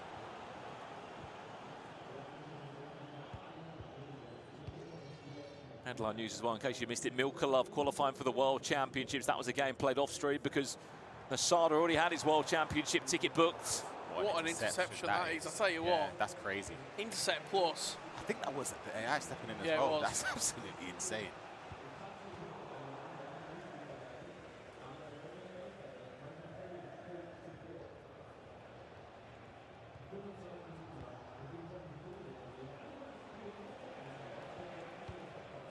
Alihan line.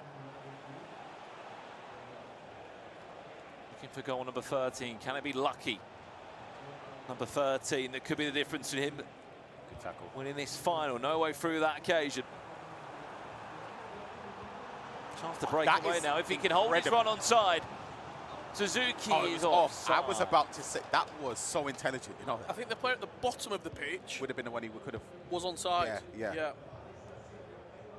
Nasada just seemed to have stepped up a little bit here. He's playing with a little bit more pace, a little bit more aggression. He's doing his creative runs now. Kilburn Yeah. Silas. It's weird though. First period in the obviously extra time, I feel like Alihan hasn't got going. He also done the same in the first Half, 20 minutes yeah. or so of the first half. I couldn't really see anything changing, but he's done really, really well to stay in this at some moments. But he's in trouble here. It's a ball! Dennis Undav able just to get a toe on it, to get it past Neuer. And the Sada back in front. He's done so well. I was about to say he's done really promising things defensively to make Alihan kind of look like obviously a top tier player. But what we were seeing in the previous rounds, I was thinking, whoa, hold on a minute. We're seeing a world beater, let alone a top player. Nasada's been so good. What finish that is, by the way. Literally got a toe poke to it. That's 99 shooting. Yep. You have the play styles and the stats combined as Yeah. well. You know what's about to happen. With another pause coming in. We're just looking at the changes being made here. There can't be a lot. You don't have a lot of subs left, to be honest. As we see a couple more instructions coming Alihan Lyons way. You can comment there in the chat from Prodigy. The side is so direct with calculated intent. If this was a non-stop rolling clock, right? How many times do you reckon these two could go for? Just, I score, you score, I score, you score, I score, you score. Until the gap started to appear. We've already played 100 minutes. Something tells me the next goal could be one for Alihan Lyon. I think he might have jinxed it. Or are we going to get a 2-goal gap for the first time in this game? There's a small bit of small pass of a breathing room there, at least, for Nasada now. First time in a long time he's had a 2-goal lead. And the last time he had a 2-goal lead was back in the 12th minute of this game. Gonna pass in there. Once he takes it down and then another toe poke finish. Suzuki's been incredible off the bench. The one thing that I see the most evident here, especially from Nasada, when he goes forward, the players that he selected, he's got so much confidence that they're going to score for him. A lot of people maybe at home don't take that shot there because they want a better angle or they want to try and get into a different position and hit a different shot type. He's got so much confidence with Suzuki, with Silas, with Undav, that when he presses that shoot button, the ball's going in the back of the net. Yeah, and he's got this last attack as well. There's going to be 2 minutes added on. And it's very, very sensible because normally you'd seen it. If this was Nasada 5 months ago, he would have carried on trying to score, potentially lost possession and then considered the last attack. Now he's got that experience to know that gifting possession away now, albeit it could still happen, but trying to limit that chance and get a proper attack with that response is on the cards here. Look at the runners. I was about to say, Ryan, surely he just holds on to the ball and gets himself into half-time, which he has done, but for a second there, it looked like he was going to go and grab a goal. 8-6. It makes you think. We've been on a twisty-turny journey. We've been down alleys, and there's always seems to be a way out. for both Alihan Lion and Nasada. Can Alihan Lion find another way out of this puzzle that he simply can't seem to solve in Nasada, Ryan? He's got a massive task on his hands here in the second half of extra time. To get 2 goals back is difficult enough, but to also stop Nasada scoring more with the way he's playing so free-flowing going forward, it's going to be very, very difficult. Well, this is it. The final 15 minutes of the Virtual Bundesliga 2026.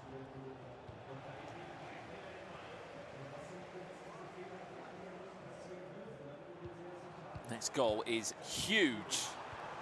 Nasada gets it. You think he might be just clear enough. Could this be that moment now? Oh, blocked off the back of Lucio. Didn't know much about it. I thought he was going to go near post because of the finesse shot playstyle plus, but I think he thought Alihan would think that, and then it just ended up getting blocked in the middle there. Tillman. Adiemi again runs into Anton. Does a good job of just pushing Alihan back for a second or not. Great goal. Did you think he I thought he was going to get blocked. I was worried for his sake that he was about to get blocked off by the defender there.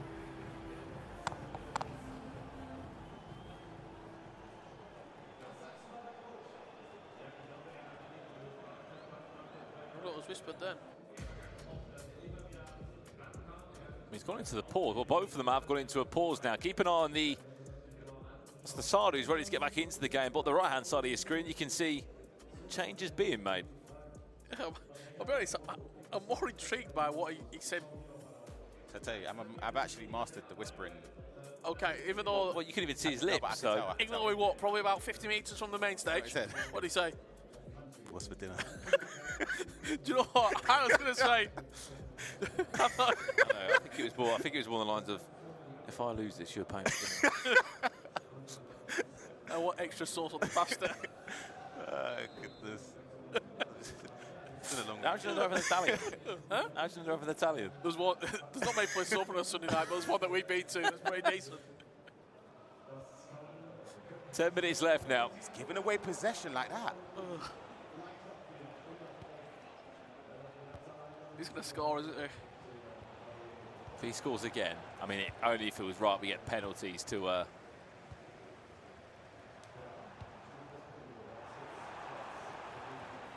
End this one, unless Nasada has other ideas.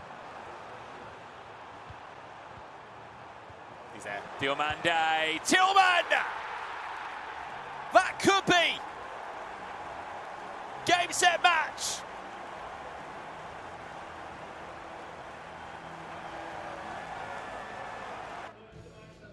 Magical attacking there from Nasada. Just for reference, for those at home, to get to this stage of the tournament, he had to play the Swiss format. He conceded 13 goals. That's just for Alihan Lion. He's conceded, and Nasada's managed to score 9 goals in this game alone. So it just shows the attacking intent he's been performing at and levels he's been performing at. Look at the play there, just to open the space up. It looks easy, but it honestly is far from it. The pace and the precision in which Nasada attacks is frightening. 8 minutes to play. We always said it would need a really big, strong performance, wouldn't it, from Nasada against how good Alihan Lion has been. Tell you what, he's brought that and more for this virtual Bundesliga.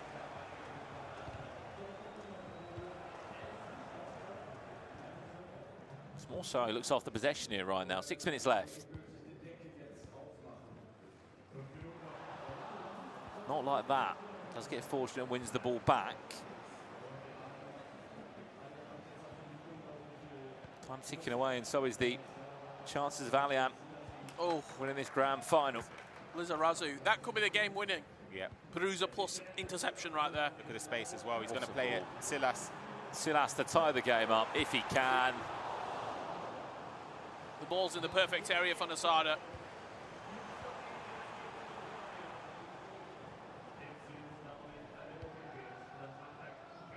I like this from Nasada.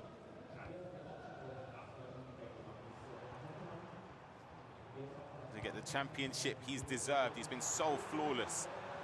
He's been the top man this year in the VBL. Yep, he's been incredible in Germany throughout the club championship. This stage as well, he could concede. Adeyemi goal, slows down, keeper saves it. And it's celebrated like a goal. He was celebrating out by the stage of what that means. I mean, look, last season he was a quarter-finalist in the Virtual Bundesliga. He lost to Levi Finn, who then went on to become champion.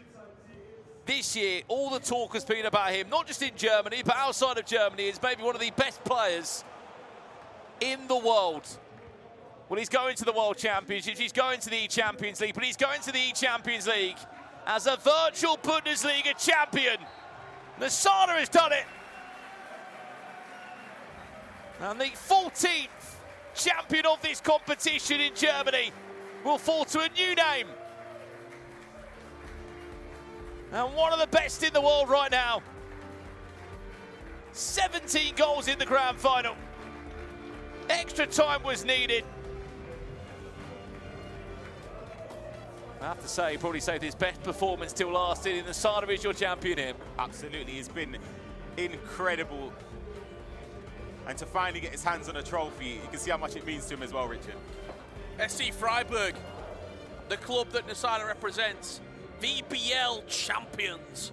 Incredible performance. Couldn't put it together at the club championship, but he's done it here in the individual VBL and puts his name in history as a league champion. Huge congratulations. Unbelievable scenes. Look at what it means to him as well. I'm sure there'll be some Moroccan fans as well that will be watching on. I mean, it's not been a bad year for them as well. Marwan, Karim is back, now him.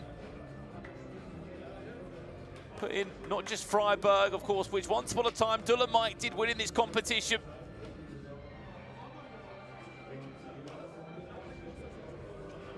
What a moment as well for Nasada and all those closest to him as well. Friends, family.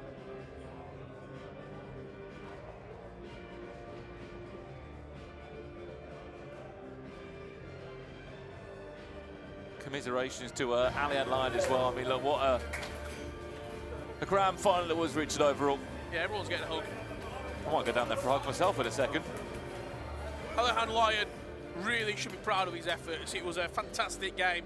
Another day, he wins this title. I think if they play 10 times, they share that result 5 apiece. But it's Nasada on top of the VBL, as he has been all season long.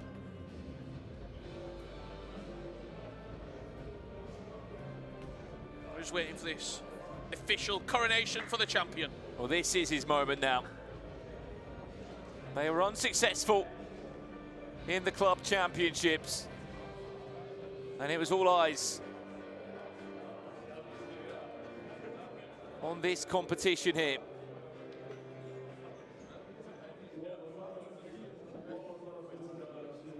I believe he's going to have a quick interview before he does lift the trophy here in Hamburg.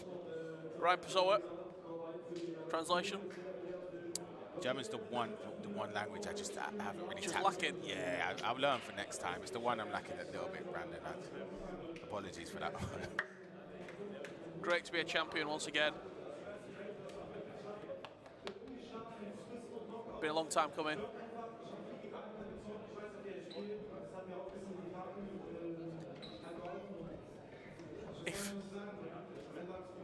If director Felix wants to, if he does want to live translate this, I can relay what's been said, if you can hear it.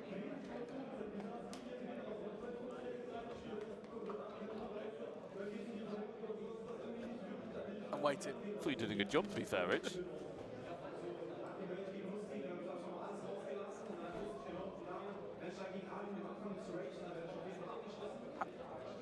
How does it feel to be winning your first ever trophy in Germany? Said it feels special. He's had a strong season as well, and it feels good to get a trophy on at the end of it.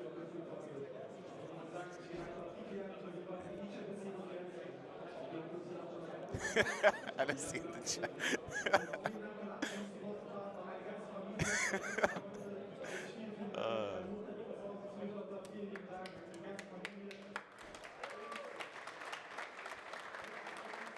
Just thanking all the fans in attendance, everyone at home, Coach Dave. see him lift the trophy. And Freiburg. I believe this is going to be that special moment now. We're welcoming someone to the stage here to do the official trophy presentation.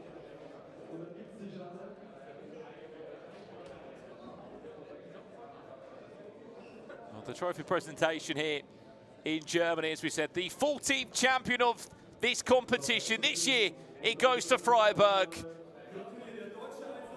As Nasada is your virtual Bundesliga champion.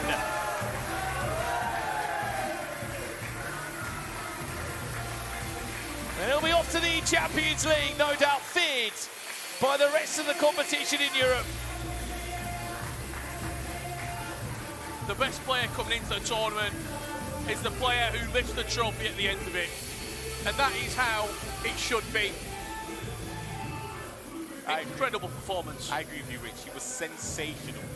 Not only in this game, but throughout the whole season as well. Yeah. From the club championships to the grand finals here in Hamburg. And it just feels right that he's got his hands on that wonderful trophy as well.